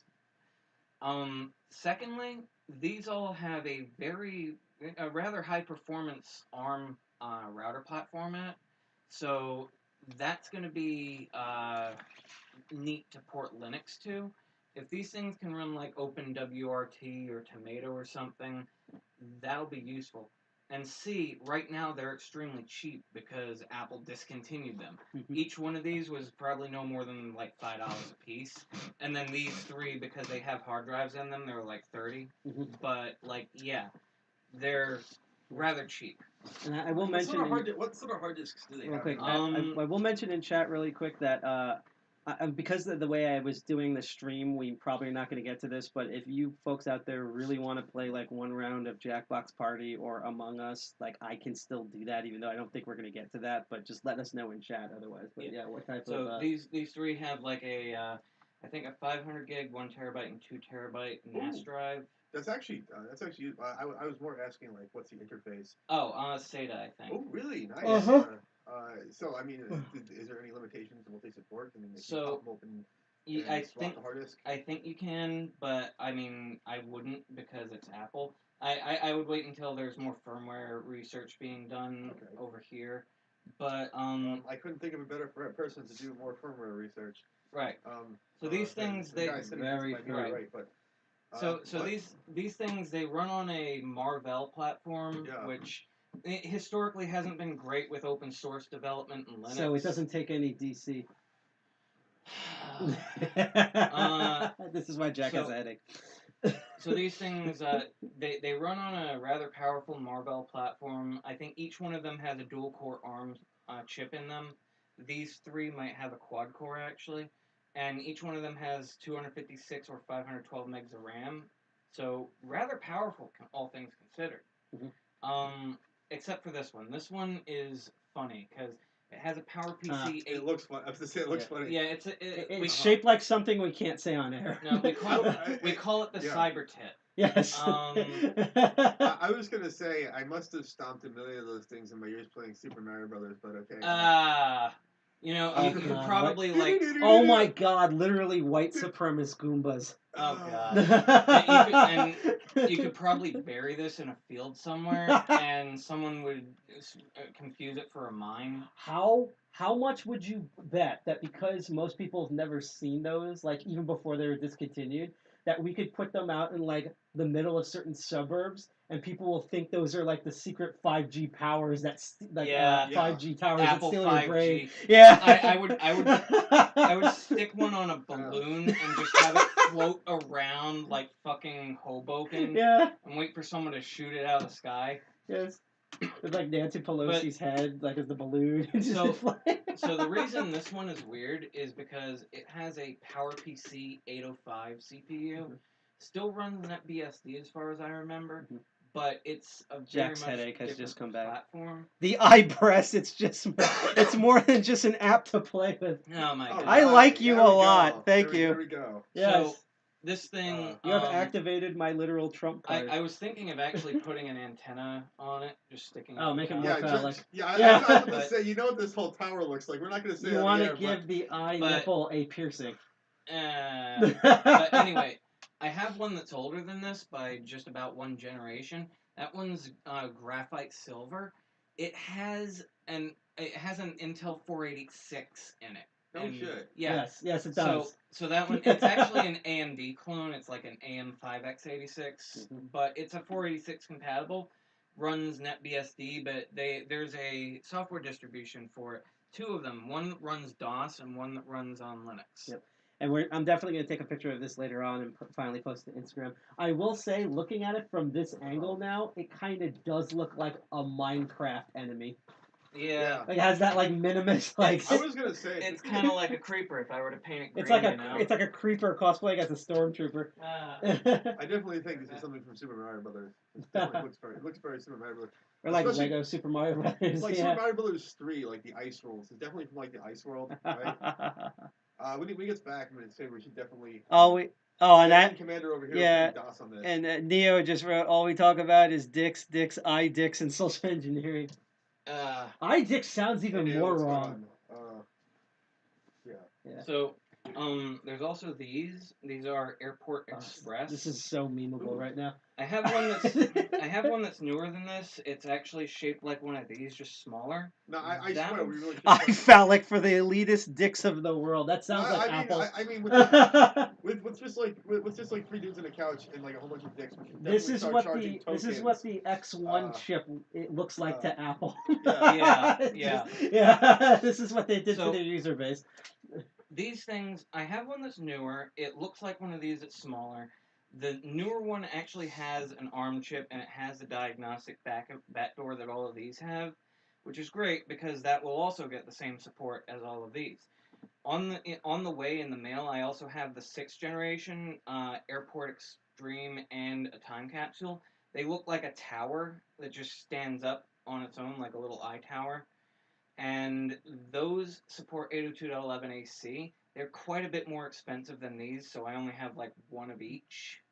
But I got those for developing on. They should have the same backdoor. I think he's oversharing right now. Right. Yeah, this is like big like things we're talking about the backdoor. Anyway, these two are Airport Express. Actually, I see what they mean. I think they're more accurately thinking like if you're connecting this to our network and you're explaining how the whole thing's set up. Like that's not a concern. That's why I'm laughing. Yeah. But yeah. Okay, so what's it called? What's the 46 one? Which is a DOS port. You should definitely haul Commander in here. He wasn't here earlier. I have one that's in my storage unit. It's like one of those DOS. I also got a whole Commander. If you try to hack our system, you get shamed by the meme shark. Yes. There. Anyway, the shark just went tits up. It's a wire shark. Oh God! Ow! Oh, I need a shower now.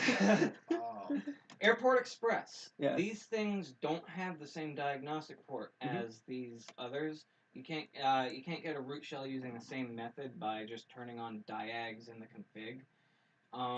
The Python script that's available doesn't do the same thing. Can't get any SSH on them. Oh God, that sounds like an alien race from Star Trek. And they run on a, I believe, Broadcom MIPS platform, the same that's in the venerable MIPS, yeah. WRT54G router. Oh wow! So what I plan on doing with these is figuring out some way to, get the firmware key off of one. I might have to do some destructive reverse engineering if I can't ask someone who has one that already got the keys. Because I know there's someone out there who has gotten into one of these, extracted the firmware binary out of it, got the keys, got the AirShare key, the AirPlay key, which is for the audio sender. It has like a Chromecast for audio, but in the year 2004. So, yeah, if I can get those firmware keys, I can figure out how to port Linux to these, and they would actually make real nice little mini plug-in terminal kind of things. Each one of them has one Ethernet port, a USB port, and an audio port. They have very capable Wi-Fi, can, back-to-back extend a Wi-Fi network. That's actually what I'm going to use one of these for, just out of the box with the standard Apple software. So what you're saying is we're literally going to finally create the pirate radio station we pretend to be. I guess. I mean, it's not exactly pirate if we're operating in the ISM bands, right? I know, but I'm just, But, yeah, so that's the airport shit I'm working on. Future Shark hologram. I will say, going back to the phones, that, he earlier showed off that he had Windows on a phone. Yeah. And here's the really sad part, and this pains me as someone that likes open source development. That's actually not the worst phone you have. Yeah. Got this here Nexus 5X. And as you'll see in a minute, if I can bring this closer to the camera. it is running, assuming it'll boot. There we go. That's the other thing, yeah. Da-da-da, KDE Plasma. It's, so this thing is absolutely useless on this phone. I mean, surprisingly, works better than I thought, because at least, like, you can scroll, and it responds to that, and, like, you can open a terminal. The keyboard is surprisingly responsive. Yeah. It, works rather well for what it is, considering it's open source software that doesn't have to work as well as it does. But it's still KDE Plasma on a phone, with all the warts and everything. And I don't even know how to turn I think down the KDE brightness. calls those features. Yeah. So, like, there's the display brightness. So, yeah, there's the desktop on it, and what more can I say? It's KDE on a phone. This is a fun post. We live in the past. Light travel takes time no matter the distance. Still does. We see the past. Time is the best teacher, but he kills it in the students. So, as a remembrance, pot is technically on paper legal, and we're just waiting for the processes to happen all year. Oh, also, in order to turn it off or reboot it, you have to put in sudo reboot. And you can't power it off. You have to reboot to the bootloader and then power it off from there. They can't even get that straight. Yep. Even the PinePhone gets that one. I know, right? Really? Yeah. Oh, so if it runs KDE Plasma, can you get like Flash running on it, or like Nemo, or another? Probably, and that's why I flashed Plasma to it in the first place, because it's a Linux base that you could probably work other things onto it.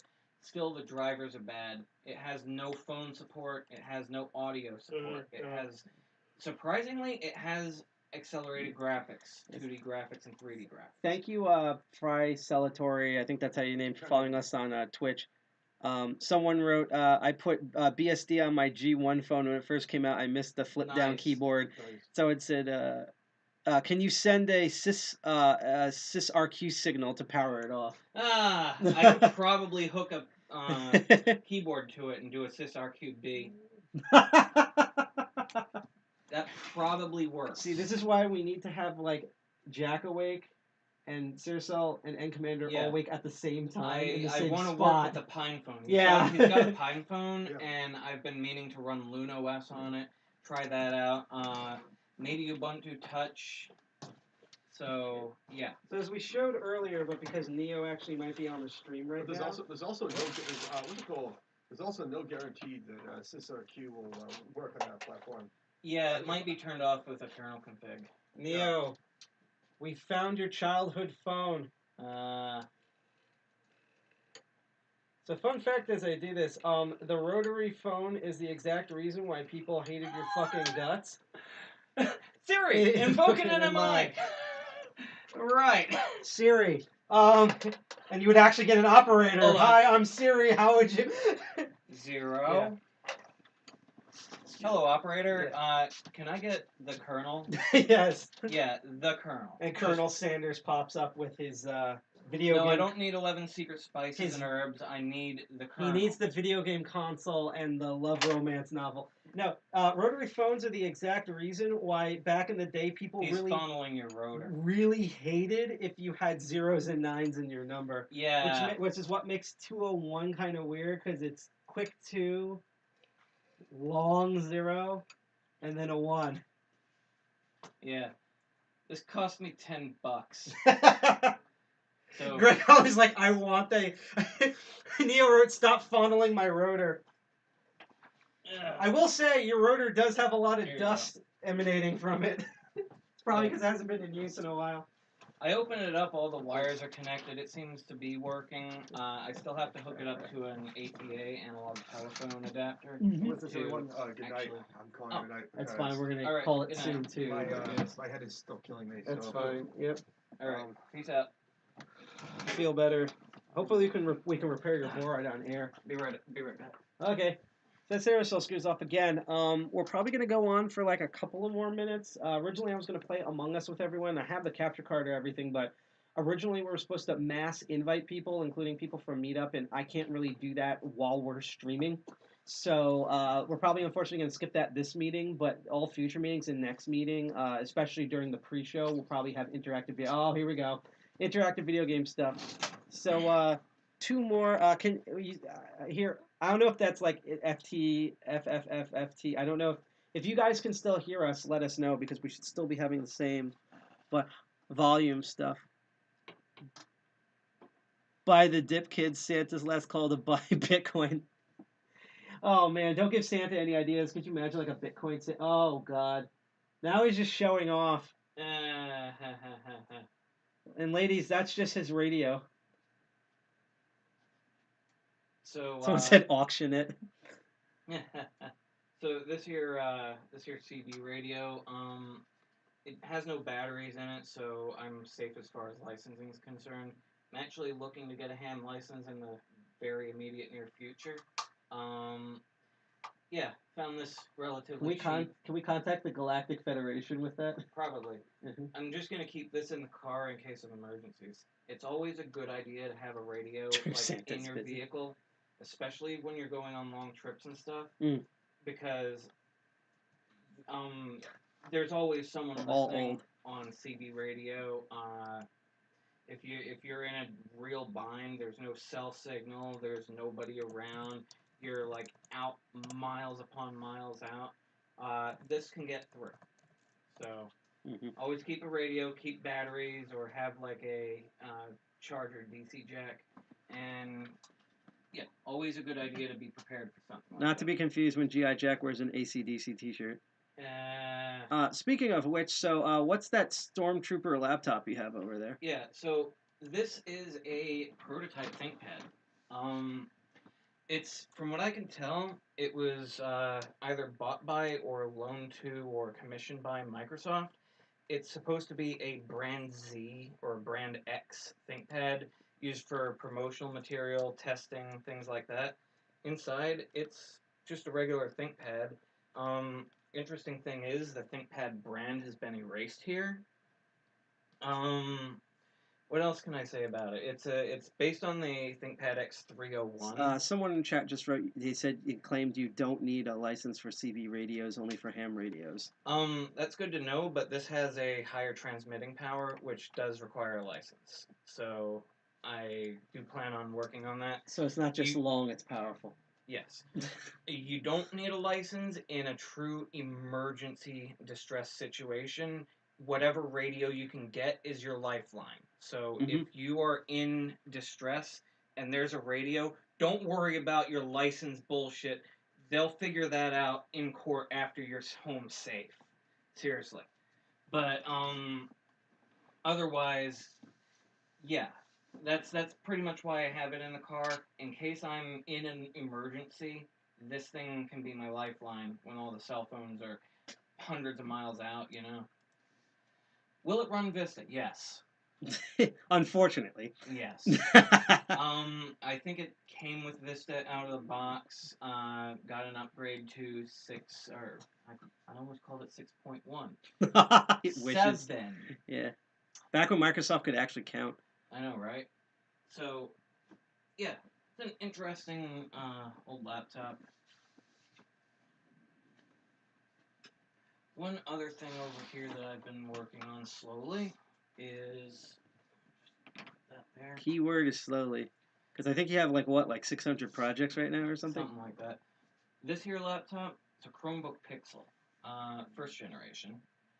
The interesting thing about it, I flashed core boot to it. It now runs Ubuntu, and I'm looking to develop core boot a bit more on it, you know, do firmware development for x86, which is something that's relatively hard to do nowadays because most systems lock out your bootloader. I have no idea what the reference for, but someone wrote line of sight, a repeater is needed. Yeah, that's about the radio. CB radios only work with line of sight, which is why this has such a big honking antenna. Because not only is it a very low wavelength of sorts, so you need a big antenna to work it, but the but the antenna is good for reaching over like hillsides and like trees and stuff. So what you're saying is with the right radio setup, you can do a reach around. So Sorry. The meme shark's feeding me bad ideas. Go away. So electric bill. We're actually okay on that. It's For not by now. choice. It's not by choice. For now. Our building is literally incapable of drawing enough power to make an impact on the power bill. Yeah, It's like if I were to try and plug in one of the servers I have in my room, the whole building would just light out. Yeah. Because remind you, our building. Yeah, yeah. So like here actually, I'm gonna go plug in an titanium right now. Oh God. Yeah. Fuck. I know. We've done that before. Well, looks like I'm gonna have to go downstairs and fix the. Yeah. Anyway. Or if we really want to, like, if they want to demolish the building, we'll literally do it free for them and just plug in Commander's fail server. We'll Yeah. take, like, all 5 blocks out.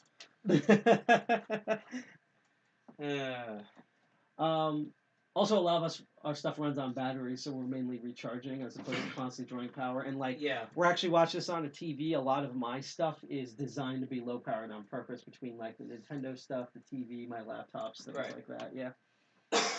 The lights in the room besides the overhead light. Even the light bulbs itself, we have, like, modern LEDs, so. Yeah. But, yeah, what were you saying? No, so, like, a lot of the computers we use are laptops. Like, so I have a couple of desktops in my room. I don't really have a lot of room to plug them in and use them. So I'm mostly mobile. I keep a stack of laptops around for different reasons. Like, I have a developer's laptop. I have a web browsing laptop. I have a general purpose tool bench. One laptop specifically for building Android because that needs like a super high, quad core better processor and like 8 gigs of RAM. First of all, someone said Mahwah, New Jersey. So hi from all the way out there. Nice. Condolences. And second of all, someone wrote, "You need to find your slumlord and demand an upgrade to the electrics." That's a really nice way to call her. Yeah. We're trying to like. Granted, they've made some progress on our plumbing. Like they actually showed up in the middle of the stream. They're going to show up tomorrow. They showed up in the middle of this stream. Yeah. Today. Yeah. They said the weekend. I usually consider it Saturday or Sunday. They didn't say any day. But they were really nice and were like, we'll come back tomorrow at the same time. We have nothing to do then. So. Okay, cool. All right. We're going to have social engineers probably dress up as plumbers trying to break it out. Anyhow. But yeah, they did come by. They upgraded upgraded, more like repaired our heating system, fixed the thermostat as you saw before. So hopefully we can talk them into maybe changing the circuit breakers. Because the thing about circuit breakers, over time... Oh, holy shit. Hi from Ecuador. Nice. Huh. So, Checks that you pay for plumbers outfits. Jack, what the fuck did you post? So, the thing about circuit breakers is over time, like, I'm talking decades, dozens of years, they start to get to a point where they trip and fault early. So, like, they'll begin to overheat when you're only drawing, like, 1/2 or even 1/4 of the rating on the breaker. And yeah, so replacing those breakers would probably give us some leeway. The rule is you only ever replace the breakers with the same one they're rated for, or less if you have a reason to. Never go up unless you're redoing the wiring or putting in new wiring, because if you're putting a breaker in that's higher than the rating of the wires it's running, you're going to set the house on fire. And we don't want that. Don't ask how we know this. Do not ask us how we know this. Yeah. Mm-hmm. Yeah, unfortunately we can't play that song on air because Twitch, the MCA hates everybody. Right. So you have one Stormtrooper computer that's a prototype and... Right. And this is just one of my workbooks. It's a Lenovo ThinkPad 11E. It's not even a real ThinkPad. It doesn't have a track point. But yeah, and it's like a celery Imposter processor. is sus. And it's got like a celery processor. It's not the best ThinkPad, but the battery life's amazing. It does web. Okay. It does basic things like that. I'm so fried from the energy drink. And with the headphones on, I actually thought you said it has a basic celery processor, which I'm sure sometimes that's what it feels like. That's exactly what I said. It's a Diet Pentium. It's on celery. Yeah. So yeah, that's that. Cyberpunk 2077. Oh, that's the punchline. One more thing I'd probably show off. Oh, you're not going to show off that weird, it looks like a makeup kit from the 90s? That? Yeah. I already did. Oh, okay. I'm dumb. Go on. Yeah. So this is a SanDisk Clip Plus. Oh, I fell asleep. It's gonna do that. Oh, But okay. it's But- just this tiny thing. Yeah, I'll bring it up closer to the camera in a second. What type of beer you're drinking? Let us know when you get back. Yeah, let us know when you get back. So interesting thing about this, it has some games. Why when we're about to end, we get more people? I know, right? I put Rockbox on it, which is an alternative firmware operating system for MP3 players and media consumption devices like this. Very lightweight embedded operating system under GPL v2. It's kind of a neat thing. There's just some... it's built for MP3 players and doesn't have a lot of stability as far as like code quality, because it's a GNU kind of thing, I guess. Oh, I was gonna say Parlor, but that works too. No. So here's the thing. It has games on it that I installed through Rockbox, and one in particular. You're good. Not sure if it can focus, but that says Doom. Yeah, you just pull out a little bit more, like So- halfway, like there. It should read. This thing, let me just prepare the game because it needs to set the right game mode. The other one should be able to focus, but I have to configure it. That's the problem. There, and right. So if I click here, play game, it's running Doom. It's 1.5 inches maybe, and running Doom. Yep, Doom and Doom Eternal, aka the reverse Cyberpunk 2077. And yeah, as you can see, the graphics are rendering on this 1-bit screen, 96 by 64 pixels. So definitely not your VGA graphics adapter. And can you put that out of the way? I'm looking at the screen over there. Oh, sorry. This is the only way I could reset it. Yeah. So, and yeah, all the menus and stuff work on it. Yeah. So I can just, go through and start a game. Probably next month we'll have the other camera and we'll be able to properly show it off. Yeah. Yeah, it's work in progress, just like my life. And to prove to you that it's not just like a video playing on it, I'm actually controlling it. Yeah. Look left, look right, forward, turn, it's actually running Doom on this stupid thing. No glitches. Yeah. Yeah. It's no Cyberpunk 2077, that's for sure. Totally. So, unless I can, someone actually also wrote, they said, you can check the size of the wires inside our home. Just remember that the wires inside insulated walls will withstand less amps than normal.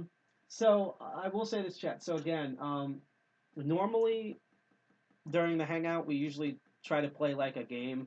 Like recently we got Among Us, and we usually play Jackbox Party. I didn't see anyone in chat that was interested in doing that, which is fine because again, we were supposed to have like an active Big Blue Button room, and Big Blue Button, like not itself, it was like the way I configured it went wrong. I'll take the L for that. But next time, we'll be able to do that room, and we'll probably have like a game set up for there. So I think it'll be fun. One thing I wanted to mention about Rockbox, this one's for Neo.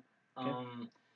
It's very good with accessibility as far as like it has voice menus, tactile buttons, easy to manipulate, everything's right there on the front interface, and you can operate the entire UI, like hands-free, eyes-free, whatever it takes, you can make it work.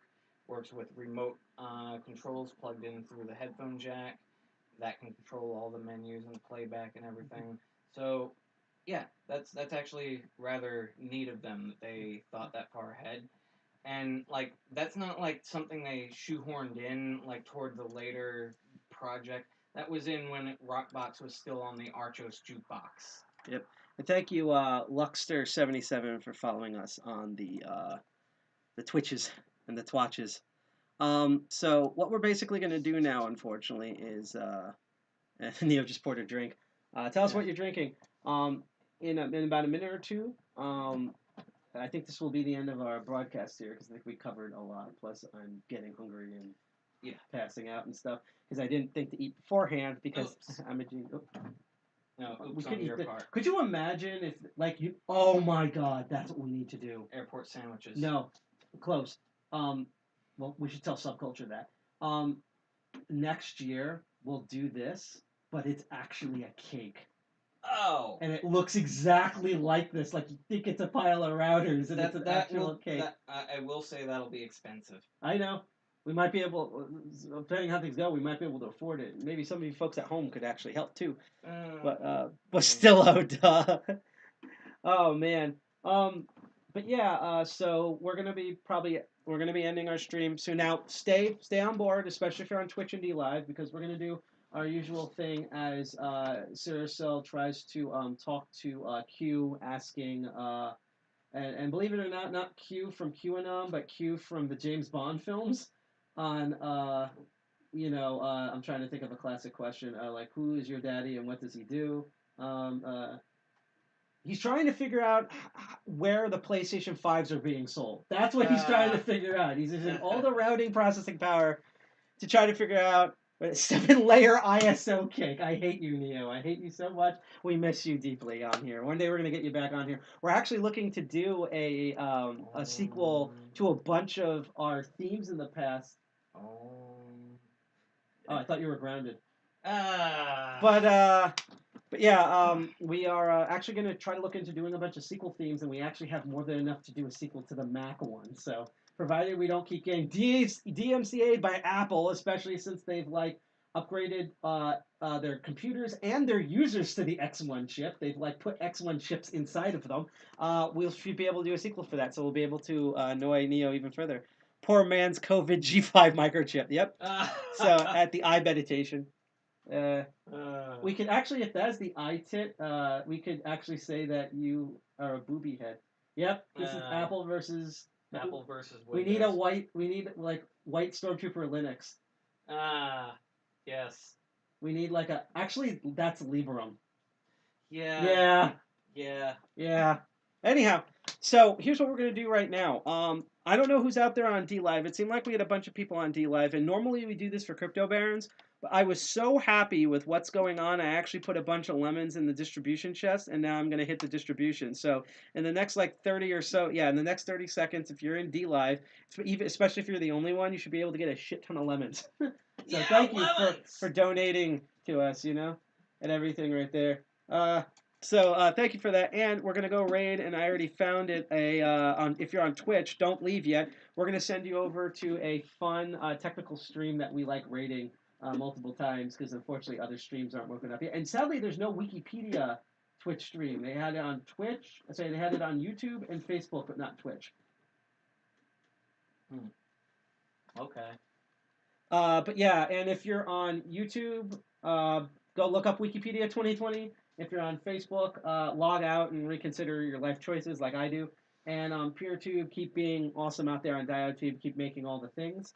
I'm going to attempt to open Stream Manager and raid this right now. So I want to thank everyone again who has been here on this is the first for 2021 DEFCON 2-1 meeting. Woohoo! Yeah. Me and Shark is happy and their mess and everything. Yay! Clappity. So yes, and Luxter, you may have actually gotten all of those lemons. So we just sent them out here. Thank you all. We're gonna go raid this stream now in a moment. For watching, thank you, Delsa Mona. You will get that code soon. I'm literally gonna work on that all night. Because he won a contest earlier and everything. And it's just we've been super busy, and so, but you will get that. We're gonna go raid an awesome Twitch stream if it will let us. That is it for the DEFCON 201. If you want to know more about us, again, you can go to the website. I'll also type in chat at, DC 201 website, which I'm really proud of because Cyricel is the brilliant coder that built all of that. And for GI Jack for helping out with a lot of the hosting there. 201.org. We know about the CERT problem, by the way. We're still working on it. Slowly. People, it's technology. Nothing works. You saw our earlier part of our stream, right? That was just me. Now imagine all of us. And they're a lot smarter than I am. But yeah, thank you for watching the stream here. We're going to now attempt to, let's see if we can get this started. Come on. You can do it. Oh, crap. Did I just do the wrong thing? We're still streaming. I think I just did the stupid. Oops. There we go. Now it's going to properly raid. So thank you all for watching. Again, you can check our website out at defcon201.org. That is DEFCON201.org. And we're slowly getting there so I can properly raid. And we're all over social media, including our Twitter at DEFCON201. As I like toasty myself in here, DEFCON201NJ on Twitter, and we're DEFCON201 on Instagram, GitHub. We're on the hostducks.social instance of Mastodon. Our Onion's now a full feature website. It's freaking awesome. Yeah, you were just there. I'm gonna go over in a moment. So yeah, enjoy the stream that we're rating. Dirty Jersey, Hack the Planet, and we will see you our next meeting, third Friday of the month on the stream, same bat time, same bat place on February 19th. Peace, y'all. Hack the planet. Hack the planet. Planet the hack. Plan to hack it.